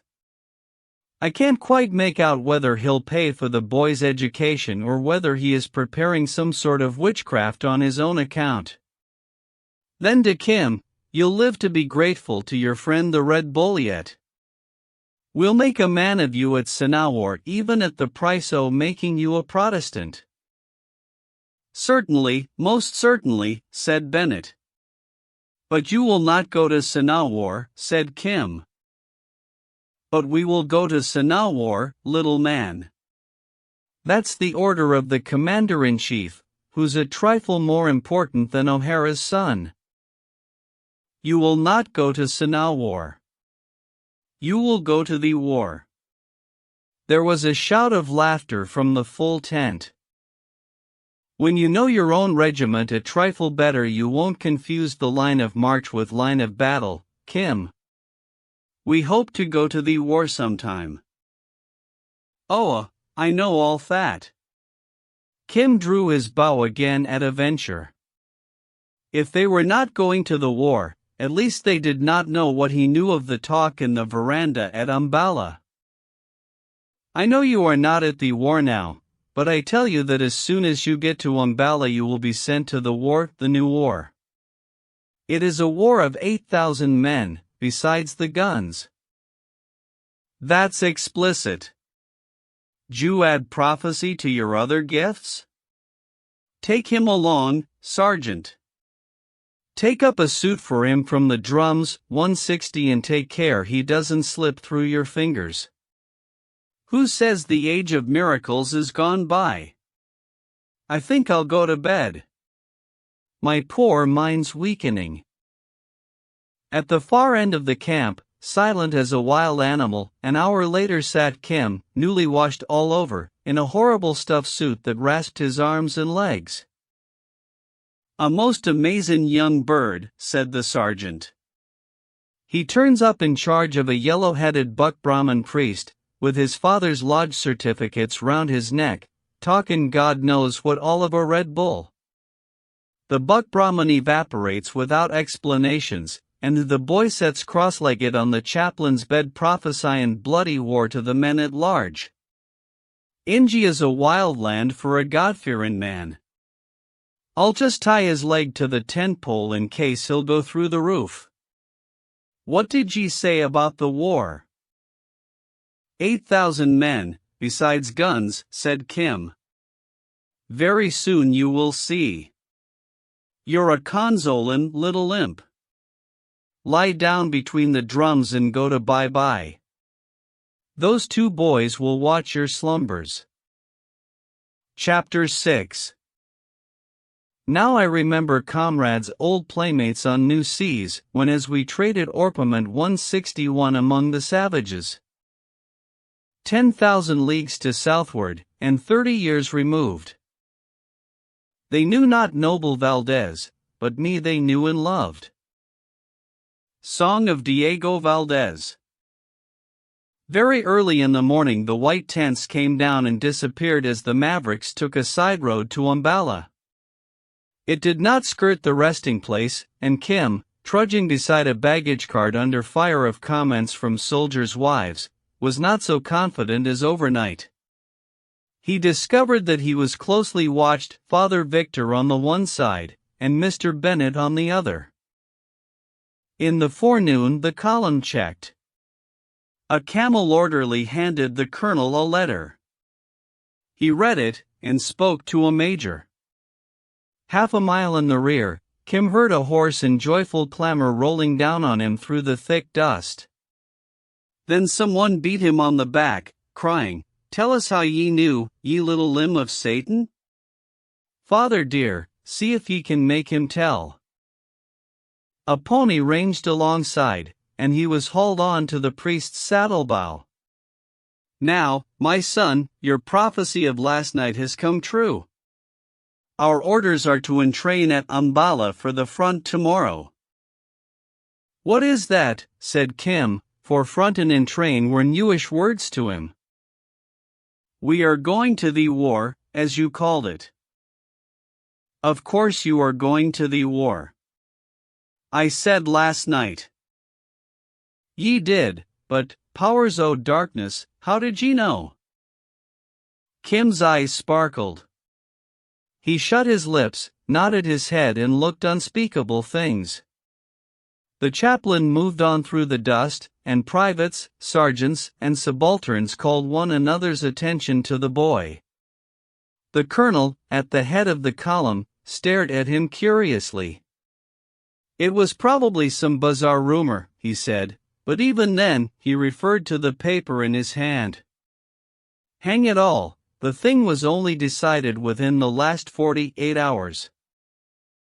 "Are there many more like you in India?" said Father Victor, "or are you by way o' being a lusus naturae, 162?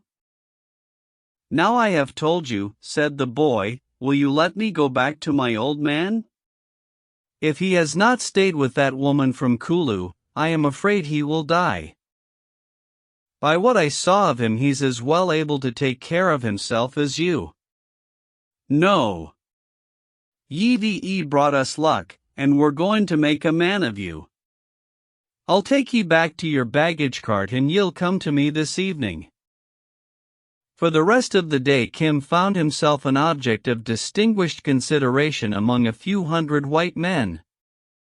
The story of his appearance in camp, the discovery of his parentage, and his prophecy, had lost nothing in the telling. A big, shapeless white woman on a pile of bedding asked him mysteriously whether he thought her husband would come back from the war. Kim reflected gravely, and said that he would, and the woman gave him food. In many respects, this big procession that played music at intervals, this crowd that talked and laughed so easily, resembled a festival in Lahore City. So far, there was no sign of hard work, and he resolved to lend the spectacle his patronage. At evening there came out to meet them bands of music, and played the Mavericks into camp near Umballa railway station. That was an interesting night. Men of other regiments came to visit the Mavericks. The Mavericks went visiting on their own account. Their pickets hurried forth to bring them back, met pickets of strange regiments on the same duty, and, after a while, the bugles blew madly for more pickets with officers to control the tumult. The Mavericks had a reputation for liveliness to live up to. But they fell in on the platform next morning in perfect shape and condition, and Kim, left behind with the sick, women, and boys, found himself shouting farewells excitedly as the trains drew away. Life as a Sahib was amusing so far, but he touched it with a cautious hand. Then they marched him back in charge of a drummer boy to empty, lime-washed barracks, whose floors were covered with rubbish and string and paper, and whose ceilings gave back his lonely footfall. Native fashion, he curled himself up on a stripped cot and went to sleep. An angry man stumped down the veranda, woke him up, and said he was a schoolmaster. This was enough for Kim, and he retired into his shell. He could just puzzle out the various English police notices in Lahore City, because they affected his comfort, and among the many guests of the woman who looked after him had been a queer German who painted scenery for the Parsi 163 traveling theater. He told Kim that he had been on the barricades in 48-164 and therefore, at least that was how it struck Kim, he would teach the boy to write in return for food. Kim had been kicked as far as single letters, but did not think well of them. I do not know anything. Go away, said Kim, scenting evil. Hereupon the man caught him by the ear, dragged him to a room in a far-off wing where a dozen drummer boys were sitting on forms, and told him to be still if he could do nothing else. This he managed very successfully. The man explained something or other with white lines on a blackboard for at least half an hour, and Kim continued his interrupted nap. He much disapproved of the present aspect of affairs, for this was the very school and discipline he had spent 2/3 of his young life in avoiding. Suddenly a beautiful idea occurred to him, and he wondered that he had not thought of it before. The man dismissed them, and first to spring through the veranda into the open sunshine was Kim. You! Alt! Stop, said a high voice at his heels. I've got to look after you. My orders are not to let you out of my sight. Where are you going? It was the drummer boy who had been hanging round him all the forenoon, a fat and freckled person of about 14, and Kim loathed him from the soles of his boots to his cap ribbons. To the bazaar, to get sweets for you, said Kim, after thought. Well, the bazaar's out o' bounds. If we go there we'll get a dressing down. You come back. How near can we go? Kim did not know what bounds meant, but he wished to be polite for the present. How near? How far, you mean? We can go as far as that tree down the road. Then I will go there. All right. I ain't going. It's too OT. I can watch you from air. It's no good running away. If you did, they'd spot you by your clothes. That's regimental stuff you're wearing. There ain't a picket in Umballa wouldn't EAD you back quicker than you started out. This did not impress Kim as much as the knowledge that his raiment would tire him out if he tried to run. He slouched to the tree at the corner of a bare road leading towards the bazaar, and eyed the natives passing. Most of them were barrack servants of the lowest caste. Kim hailed a sweeper 165 who promptly retorted with a piece of unnecessary insolence, in the natural belief that the European boy could not follow it. The low, quick answer undeceived him. Kim put his fettered soul into it, thankful for the late chance to abuse somebody in the tongue he knew best. And now, go to the nearest letter writer in the bazaar and tell him to come here. I would write a letter. But what manner of white man's son art thou to need a bazaar letter writer? Is there not a schoolmaster in the barracks? Aye, and hell is full of the same sort.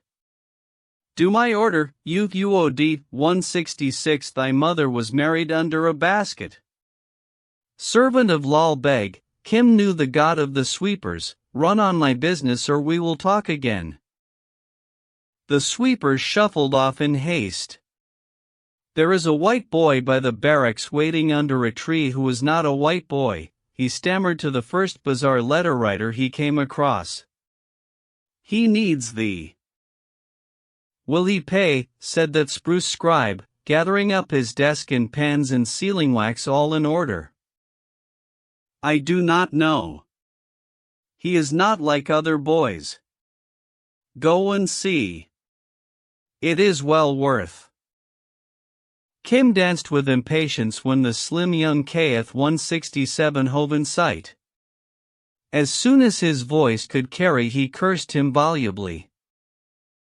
First I will take my pay, the letter writer said. Bad words have made the price higher. But who art thou, dressed in that fashion, to speak in this fashion? Aha! That is in the letter which thou shalt write. Never was such a tale. But I am in no haste. Another writer will serve me. Ambala city is full of them as is Lahore. Faranas, said the writer, sitting down and spreading his cloth in the shade of a deserted barrack wing. Mechanically Kim squatted beside him, squatted as only the natives can. In spite of the abominable clinging trousers. The writer regarded him sideways. That is the price to ask of sahibs, said Kim. Now fix me a true one. An anna and a half. How do I know, having written the letter, that thou wilt not run away? I must not go beyond this tree, and there is also the stamp to be considered.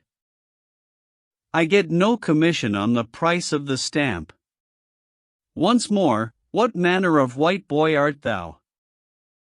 That shall be said in the letter, which is to Mahbubali, the horse dealer in the Kashmir Sarai, at Lahore.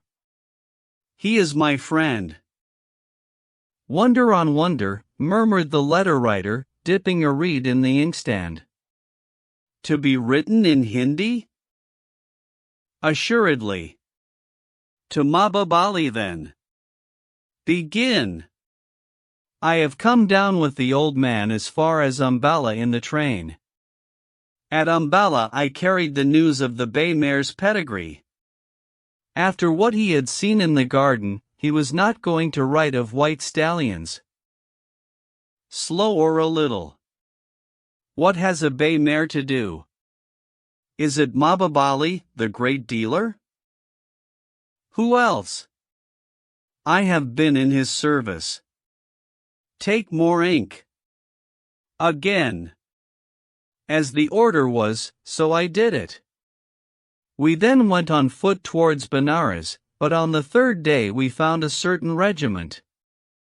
Is that down? I, Pulton, 168, murmured the writer, all ears. I went into their camp and was caught, and by means of the charm about my neck, which thou knowest, it was established that I was the son of some man in the regiment, according to the prophecy of the Red Bull, which thou knowest was common talk of our bazaar. Kim waited for this shaft to sink into the letter writer's heart, cleared his throat, and continued, a priest clothed me and gave me a new name. One priest, however, was a fool. The clothes are very heavy, but I am a sahib and my heart is heavy too. They send me to a school and beat me. I do not like the air and water here. Come then and help me, Mahbubali, or send me some money, for I have not sufficient to pay the writer who writes this. Who writes this? It is my own fault that I was tricked. Thou art as clever as Hussein Bucks that forged the treasury stamps at Nucleo. But what a tale! What a tale! Is it true by any chance? It does not profit to tell lies to Mababali. It is better to help his friends by lending them a stamp. When the money comes I will repay. The writer grunted doubtfully, but took a stamp out of his desk, sealed the letter, handed it over to Kim, and departed. Mababalis was a name of power in Ambala. That is the way to win a good account with the gods, Kim shouted after him. Pay me twice over when the money comes, the man cried over his shoulder. What was you bucking 169 to that nigger about? Said the drummer boy when Kim returned to the veranda. I was watching you. I was only talking to him. You talk the same as a nigger, don't you? Noah. Noah. I only speak a little. What shall we do now? The bugles LL go for dinner in 1/2 a minute. My God! I wish I'd gone up to the front with the regiment. It's awful doin' nothin' but school down air. Don't you hate it? Oh, yes. I'd run away if I knew where to go to, but, as the men say, in this bloomin' India you're only a prisoner at large. You can't desert without bein' took back at once. I'm fair sick of it. You have been in B-170 England? I only come out last troopin' season with my mother. I should think I have been in England. What a ignorant little beggar you are. You was brought up in the gutter, wasn't you? Oh, yes. Tell me something about England. My father he came from there. Though he would not say so, Kim of course disbelieved every word the drummer boy spoke about the Liverpool suburb which was his England. It passed the heavy time till dinner, a most unappetizing meal served to the boys and a few invalids in a corner of a barack room.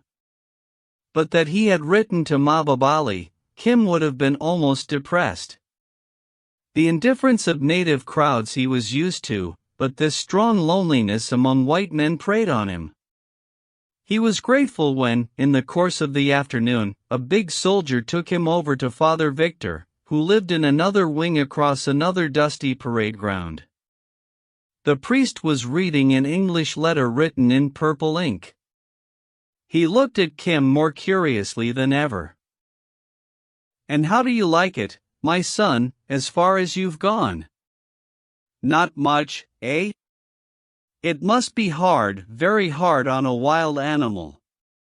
Listen now. I've an amazin' epistle from your friend." "Where is he? Is he well?" What? "If he knows to write me letters, it is all right." "You're fond of him, then?" "Of course I am fond of him.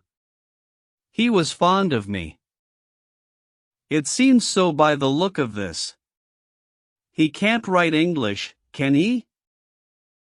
"Oh, no. Not that I know, but of course he found a letter writer who can write English very well, and so he wrote." "I do hope you understand." "That accounts for it." "D'you know anything about his money affairs?" Kim's face showed that he did not. "How can I tell?" "That's what I'm a skin." Now listen if you can make head or tail o' this. We'll skip the first part. It's written from Jagged Here Road. Sitting on wayside in grave meditation, trusting to be favored with your honor's applause of present step, which recommend your honor to execute for Almighty God's sake. Education is greatest blessing if of best sorts. Otherwise no earthly use. Faith, the old man's hit the bullseye that time. If your honor condescending giving my boy best education Xavier, I suppose that St. Xavier's in Partybus, in terms of our conversation dated in your 10/15th instant, a businesslike touch there. Then Almighty God blessing your honor's succeedings to third and fourth generation and, now listen, confide in your honor's humble servant for adequate remuneration per hundi 171 per annum 300 rupees a year to one expensive education Street Xavier, Lucknow, and allow small time to forward same per hundi sent to any part of India as your honor shall address yourself. This servant of your honor has presently no place to lay crown of his head, but going to Benares by train on account of persecution of old woman talking so much and unanxious residing Saharanpur in any domestic capacity. Now what in the world does that mean? She has asked him to be her puro, her clergyman, at Saharanpur, I think. He would not do that on account of his river. She did talk. It's clear to you, is it? It beats me altogether. So going to Benares, where we'll find address and forward rupees for boy who is apple of eye, and for Almighty God's sake execute this education, and your petitioner as in duty bound shall ever awfully pray. Written by Sabrosity, failed entrance 172 Allahabad University, for Venerable Teshalama the priest of Suchsen looking for a river, address care of Tirthankar's temple, Benares. PM. Please note boy is apple of eye, and rupees shall be sent per hundi 300 per annum. For God Almighty's sake. Now, is that raven lunacy or a business proposition? I ask you, because I'm fairly at my wit's end. He says he will give me 300 rupees a year? So he will give me them. Oh, that's the way you look at it, is it? Of course. If he says so. The priest whistled, then he addressed Kim as an equal. I don't believe it, but we'll see. You were going off today to the military orphanage at Sanawar, where the regiment would keep you till you were old enough to enlist.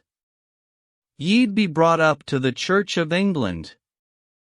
Bennett arranged for that. On the other hand, if ye go to St. Xavier's ye'll get a better education and can have the religion. D'ye see my dilemma? Kim saw nothing save a vision of the Lama going south in a train with none to beg for him. Like most people, I'm going to temporize. If your friend sends the money from Benares, powers of darkness below, where's a street beggar to raise 300 rupees, ye'll go down to Lucknow and I'll pay your fare, because I can't touch the subscription money if I intend, as I do, to make ye a Catholic. If he doesn't, ye'll go to the military orphanage at the regiment's expense. I'll allow him 3 days' grace, though I don't believe it at all. Even then, if he fails in his payments later on, but it's beyond me. We can only walk one step at a time in this world, praise God. And they sent Bennett to the front and left me behind. Bennett can't expect everything. Oh yes, said Kim vaguely. The priest leaned forward. I'd give a month's pay to find what's going on inside that little round head of yours. There is nothing, said Kim, and scratched it. He was wondering whether Mahbubali would send him as much as a whole rupee. Then he could pay the letter writer and write letters to the Lama at Benares. Perhaps Mahbubali would visit him next time he came south with horses. Surely he must know that Kim's delivery of the letter to the officer at Ambala had caused the great war which the men and boys had discussed so loudly over the Barak dinner tables. But if Mahbubali did not know this, it would be very unsafe to tell him so. Mahbubali was hard upon boys who knew, or thought they knew, too much. Well, till I get further news. Father Victor's voice interrupted the reverie. Ye can run along now and play with the other boys. They'll teach ye something, but I don't think ye'll like it. The day dragged to its weary end. When he wished to sleep, he was instructed how to fold up his clothes and set out his boots, the other boys deriding. Bugles waked him in the dawn, the schoolmaster caught him after breakfast, thrust a page of meaningless characters under his nose, gave them senseless names, and whacked him without reason. Kim meditated poisoning him with opium borrowed from a barack sweeper, but reflected that, as they all ate at one table in public, this was particularly revolting to Kim, who preferred to turn his back on the world at meals. The stroke might be dangerous. Then he attempted running off to the village where the priest had tried to drug the Lama, the village where the old soldier lived. But far-seeing sentries at every exit headed back the little scarlet figure. Trousers and jacket crippled body and mind alike, so he abandoned the project and fell back, Oriental fashion, on time and chance. 3 days of torment passed in the big, echoing white rooms. He walked out of afternoons under escort of the drummer boy, and all he heard from his companion were the few useless words which seemed to make 2/3 of the white man's abuse. Kim knew and despised them all long ago. The boy resented his silence and lack of interest by beating him, as was only natural. He did not care for any of the bazaars which were in bounds. He styled all natives niggers, yet servants and sweepers called him abominable names to his face, and, misled by their deferential attitude, he never understood. This somewhat consoled Kim for the beatings. On the morning of the 4th day a judgment overtook that drummer. They had gone out together towards Umballa racecourse. He returned alone, weeping, with news that young O'Hara, to whom he had been doing nothing in particular, had hailed a scarlet-bearded nigger on horseback, that the nigger had then and there laid into him with a peculiarly adhesive quirt. 173 picked up young O'Hara, and borne him off at full gallop. These tidings came to Father Victor and he drew down his long upper lip. He was already sufficiently startled by a letter from the temple of the Tirthankars at Benares, enclosing a native banker's note of hand for 300 rupees, and an amazing prayer to Almighty God. The Lama would have been more annoyed than the priest had he known how the bazaar letter-writer had translated his phrase to acquire merit. Powers of darkness below. Father Victor fumbled with the note. And now he's off with another of his Peep-O Day 174 friends. I don't know whether it will be a greater relief to me to get him back or to have him lost. He's beyond my comprehension. How the devil, yes, he's the man I mean. Can a street beggar raise money to educate white boys? 3 miles off, on Umballa racecourse, Mahbubali, reining a grey Kabuli stallion with Kim in front of him, was saying, "But, little friend of all the world, there is my honor and reputation to be considered. All the officer sahibs in all the regiments, and all Umballa, know Mahbubali. Men saw me pick thee up and chastise that boy. We are seen now from far across this plain. How can I take thee away, or account for thy disappearing if I set thee down and let thee run off into the crops? They would put me in jail. Be patient. Once a sahib, always a sahib. When thou art a man, who knows, thou wilt be grateful to Mahbubali. Take me beyond their sentries where I can change this red. Give me money and I will go to Benares and be with my Lama again. I do not want to be a sahib, and remember I did deliver that message." The stallion bounded wildly. Mahbubali had incautiously driven home the sharp-edged stirrup.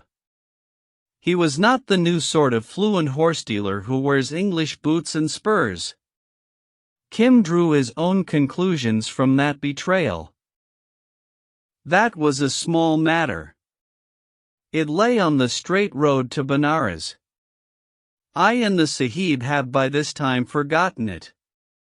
I send so many letters and messages to men who ask questions about horses, I cannot well remember one from the other. Was it some matter of a bay mare that Peter Sahib wished the pedigree of? Kim saw the trap at once. If he had said bay mare, Mahbub would have known by his very readiness to fall in with the amendment that the boy suspected something. Kim replied therefore. Bay mare. No. I do not forget my messages thus. It was a white stallion. Aye, so it was. A white Arab stallion. But thou didst write bay mare to me. Who cares to tell truth to a letter writer? Kim answered, feeling Mahbub's palm on his heart. Hi! Mahbub, you old villain, pull up, cried a voice, and an Englishman raced alongside on a little polo pony. I've been chasing you half over the country.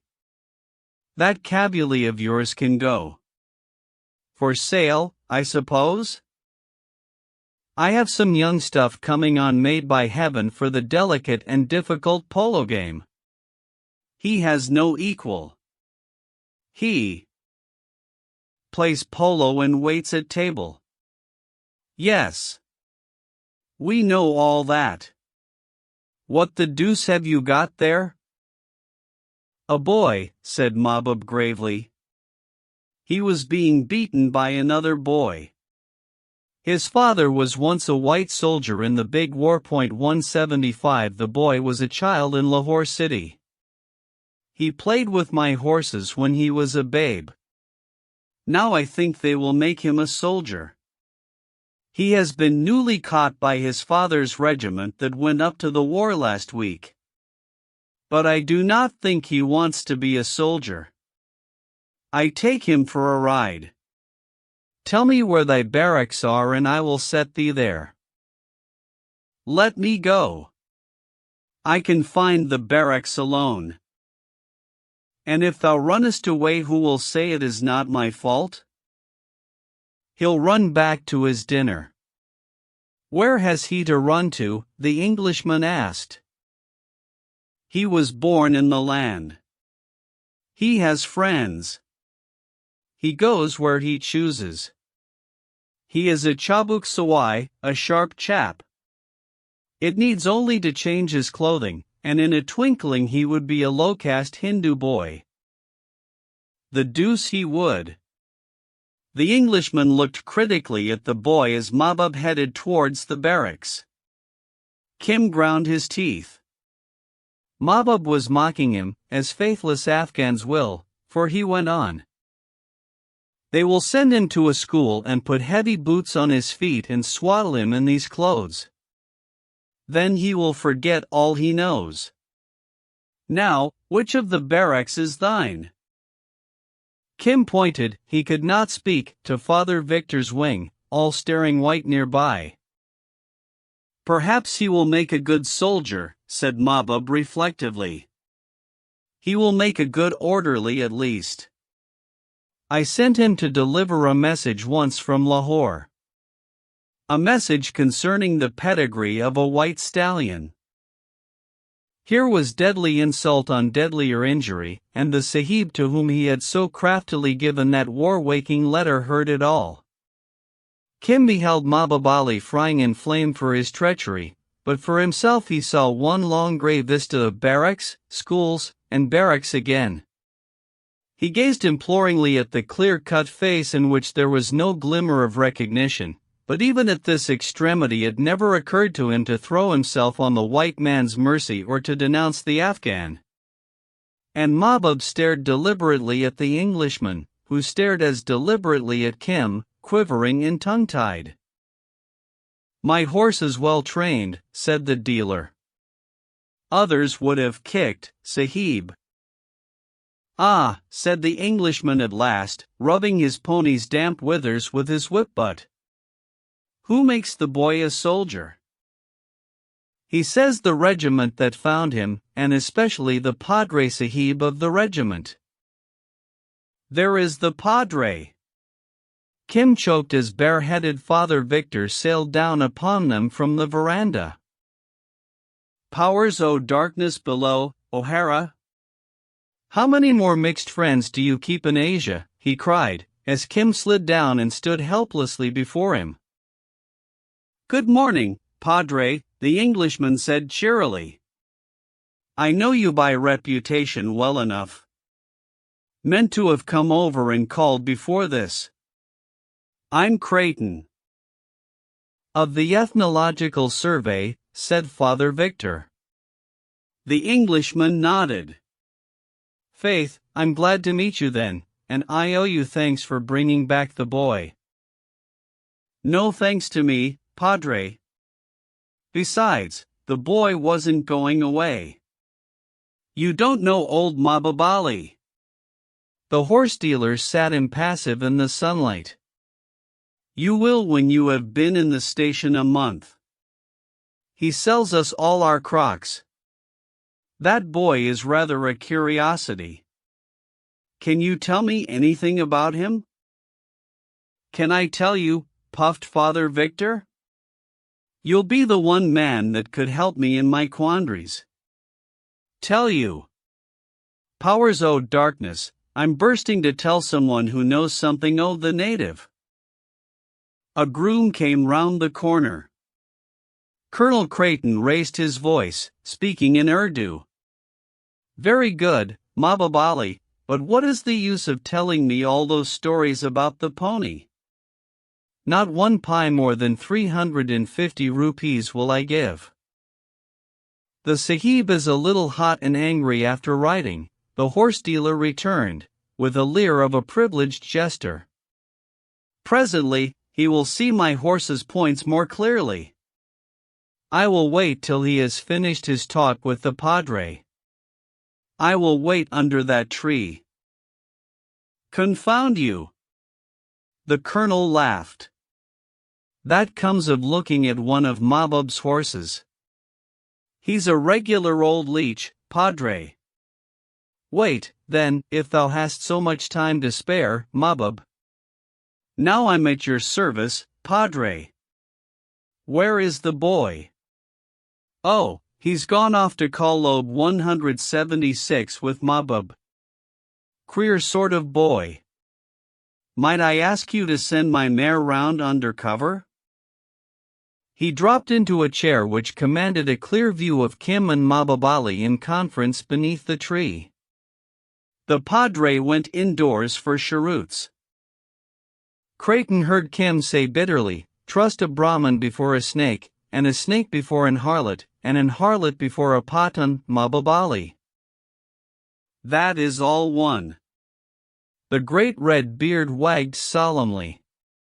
Children should not see a carpet on the loom till the pattern is made plain. Believe me, friend of all the world, I do thee great service. They will not make a soldier of thee. You crafty old sinner! Thought Creighton.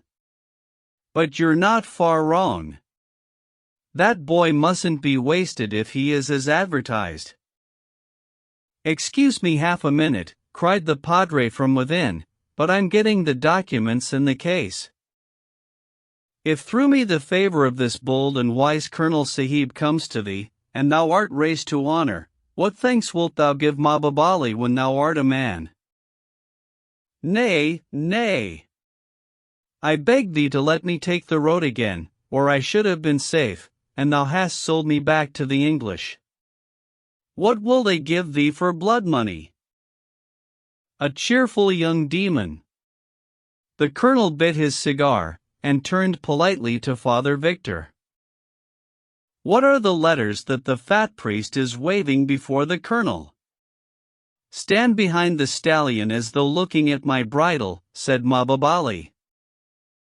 A letter from my Lama which he wrote from Jagadhir Road, saying that he will pay 300 rupees by the year for my schooling. Oho.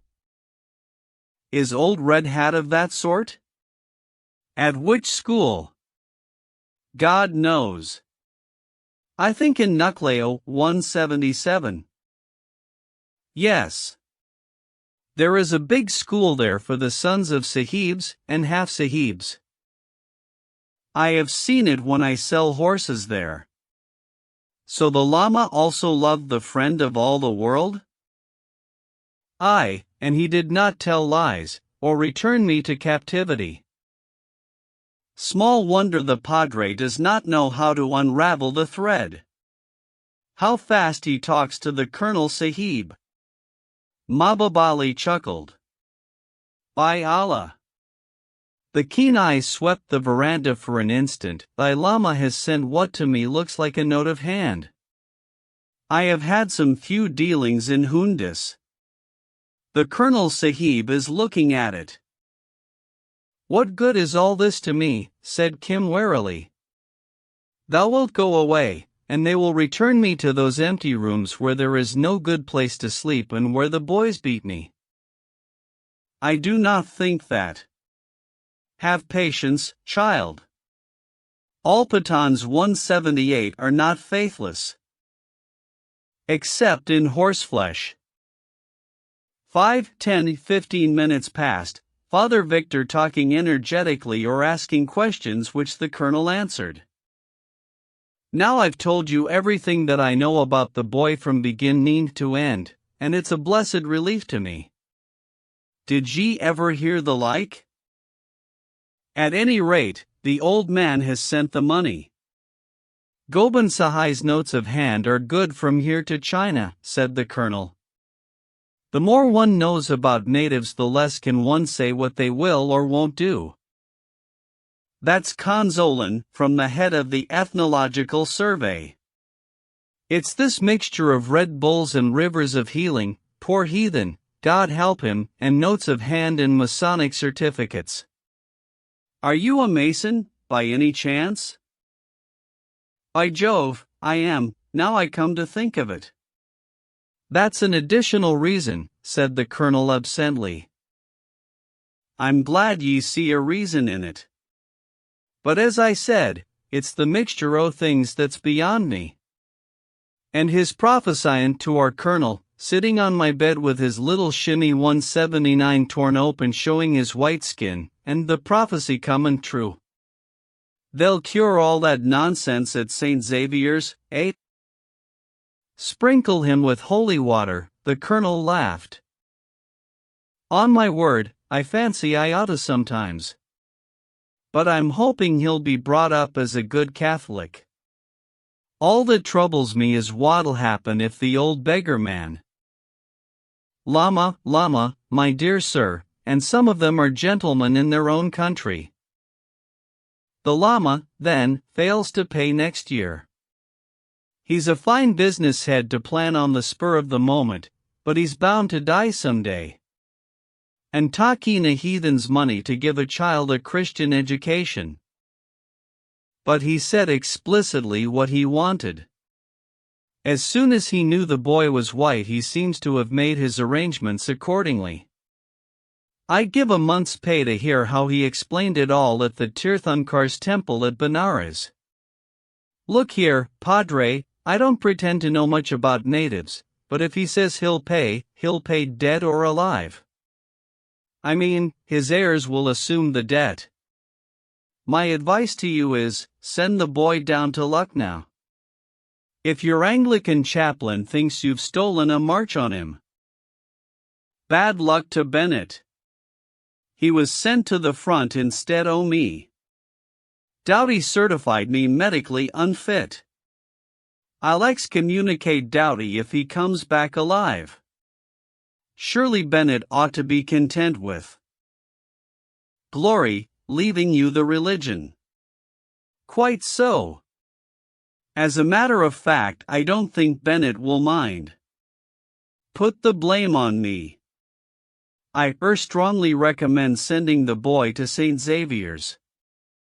He can go down on pass as a soldier's orphan, so the railway fare will be saved. You can buy him an outfit from the regimental subscription. The lodge will be saved the expense of his education, and that will put the lodge in a good temper. It's perfectly easy. I've got to go down to Lucknow next week. I'll look after the boy on the way, give him in charge of my servants, and so on. You're a good man. Not in the least. Don't make that mistake. The Lama has sent us money for a definite end. We can't very well return it. We shall have to do as he says. Well, that's settled, isn't it? Shall we say that, Tuesday next, you'll hand him over to me at the night train south? That's only 3 days. He can't do much harm in 3 days. It's a weight off my mind, but this thing here? He waved the note of hand. I don't know Gobind Sahai, or his bank, which may be a hole in the wall. You've never been a subaltern in debt. I'll cash it if you like, and send you the vouchers in proper order. But with all your own work too. It's a skin. It's not the least trouble indeed. You see, as an ethnologist, the thing's very interesting to me. I'd like to make a note of it for some government work that I'm doing. The transformation of a regimental badge like your Red Bull into a sort of fetish that the boy follows is very interesting. But I can't thank you enough. There's one thing you can do. All we ethnological men are as jealous as jackdaws of one another's discoveries. They're of no interest to anyone but ourselves, of course, but you know what book collectors are like. Well, don't say a word, directly or indirectly, about the Asiatic side of the boy's character, his adventures and his prophecy, and so on. I'll worm them out of the boy later on and you see? I do. Ye'll make a wonderful account of it. Never a word will I say to anyone till I see it in print. Thank you. That goes straight to an ethnologist's heart. Well, I must be getting back to my breakfast. Good heavens! Old Mahbub here still? He raised his voice, and the horse dealer came out from under the shadow of the tree. Well, what is it? As regards that young horse, said Mahbub, I say that when a colt is born to be a polo pony, closely following the ball without teaching, when such a colt knows the game by divination, then I say it is a great wrong to break that colt to a heavy cart, Sahib. So say I also, Mahbub. The colt will be entered for polo only. These fellows think of nothing in the world but horses, Padre. I'll see you tomorrow, Mahbub, if you've anything likely for sale. The dealer saluted, horseman fashion, with a sweep of the offhand. Be patient a little, friend of all the world, he whispered to the agonized Kim. Thy fortune is made. In a little while thou goest to Nucleo, and here is something to pay the letter writer. I shall see thee again, I think, many times, and he cantered off down the road. Listen to me, said the colonel from the veranda, speaking in the vernacular. In 3 days thou wilt go with me to Lucknow, seeing and hearing new things all the while. Therefore sit still for 3 days and do not run away. Thou wilt go to school at Lucknow. Shall I meet my Holy One there? Kim whimpered. At least Lucknow is nearer to Benares than Ambala. It may be thou wilt go under my protection. Mahbub Ali knows this, and he will be angry if thou returnest to the road now. Remember, much has been told me which I do not forget. I will wait, said Kim, but the boys will beat me. Then the bugles blew for dinner. Chapter 7. Unto whose use the pregnant suns are poised with idiot moons and stars retracting stars? Creep thou between thy comings all unnoised. Heaven hath her high, as earth her baser, wars. Ere to these tumults, this affright, that fray, by Adam's, Father's, own, sin-bound alway, peer up, draw out thy horoscope and say, which planet mends thy threadbare fate or Mars? Sir John Christie. 180. In the afternoon the red-faced schoolmaster told Kim that he had been struck off the strength, which conveyed no meaning to him till he was ordered to go away and play. Then he ran to the bazaar, and found the young letter-writer to whom he owed a stamp. Now I pay, said Kim royally, and now I need another letter to be written. Mababali is in Umballa, said the writer jauntily.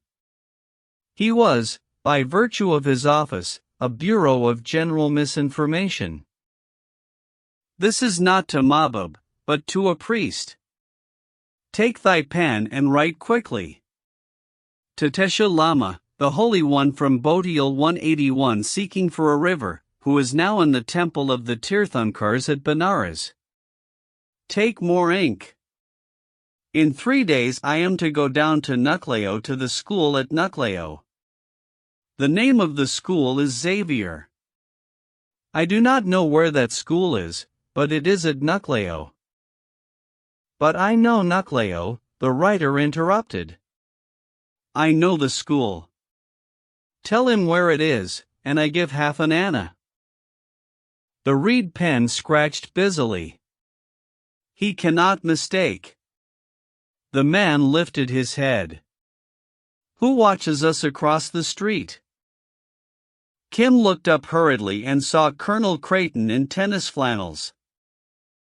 Oh, that is some sahib who knows the fat priest in the barracks. He is beckoning me. What dost thou? Said the colonel, when Kim trotted up. I am not running away. I send a letter to my Holy One at Benares. I had not thought of that. Hast thou said that I take thee to Lucknow? Nay, I have not. Read the letter, if there be a doubt. Then why hast thou left out my name in writing to that Holy One? The colonel smiled a queer smile. Kim took his courage in both hands. It was said once to me that it is inexpedient to write the names of strangers concerned in any matter, because by the naming of names many good plans are brought to confusion. Thou hast been well taught, the colonel replied, and Kim flushed. I have left my cheroot 182 case in the Padre's veranda. Bring it to my house this even. Where is the house? Said Kim. His quick wit told him that he was being tested in some fashion or another, and he stood on guard. Ask anyone in the big bazaar. The colonel walked on. He has forgotten his cheroot case, said Kim, returning. I must bring it to him this evening. That is all my letter except, thrice over, come to me. Come to me. Come to me. Now I will pay for a stamp and put it in the post. He rose to go, and as an afterthought asked, who is that angry-faced sahib who lost the cheroot case? Oh, he is only Creighton Sahib, a very foolish sahib, who is a colonel sahib without a regiment. What is his business? God knows. He is always buying horses which he cannot ride, and asking riddles about the works of God, such as plants and stones and the customs of the people. The dealers call him the father of fools, because he is so easily cheated about a horse. Mababali says he is madder than most other sahibs. Oh, said Kim, and departed. His training had given him some small knowledge of character, and he argued that fools are not given information which leads to calling out 8,000 men besides guns. The commander-in-chief of all India does not talk, as Kim had heard him talk, to fools. Nor would Mahbub Ali's tone have changed, as it did every time he mentioned the colonel's name, if the colonel had been a fool. Consequently, and this set Kim to skipping, there was a mystery somewhere, and Mahbub Ali probably spied for the colonel much as Kim had spied for Mahbub. And, like the horse dealer, the colonel evidently respected people who did not show themselves to be too clever. He rejoiced that he had not betrayed his knowledge of the colonel's house, and when, on his return to barracks, he discovered that no cheroot case had been left behind, he beamed with delight. Here was a man after his own heart, a tortuous and indirect person playing a hidden game. Well, if he could be a fool, so could Kim. He showed nothing of his mind when Father Victor, for 3 long mornings, discoursed to him of an entirely new set of gods and coddlings, notably of a goddess called Mary, who, he gathered, was one with Bibi Miriam 183 of Mahbub Ali's theology. He betrayed no emotion when, after the lecture, Father Victor dragged him from shop to shop buying articles of outfit, nor when envious drummer boys kicked him because he was going to a superior school did he complain, but awaited the play of circumstances with an interested soul. Father Victor, good man, took him to the station, put him into an empty second class next to Colonel Creighton's first, and bade him farewell with genuine feeling. They'll make a man o' you, O'Hara, at St. Xavier's, a white man, and I hope, a good man. They know all about your comin', and the colonel will see that you're not lost or mislaid anywhere on the road. I've given you a notion of religious matters, at least I hope so, and you'll remember, when they ask you your religion, that you're a Catholic. Better say Roman Catholic, 184 though I'm not fond of the word. Kim lit a rank cigarette, he had been careful to buy a stock in the bazaar, and lay down to think. This solitary passage was very different from that joyful down journey in the 3rd class with the Lama. Sahibs get little pleasure of travel, he reflected. Hai mai. I go from one place to another as it might be a kickball. It is my kismet. No man can escape his kismet. But I am to pray to Bibi Miriam, and I am a Sahib. He looked at his boots ruefully. No, I am Kim. This is the great world, and I am only Kim. Who is Kim? He considered his own identity, a thing he had never done before, till his head swam. He was one insignificant person in all this roaring whirl of India, going southward to he knew not what fate. Presently the colonel sent for him, and talked for a long time. So far as Kim could gather, he was to be diligent and enter the survey of India as a chainman. If he were very good, and passed the proper examinations, he would be earning 30 rupees a month at 17 years old, and Colonel Creighton would see that he found suitable employment. Kim pretended at first to understand perhaps 1 word in 3 of this talk.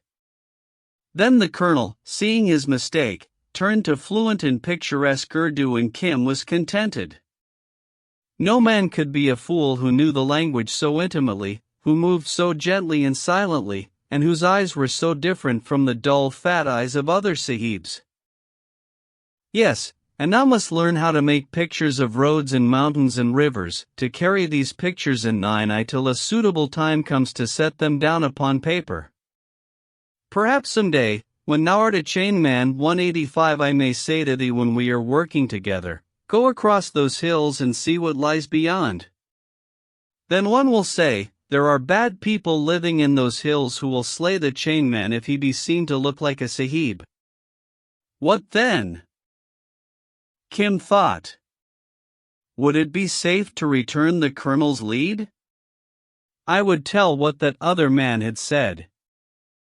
But if I answered, I will give thee 100 rupees for knowledge of what is behind those hills, for a picture of a river and a little news of what the people say in the villages there. How can I tell? I am only a boy. Wait till I am a man. Then, seeing the colonel's brow clouded, he went on, but I think I should in a few days earn the 100 rupees. By what road? Kim shook his head resolutely. If I said how I would earn them, another man might hear and forestall me. It is not good to sell knowledge for nothing. Tell now. The colonel held up a rupee. Kim's hand half reached towards it, and dropped. Nay, Sahib, nay. I know the price that will be paid for the answer, but I do not know why the question is asked. Take it for a gift, then, said Creighton, tossing it over. There is a good spirit in thee. Do not let it be blunted at St. Xavier's. There are many boys there who despise the black men. Their mothers were bazaar women, said Kim. He knew well there is no hatred like that of the half-caste for his brother-in-law. True, but thou art a sahib and the son of a sahib. Therefore, do not at any time be led to contemn the black men. I have known boys newly entered into the service of the government who feign not to understand the talk or the customs of black men. Their pay was cut for ignorance. There is no sin so great as ignorance. Remember this. Several times in the course of the long 24 hours run south did the colonel send for Kim, always developing this latter text. We be all on one lead rope, then, said Kim at last, the colonel, Mahbubali, and I, when I become a chainman. He will use me as Mahbubali employed me, I think. That is good, if it allows me to return to the road again. This clothing grows no easier by wear. When they came to the crowded Lucknow station, there was no sign of the Lama. He swallowed his disappointment, while the colonel bundled him into a tikka gari 186 with his neat belongings and dispatched him alone to St. Xavier's. I do not say farewell, because we shall meet again, he cried. Again, and many times, if thou art one of good spirit. But thou art not yet tried. Not when I brought thee. Kim actually dared to use the tum 187 of equals a white stallion's pedigree that night? Much is gained by forgetting, little brother, said the colonel, with a look that pierced through Kim's shoulder blades as he scuttled into the carriage. It took him nearly 5 minutes to recover. Then he sniffed the new air appreciatively. A rich city, he said. Richer than Lahore. How good the bazaars must be. Coachman, drive me a little through the bazaars here. My order is to take thee to the school. The driver used the thou, which is rudeness when applied to a white man. In the clearest and most fluent vernacular, Kim pointed out his error, climbed onto the box seat, and, perfect understanding established, drove for a couple of hours up and down, estimating, comparing, and enjoying. There is no city, except Bombay, the queen of all, more beautiful in her garish style than Lucknow, whether you see her from the bridge over the river, or from the top of the Amambra 188 looking down on the gilt umbrellas of the Chuttermunzil 189 and the trees in which the town is bedded. Kings have adorned her with fantastic buildings, endowed her with charities, crammed her with pensioners, and drenched her with blood. She is the center of all idleness, intrigue, and luxury, and shares with Delhi the claim to talk the only pure Urdu. A fair city, a beautiful city. The driver, as a Lucknow man, was pleased with the compliment, and told Kim many astounding things where an English guide would have talked of the mutiny. Now we will go to the school, said Kim at last. The great old school of St. Xavier's in party bus, block on block of low white buildings, stands in vast grounds over against the Gumbi River, at some distance from the city. What like of folk are they within? Said Kim.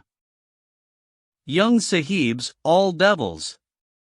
But to speak truth, and I drive many of them to and fro from the railway station, I have never seen one that had in him the making of a more perfect devil than now this young sahib whom I am now driving.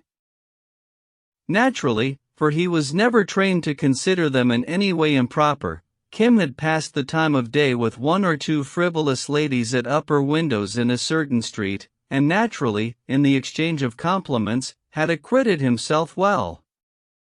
He was about to acknowledge the driver's last insolence, when his eye, it was growing dusk, caught a figure in the long sweep of wall. "Stop," he cried. "Stay here. I do not go to the school at once." "But what is to pay me for this coming and recoming?" said the driver petulantly. "Is the boy mad? Last time it was a dancing girl. This time it is a priest." Kim was in the road headlong, patting the dusty feet beneath the yellow robe. "I have waited here a day and a half," the lama's level voice began.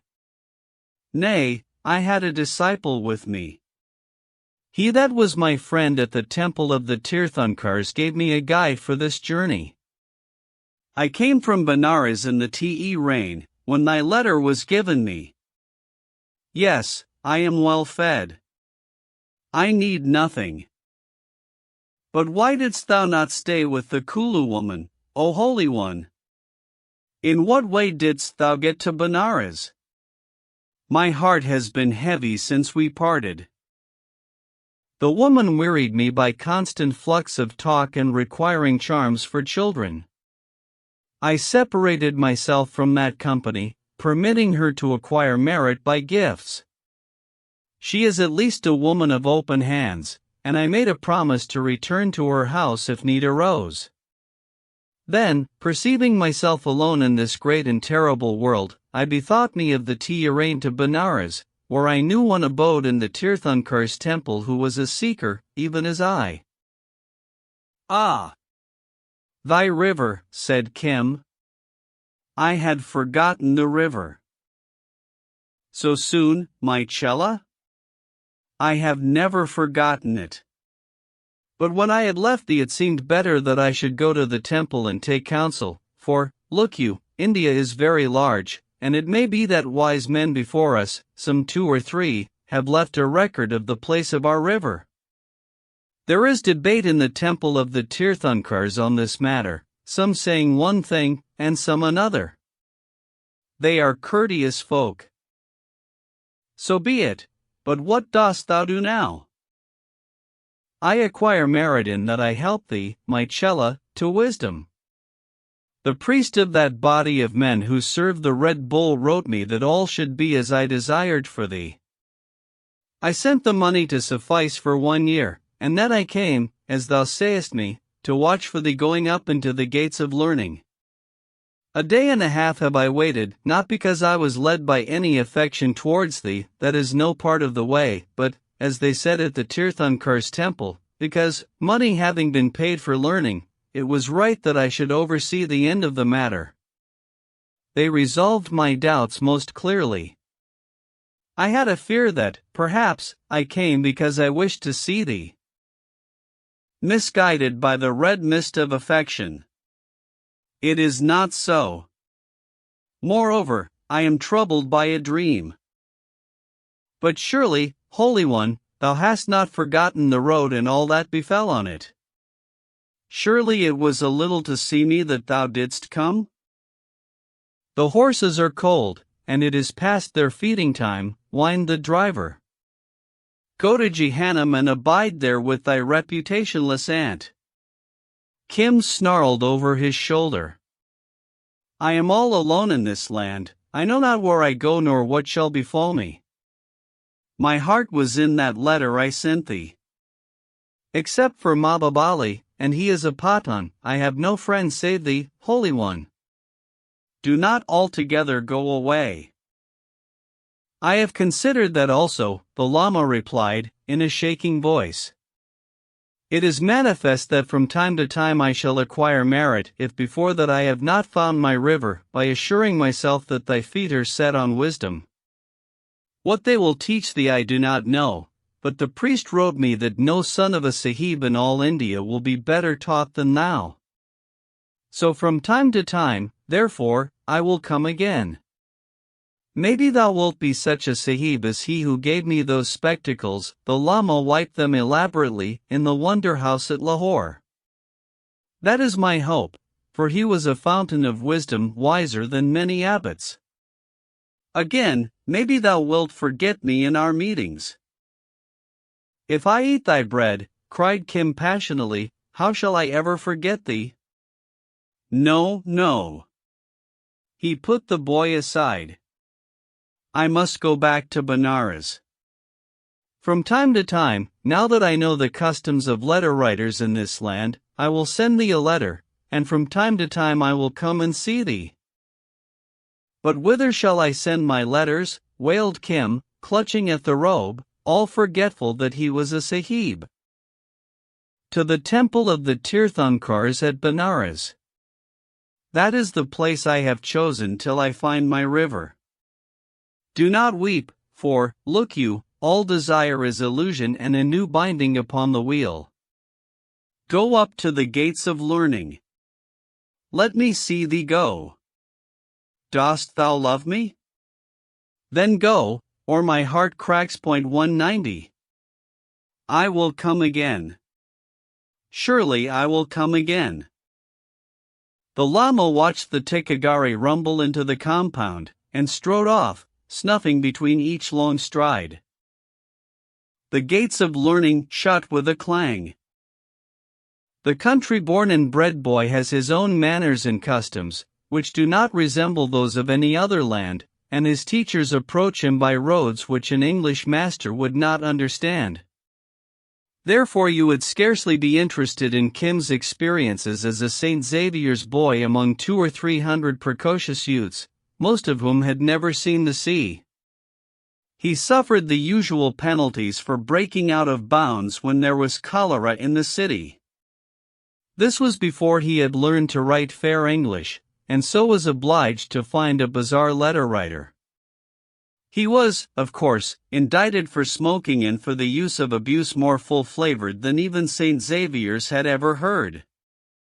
He learned to wash himself with the Levitical 191 scrupulosity of the native born, who in his heart considers the Englishman rather dirty. He played the usual tricks on the patient coolies, pulling the punkas 192 in the sleeping rooms where the boys threshed through the hot nights telling tales till the dawn, and quietly he measured himself against his self-reliant mates.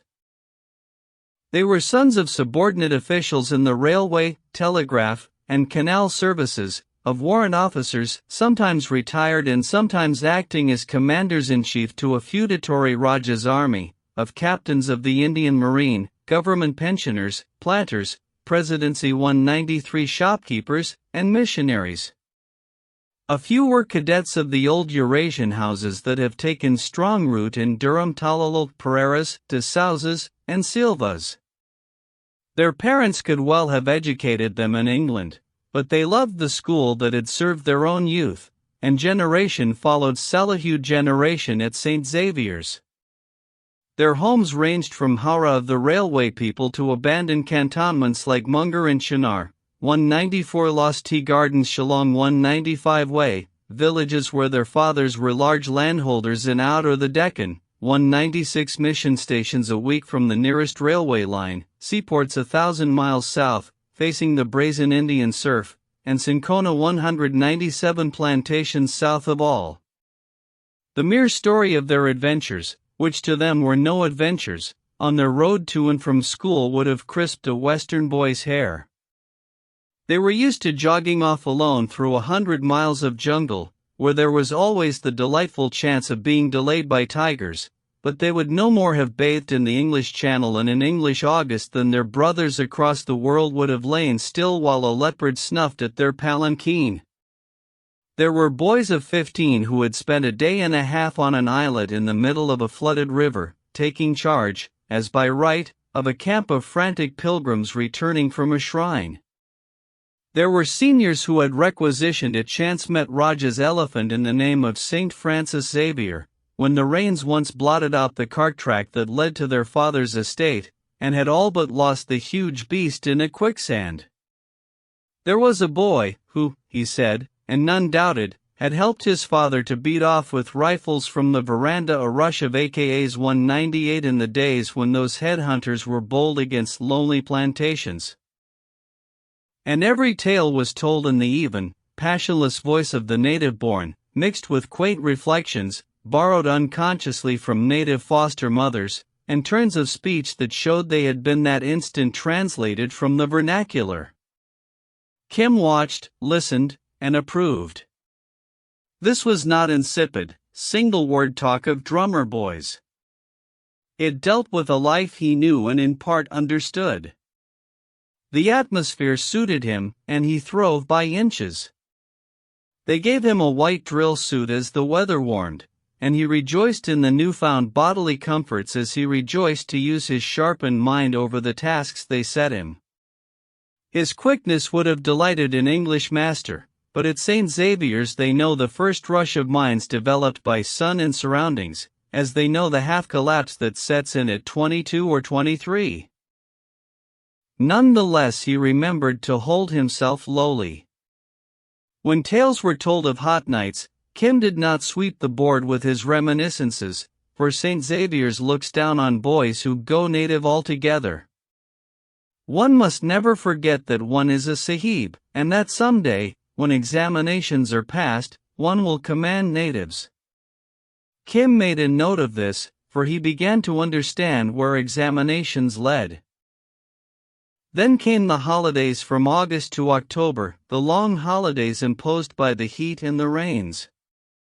Kim was informed that he would go north to some station in the hills behind Ambala, where Father Victor would arrange for him. A Barak school, said Kim, who had asked many questions and thought more.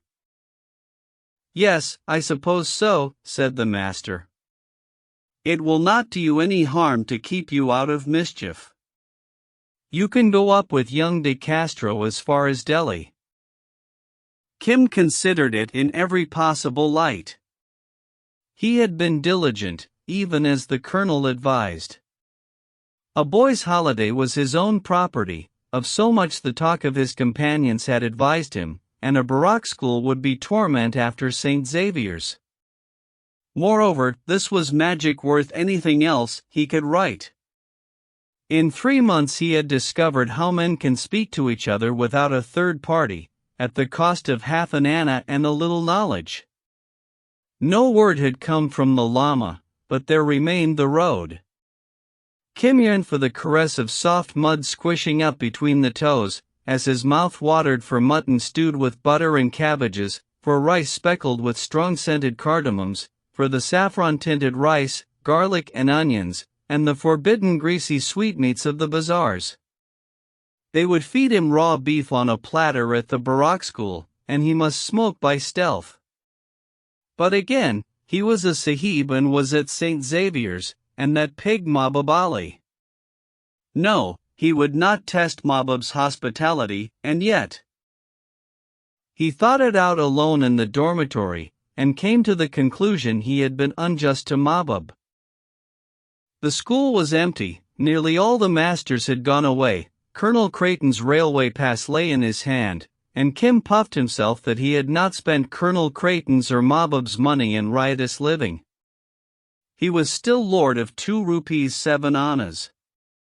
His new bullock trunk, marked K.O.H., and bedding roll lay in the empty sleeping room. Sahibs are always tied to their baggage, said Kim, nodding at them. You will stay here. He went out into the warm rain, smiling sinfully, and sought a certain house whose outside he had noted down some time before. Arrêt. 199. Dost thou know what manner of women we be in this quarter? Oh, shame! Was I born yesterday? Kim squatted native fashion on the cushions of that upper room. A little dye stuff and 3 yards of cloth to help out a jest. Is it too much to ask? Who is she? Thou art full young, as sahibs go, for this devilry. Oh, she? She is the daughter of a certain schoolmaster of a regiment in the cantonments. He has beaten me twice because I went over their wall in these clothes. Now I would go as a gardener's boy. Old men are very jealous. That is true. Hold thy face still while I dab on the juice. Not too black, Nikon 200. I would not appear to her as a hubsher, nigger, but. Oh, love makes not of these things. And how old is she? 12 years, I think, said the shameless Kim. Spread it also on the breast. It may be her father will tear my clothes off me, and if I am piebald. He laughed. The girl worked busily, dabbing a twist of cloth into a little saucer of brown dye that holds longer than any walnut juice. Now send out and get me a cloth for the turban. Woe is me, my head is all unshaved. And he will surely knock off my turban. I am not a barber, but I will make shift. Thou wast born to be a breaker of hearts. All this disguise for one evening? Remember, the stuff does not wash away. She shook with laughter till her bracelets and anklets jingled. But who is to pay me for this? Hunifa herself could not have given thee better stuff. Trust in the gods, my sister, said Kim gravely, screwing his face round as the stain dried. Besides, hast thou ever helped to paint a sahib thus before? Never indeed. But a jest is not money. It is worth much more. Child, thou art beyond all dispute the most shameless son of Shaitan 201 that I have ever known to take up a poor girl's time with this play, and then to say, is not the jest enough? Thou wilt go very far in this world. She gave him the dancing girl's salutation in mockery. All one. Make haste and rough cut my head. Kim shifted from foot to foot, his eyes ablaze with mirth as he thought of the fat days before him. He gave the girl 4 annas, and ran down the stairs in the likeness of a low-caste Hindu boy, perfect in every detail. A cookshop was his next point of call, where he feasted in extravagance and greasy luxury. On Lucknow station platform he watched young De Castro, all covered with prickly heat, get into a second-class compartment. Kim patronized a third, and was the life and soul of it. He explained to the company that he was assistant to a juggler who had left him behind sick with fever, and that he would pick up his master at Ambala. As the occupants of the carriage changed, he varied this tale, or adorned it with all the shoots of a budding fancy, the more rampant for being held off native speech so long. In all India that night was no human being so joyful as Kim. At Ambala he got out and headed eastward, plashing over the sodden fields to the village where the old soldier lived. About this time Colonel Creighton at Simla 202 was advised from Lucknow by wire that young O'Hara had disappeared. Mahbub Ali was in town selling horses, and to him the colonel confided the affair one morning cantering round Annandale racecourse. "Oh, that is nothing," said the horse dealer. "Men are like horses. At certain times they need salt, and if that salt is not in the mangers they will lick it up from the earth. He has gone back to the road again for a while. The madrasa wearied him. I knew it would. Another time, I will take him upon the road myself. Do not be troubled, Creighton Sahib. It is as though a polo pony, breaking loose, ran out to learn the game alone. Then he is not dead, think you? Fever might kill him. I do not fear for the boy otherwise.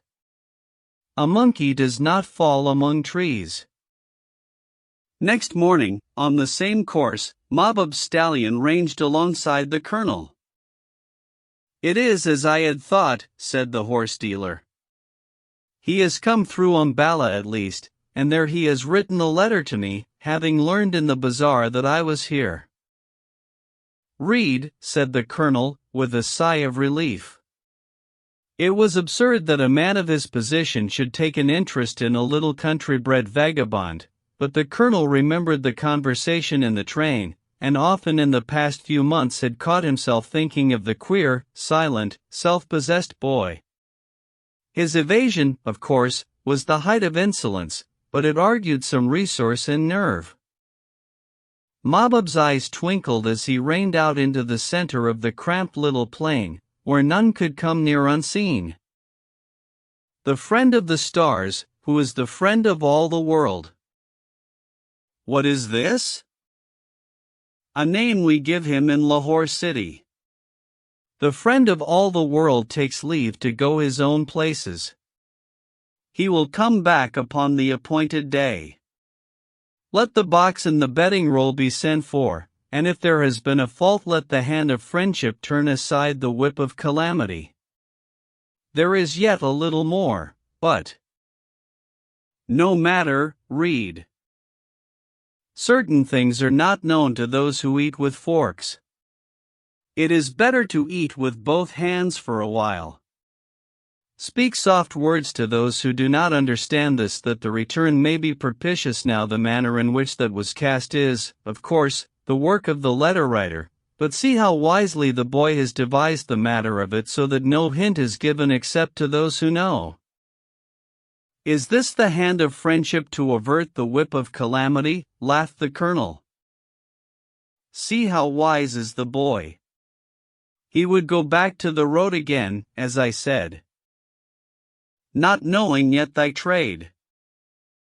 I am not at all sure of that, the colonel muttered. He turns to me to make a peace between you. Is he not wise?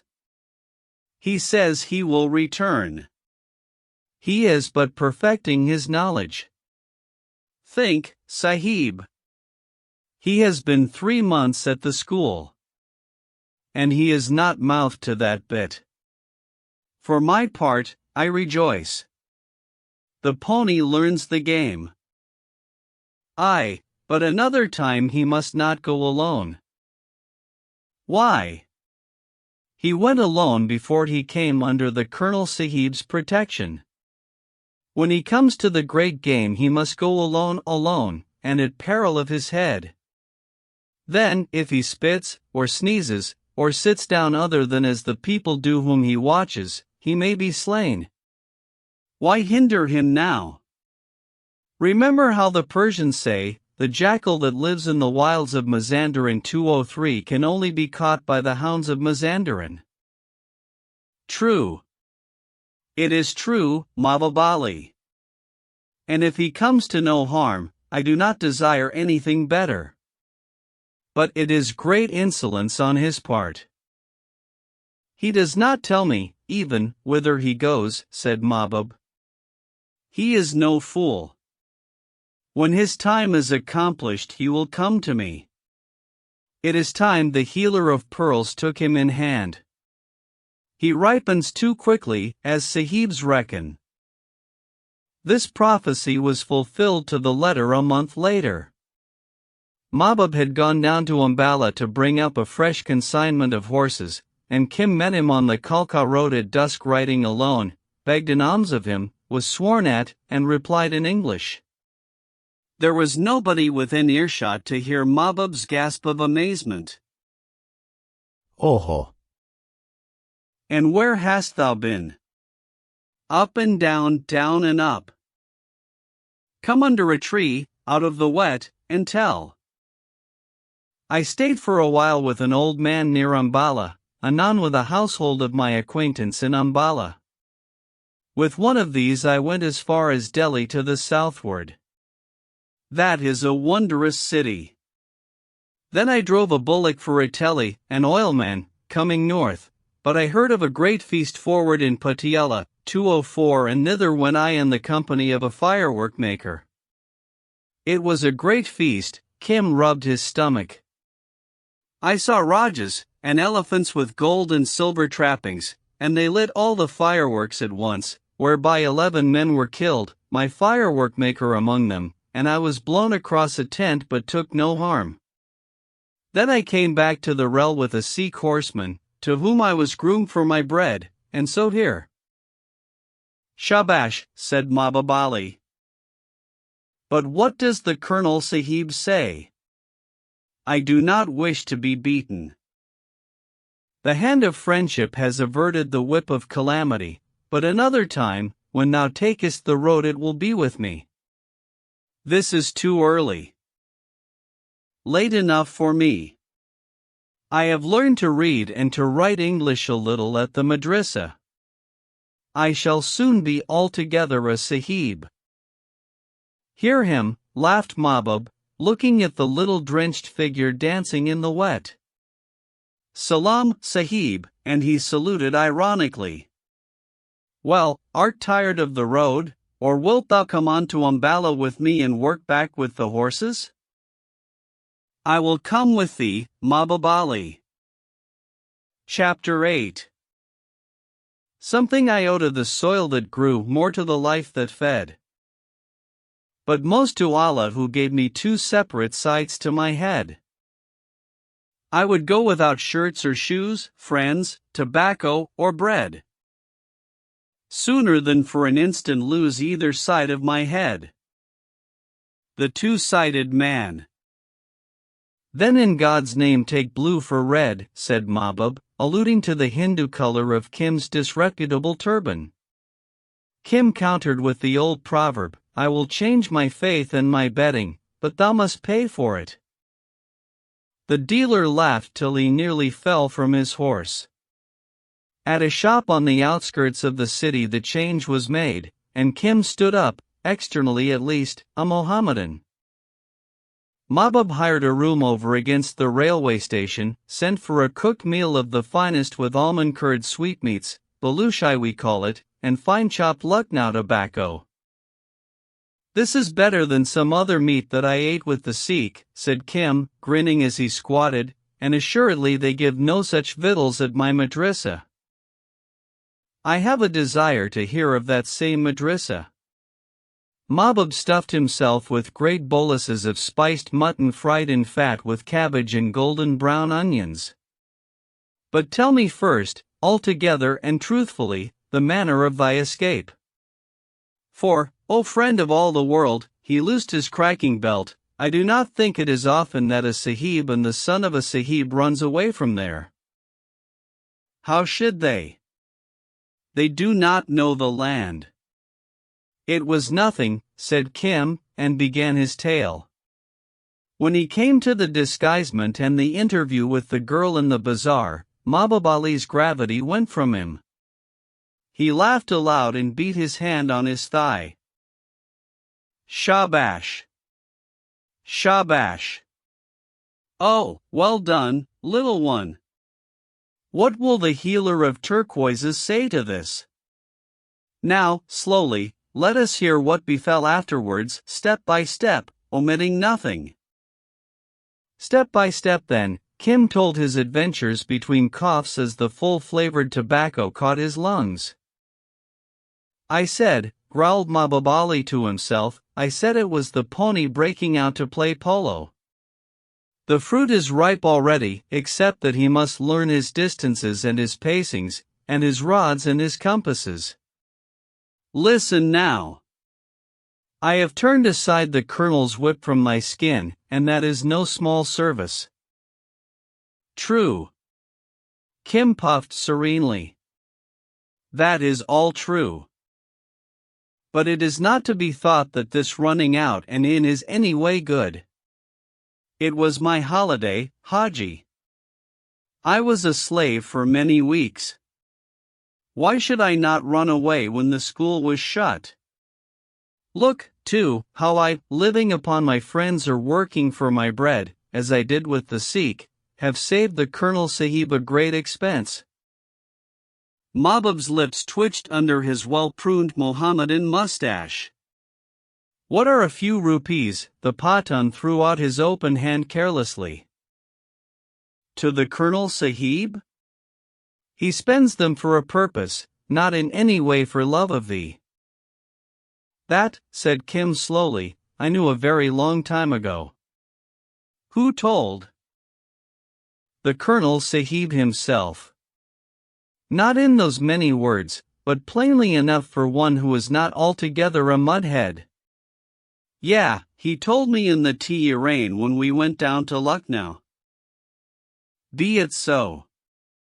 Then I will tell thee more, friend of all the world, though in the telling I lend thee my head. It was forfeit to me, said Kim, with deep relish in Ambala, when thou didst pick me up on the horse after the drummer boy beat me. Speak a little plainer. All the world may tell lies save thou and I. For equally is thy life forfeit to me if I chose to raise my finger here. And this is known to me also, said Kim, readjusting the live charcoal ball on the weed. It is a very sure tie between us.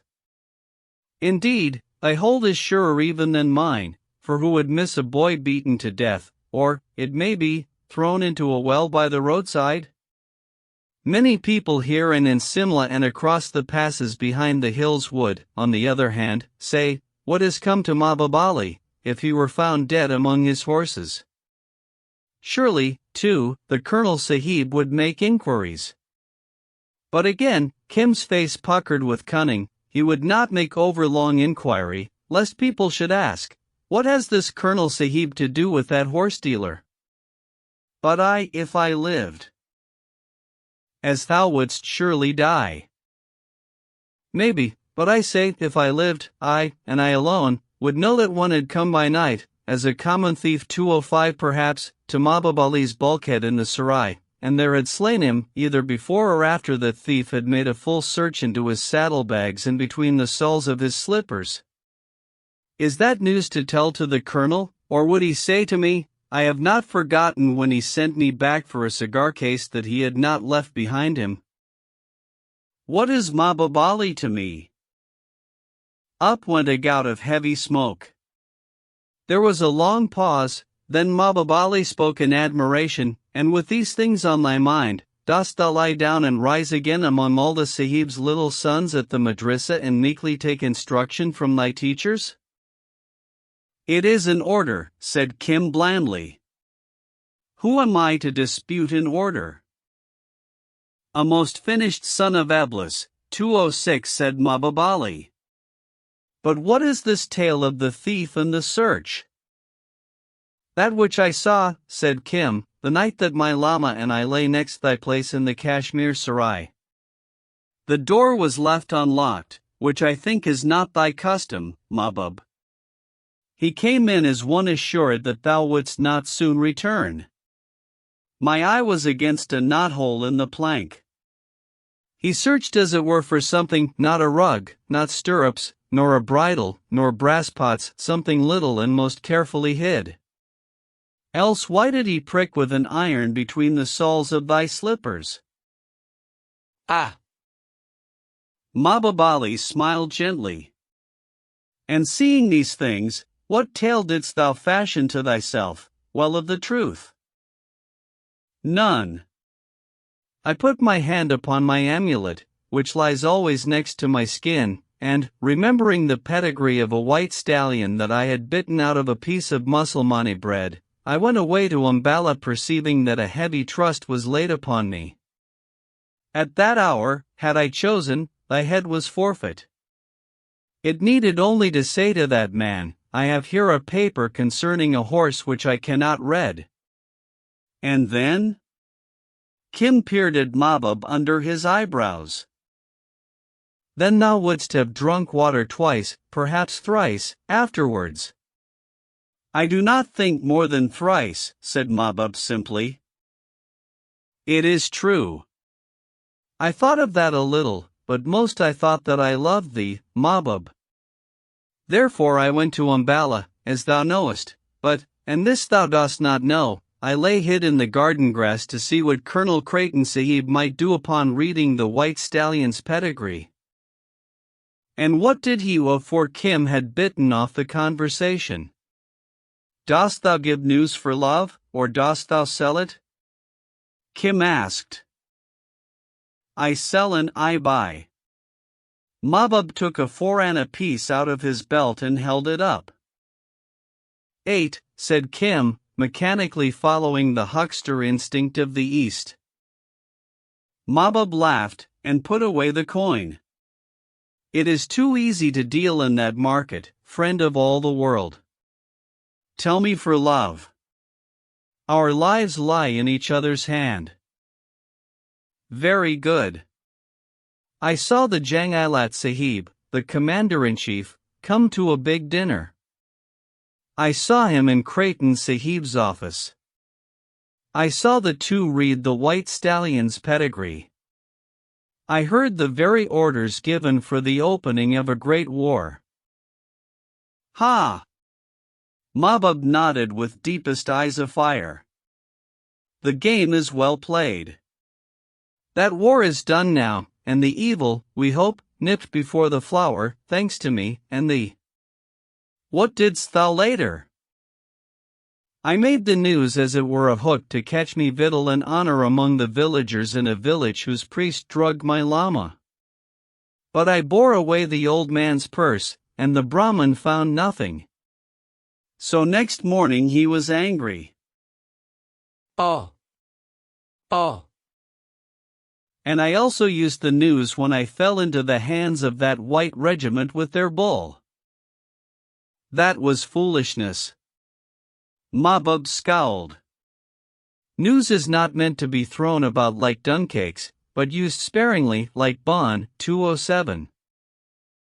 So I think now, and moreover, it did me no sort of good. But that was very long ago, he made as to brush it all away with a thin brown hand. And since then, and especially in the nights under the punkah at the madrasa, I have thought very greatly. Is it permitted to ask whither the heaven-born's thought might have led, said Mahbub, with an elaborate sarcasm, smoothing his scarlet beard. It is permitted, said Kim, and threw back the very tone. They say at Nucleo that no Sahib must tell a black man that he has made a fault. Mahbub's hand shot into his bosom, for to call a Pathan a black man, Kala Admi, is a blood insult. Then he remembered and laughed. Speak, Sahib. Thy black man hears. But, said Kim, I am not a Sahib, and I say I made a fault to curse thee, Mahbub Ali, on that day at Umballa when I thought I was betrayed by a Pathan.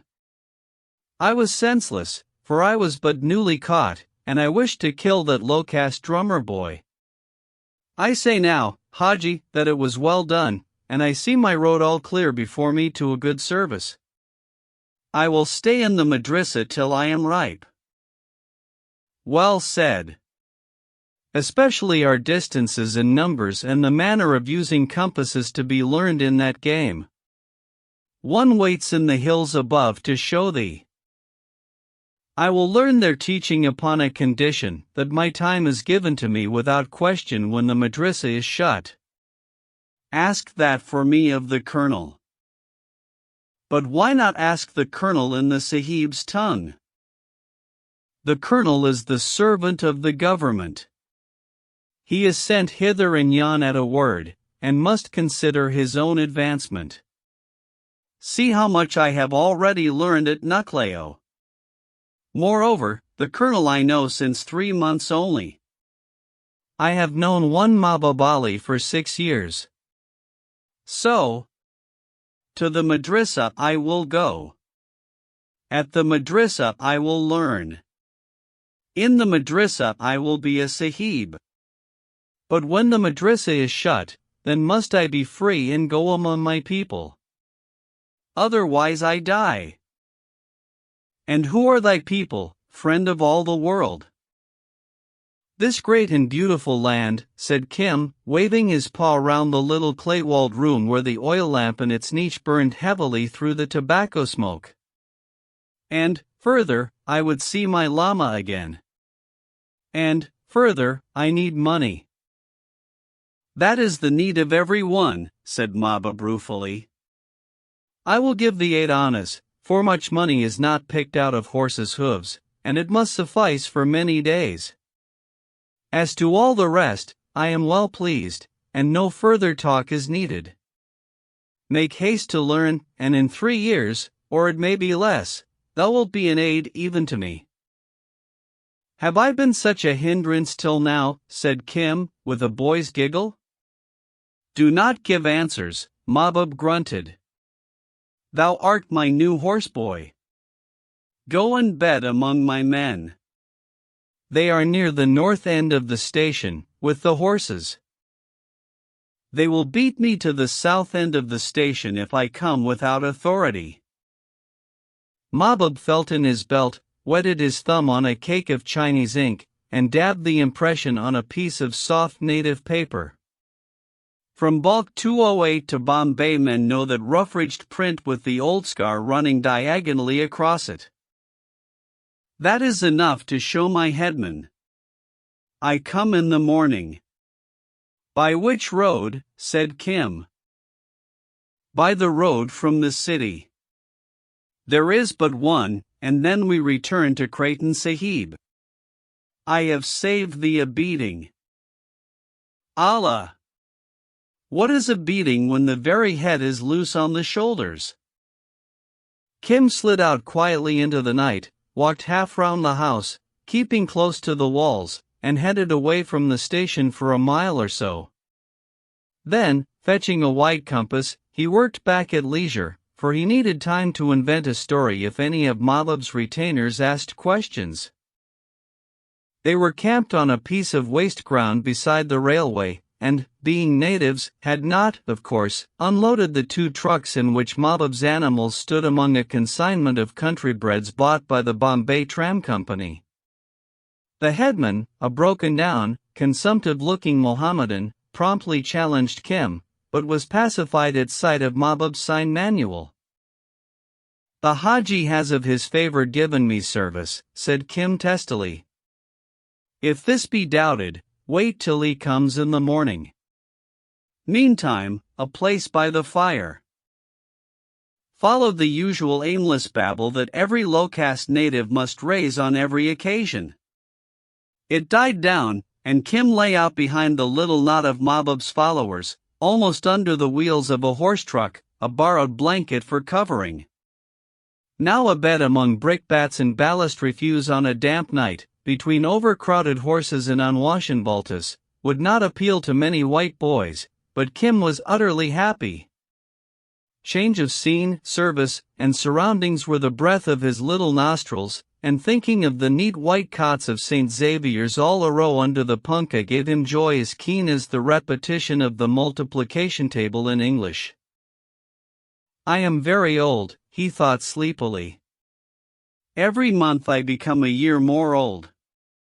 I was very young, and a fool to boot, when I took Mabab's message to Umballa.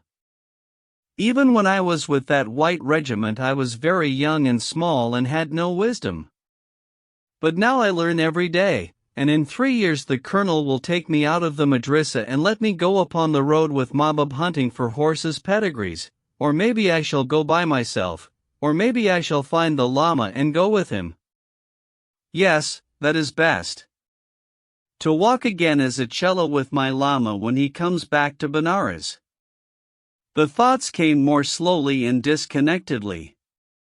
He was plunging into a beautiful dreamland when his ears caught a whisper, thin and sharp, above the monotonous babble round the fire. It came from behind the iron-skinned horse truck. "He is not here, then? Where should he be but roistering in the city? Who looks for a rat in a frog pond? Come away. He is not our man. He must not go back beyond the passes a second time. It is the order. hire some woman to drug him. It is a few rupees only, and there is no evidence. Except the woman. It must be more certain, and remember the price upon his head. Aye, but the police have a long arm, and we are far from the border. If it were in Peshawar, now. Yes, in Peshawar, the second voice sneered. Peshawar, full of his bloodkin, full of bolt holes and women behind whose clothes he will hide. Yes, Peshawar or Jehannam would suit us equally well. Then what is the plan? O fool, have I not told it 100 times? Wait till he comes to lie down, and then one sure shot. The trucks are between us and pursuit. We have but to run back over the lines and go our way. They will not see whence the shot came. Wait here at least till the dawn. What manner of fakir art thou, to shiver at a little watching? Oho, thought Kim, behind close-shut eyes. Once again it is Mahbub. Indeed, a white stallion's pedigree is not a good thing to peddle to sahibs. Or maybe Mahbub has been selling other news. Now what is to do, Kim? I know not where Mahbub houses, and if he comes here before the dawn they will shoot him. That would be no profit for thee, Kim. And this is not a matter for the police. That would be no profit for Mahbub, and, he giggled almost aloud, I do not remember any lesson at Nucleo which will help me. Allah! Here is Kim and yonder are they. First, then, Kim must wake and go away, so that they shall not suspect. A bad dream wakes a man. Thus. He threw the blanket off his face, and raised himself suddenly with the terrible, bubbling, meaningless yell of the Asiatic roused by nightmare. ya la la la la. Narrane, 209 The Churel. The Churel. A churel is the peculiarly malignant ghost of a woman who has died in childbed. She haunts lonely roads, her feet are turned backwards on the ankles, and she leads men to torment. Louder rose Kim's quavering howl, till at last he leaped to his feet and staggered off sleepily, while the camp cursed him for waking them. Some 20 yards farther up the line he lay down again, taking care that the whisperers should hear his grunts and groans as he recomposed himself. After a few minutes he rolled towards the road and stole away into the thick darkness. He paddled along swiftly till he came to a culvert, and dropped behind it, his chin on a level with the coping stone. Here he could command all the night traffic, himself unseen. 2 or 3 carts passed, jingling out to the suburbs, a coughing policeman and a hurrying foot passenger or two who sang to keep off evil spirits. Then rapped the shod feet of a horse. Ah! This is more like Mahbub, thought Kim, as the beast shied at the little head above the culvert. Oh hey, Mahbub Ali, he whispered, have a care. The horse was reined back almost on its haunches, and forced towards the culvert.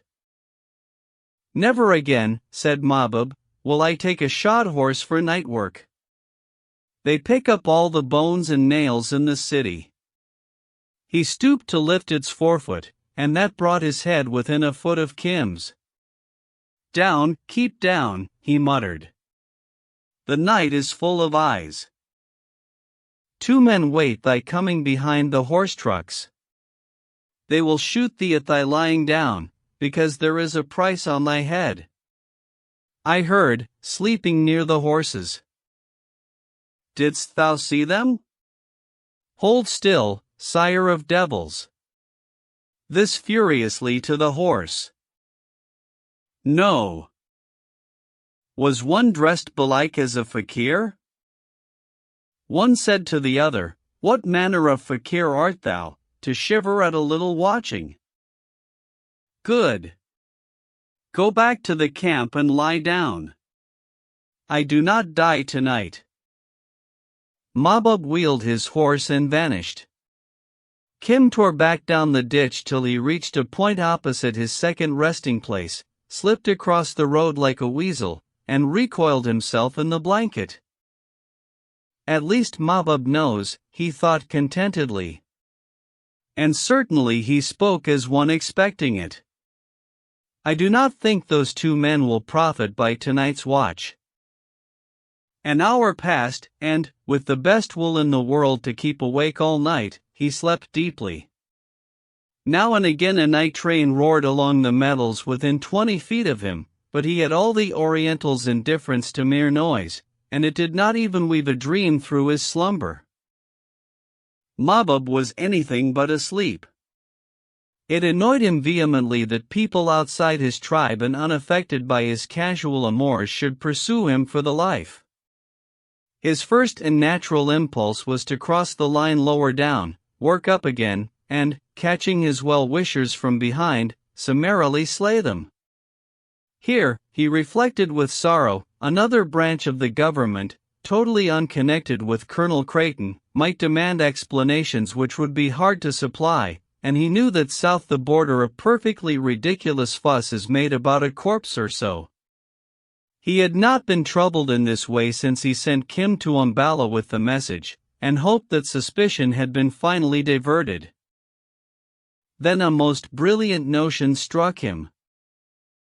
The English do eternally tell the truth, he said, therefore we of this country are eternally made foolish. By Allah, I will tell the truth to an Englishman. Of what use is the government police if a poor cabriolet be robbed of his horses in their very trucks? This is as bad as Peshawar. I should lay a complaint at the station. Better still, some young sahib on the railway. They are zealous, and if they catch thieves it is remembered to their honor. He tied up his horse outside the station, and strode on to the platform. "Hello, Mahbub Ali," said a young assistant district traffic superintendent who was waiting to go down the line, a tall, tow-haired, horsey youth in dingy white linen. "What are you doing here?" "Selling weeds." "Eh?" "No, I am not troubled for my horses. I come to look for Lutafullah. I have a truckload up the line. Could anyone take them out without the railway's knowledge?" "Shouldn't think so, Mahbub. You can claim against us if they do. I have seen two men crouching under the wheels of one of the trucks nearly all the night. Fakirs do not steal horses, so I gave them no more thought. I would find Lutafullah, my partner." "The deuce you did? And you didn't bother your head about it?" "'Pon my word, it's just almost as well that I met you." "What were they like, eh?" "They were only fakirs. They will no more than take a little grain, perhaps, from one of the trucks. There are many up the line. The state will never miss the dole. I came here seeking for my partner, Lutafullah." "Never mind your partner. Where are your horse trucks?" "A little to this side of the farthest place where they make lamps for the trains." "The signal box?" "Yes." "And upon the rail nearest to the road upon the right-hand side, looking up the line thus. But as regards Lutafullah, a tall man with a broken nose, and a Persian greyhound AIE." The boy had hurried off to wake up a young and enthusiastic policeman, for, as he said, the railway had suffered much from depredations in the goods yard. Mahbub Ali chuckled in his dyed beard. "They will walk in their boots, making a noise, and then they will wonder why there are no fakirs. They are very clever boys, Barton Sahib and young Sahib." He waited idly for a few minutes, expecting to see them hurry up the line girt for action. A light engine slid through the station, and he caught a glimpse of young Barton in the cab. "I did that child an injustice." "He is not altogether a fool," said Mahbubali. "To take a fire carriage for a thief is a new game." When Mahbubali came to his camp in the dawn, no one thought it worthwhile to tell him any news of the night. No one, at least, but one small horseboy, newly advanced to the great man's service, whom Mahbub called to his tiny tent to assist in some packing. "It is all known to me," whispered Kim, bending above saddlebags. Two sahibs came up on a te-rain.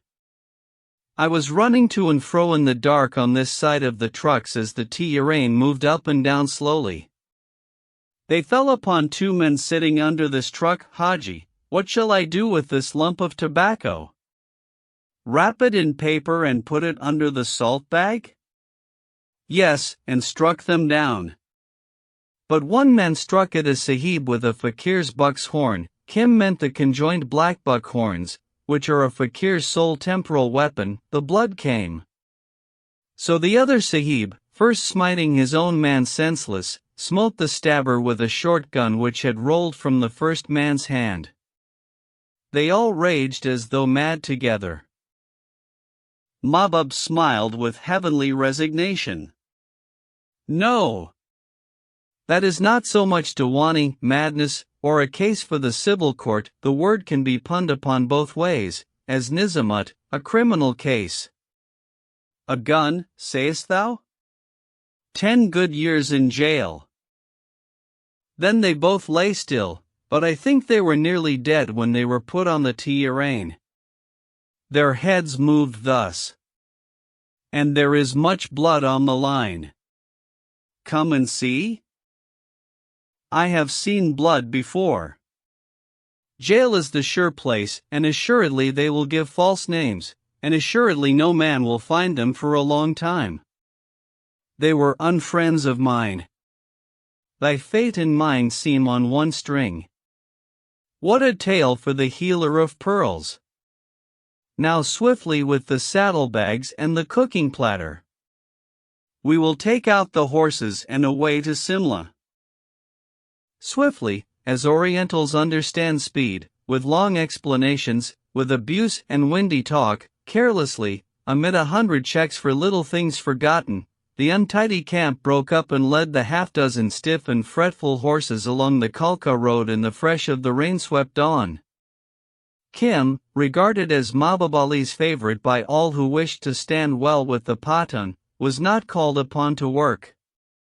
They strolled on by the easiest of stages, halting every few hours at a wayside shelter.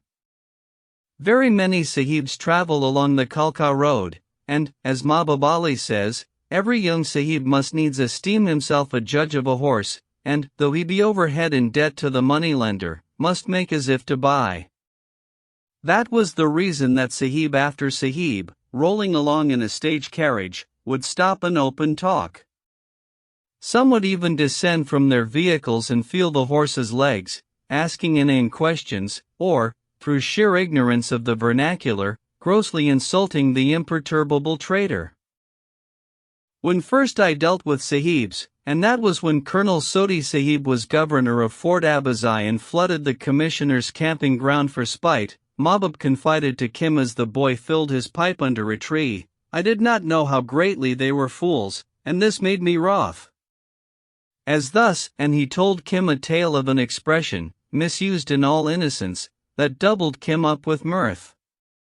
Now I see, however, he exhaled smoke slowly, that it is with them as with all men, in certain matters they are wise, and in others most foolish.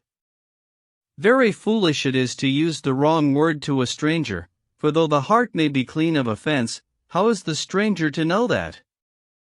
He is more like to search truth with a dagger. True. True talk, said Kim solemnly. Fools speak of a cat when a woman is brought to bed, for instance. I have heard them. Therefore, in one situate as thou art, it particularly behoves thee to remember this with both kinds of faces. Among Sahibs, never forgetting thou art a Sahib; among the folk of Hind, always remembering thou art. He paused, with a puzzled smile. What am I? Mussulman, Hindu, Jain, or Buddhist? That is a hard knot. Thou art beyond question an unbeliever, and therefore thou wilt be damned. So says my law, or I think it does. But thou art also my little friend of all the world, and I love thee. So says my heart. This matter of creeds is like horseflesh. The wise man knows horses are good, that there is a profit to be made from all, and for myself, but that I am a good Sunni 210 and hate the men of Tyre 211, I could believe the same of all the faiths. Now manifestly a Kathiawar mare taken from the sands of her birthplace and removed to the west of Bengal founders, nor is even a Balkh stallion, and there are no better horses than those of Balkh, were they not so heavy in the shoulder, of any account in the great northern deserts beside the snow camels I have seen. Therefore I say in my heart the faiths are like the horses. Each has merit in its own country. But my Lama said altogether a different thing. Oh, he is an old dreamer of dreams from Botiel. My heart is a little angry, friend of all the world, that thou shouldst see such worth in a man so little known. It is true, Haji, but that worth do I see, and to him my heart is drawn. And his to thine, I hear. Hearts are like horses. They come and they go against bit or spur. Shout Gulsher Khan yonder to drive in that bay stallion's pickets more firmly. We do not want a horsefight at every resting stage, and the dun and the black will be locked 212 in a little. Now hear me. Is it necessary to the comfort of thy heart to see that Lama? It is one part of my bond, said Kim. If I do not see him, and if he is taken from me, I will go out of that madrasa in Nucleo and once gone, who is to find me again? It is true. Never was colt held on a lighter heel rope than thou. Mahbub nodded his head. Do not be afraid. Kim spoke as though he could have evanished on the moment. My Lama has said that he will come to see me at the madrasa. A beggar and his bowl in the presence of those young Sa. Not all. Kim cut in with a snort. Their eyes are blued and their nails are blackened with low-caste blood, many of them. Sons of Mediterranees 213, brothers-in-law to the Bungi, sweeper. We need not follow the rest of the pedigree, but Kim made his little point clearly and without heat, chewing a piece of sugar cane the while. Friend of all the world, said Mahbub, pushing over the pipe for the boy to clean, I have met many men, women, and boys, and not a few sahibs. I have never in all my days met such an imp as thou art. And why? When I always tell thee the truth. Perhaps the very reason, for this is a world of danger to honest men. Mahbub Ali hauled himself off the ground, girt in his belt, and went over to the horses. Or sell it? There was that in the tone that made Mahbub halt and turn. What new devilry? 8 annas, and I will tell, said Kim, grinning. It touches thy peace. O shaitan! Mahbub gave the money. Rememberest thou the little business of the thieves in the dark, down yonder at Ambala? Seeing they sought my life, I have not altogether forgotten. Why? Rememberest thou the Kashmir Sarai? I will twist thy ears in a moment, Sahib. No need, Patan. Only, the second fakir, whom the Sahibs beat senseless, was the man who came to search thy bulkhead at Lahore. I saw his face as they helped him on the engine. The very same man. Why didst thou not tell before? Oh, he will go to jail, and be safe for some years. There is no need to tell more than is necessary at any one time. Besides, I did not then need money for sweetmeats. Allah Karam. 214 said Mahbub Ali. Wilt thou some day sell my head for a few sweetmeats if the fit takes thee? Kim will remember till he dies that long, lazy journey from Ambala, through Kalka 215 and the Pinjore Gardens 216 nearby, up to Simla.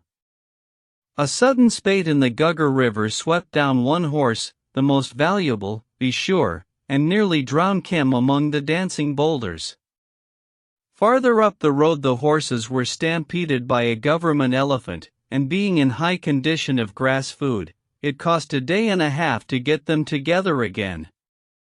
Then they met Sikandar Khan coming down with a few unsaleable screws, 217 remnants of his string, and Mahbub, who has more of horse coping in his little fingernail than Sikandar Khan in all his tents, must needs buy two of the worst, and that meant 8 hours laborious diplomacy and untold tobacco.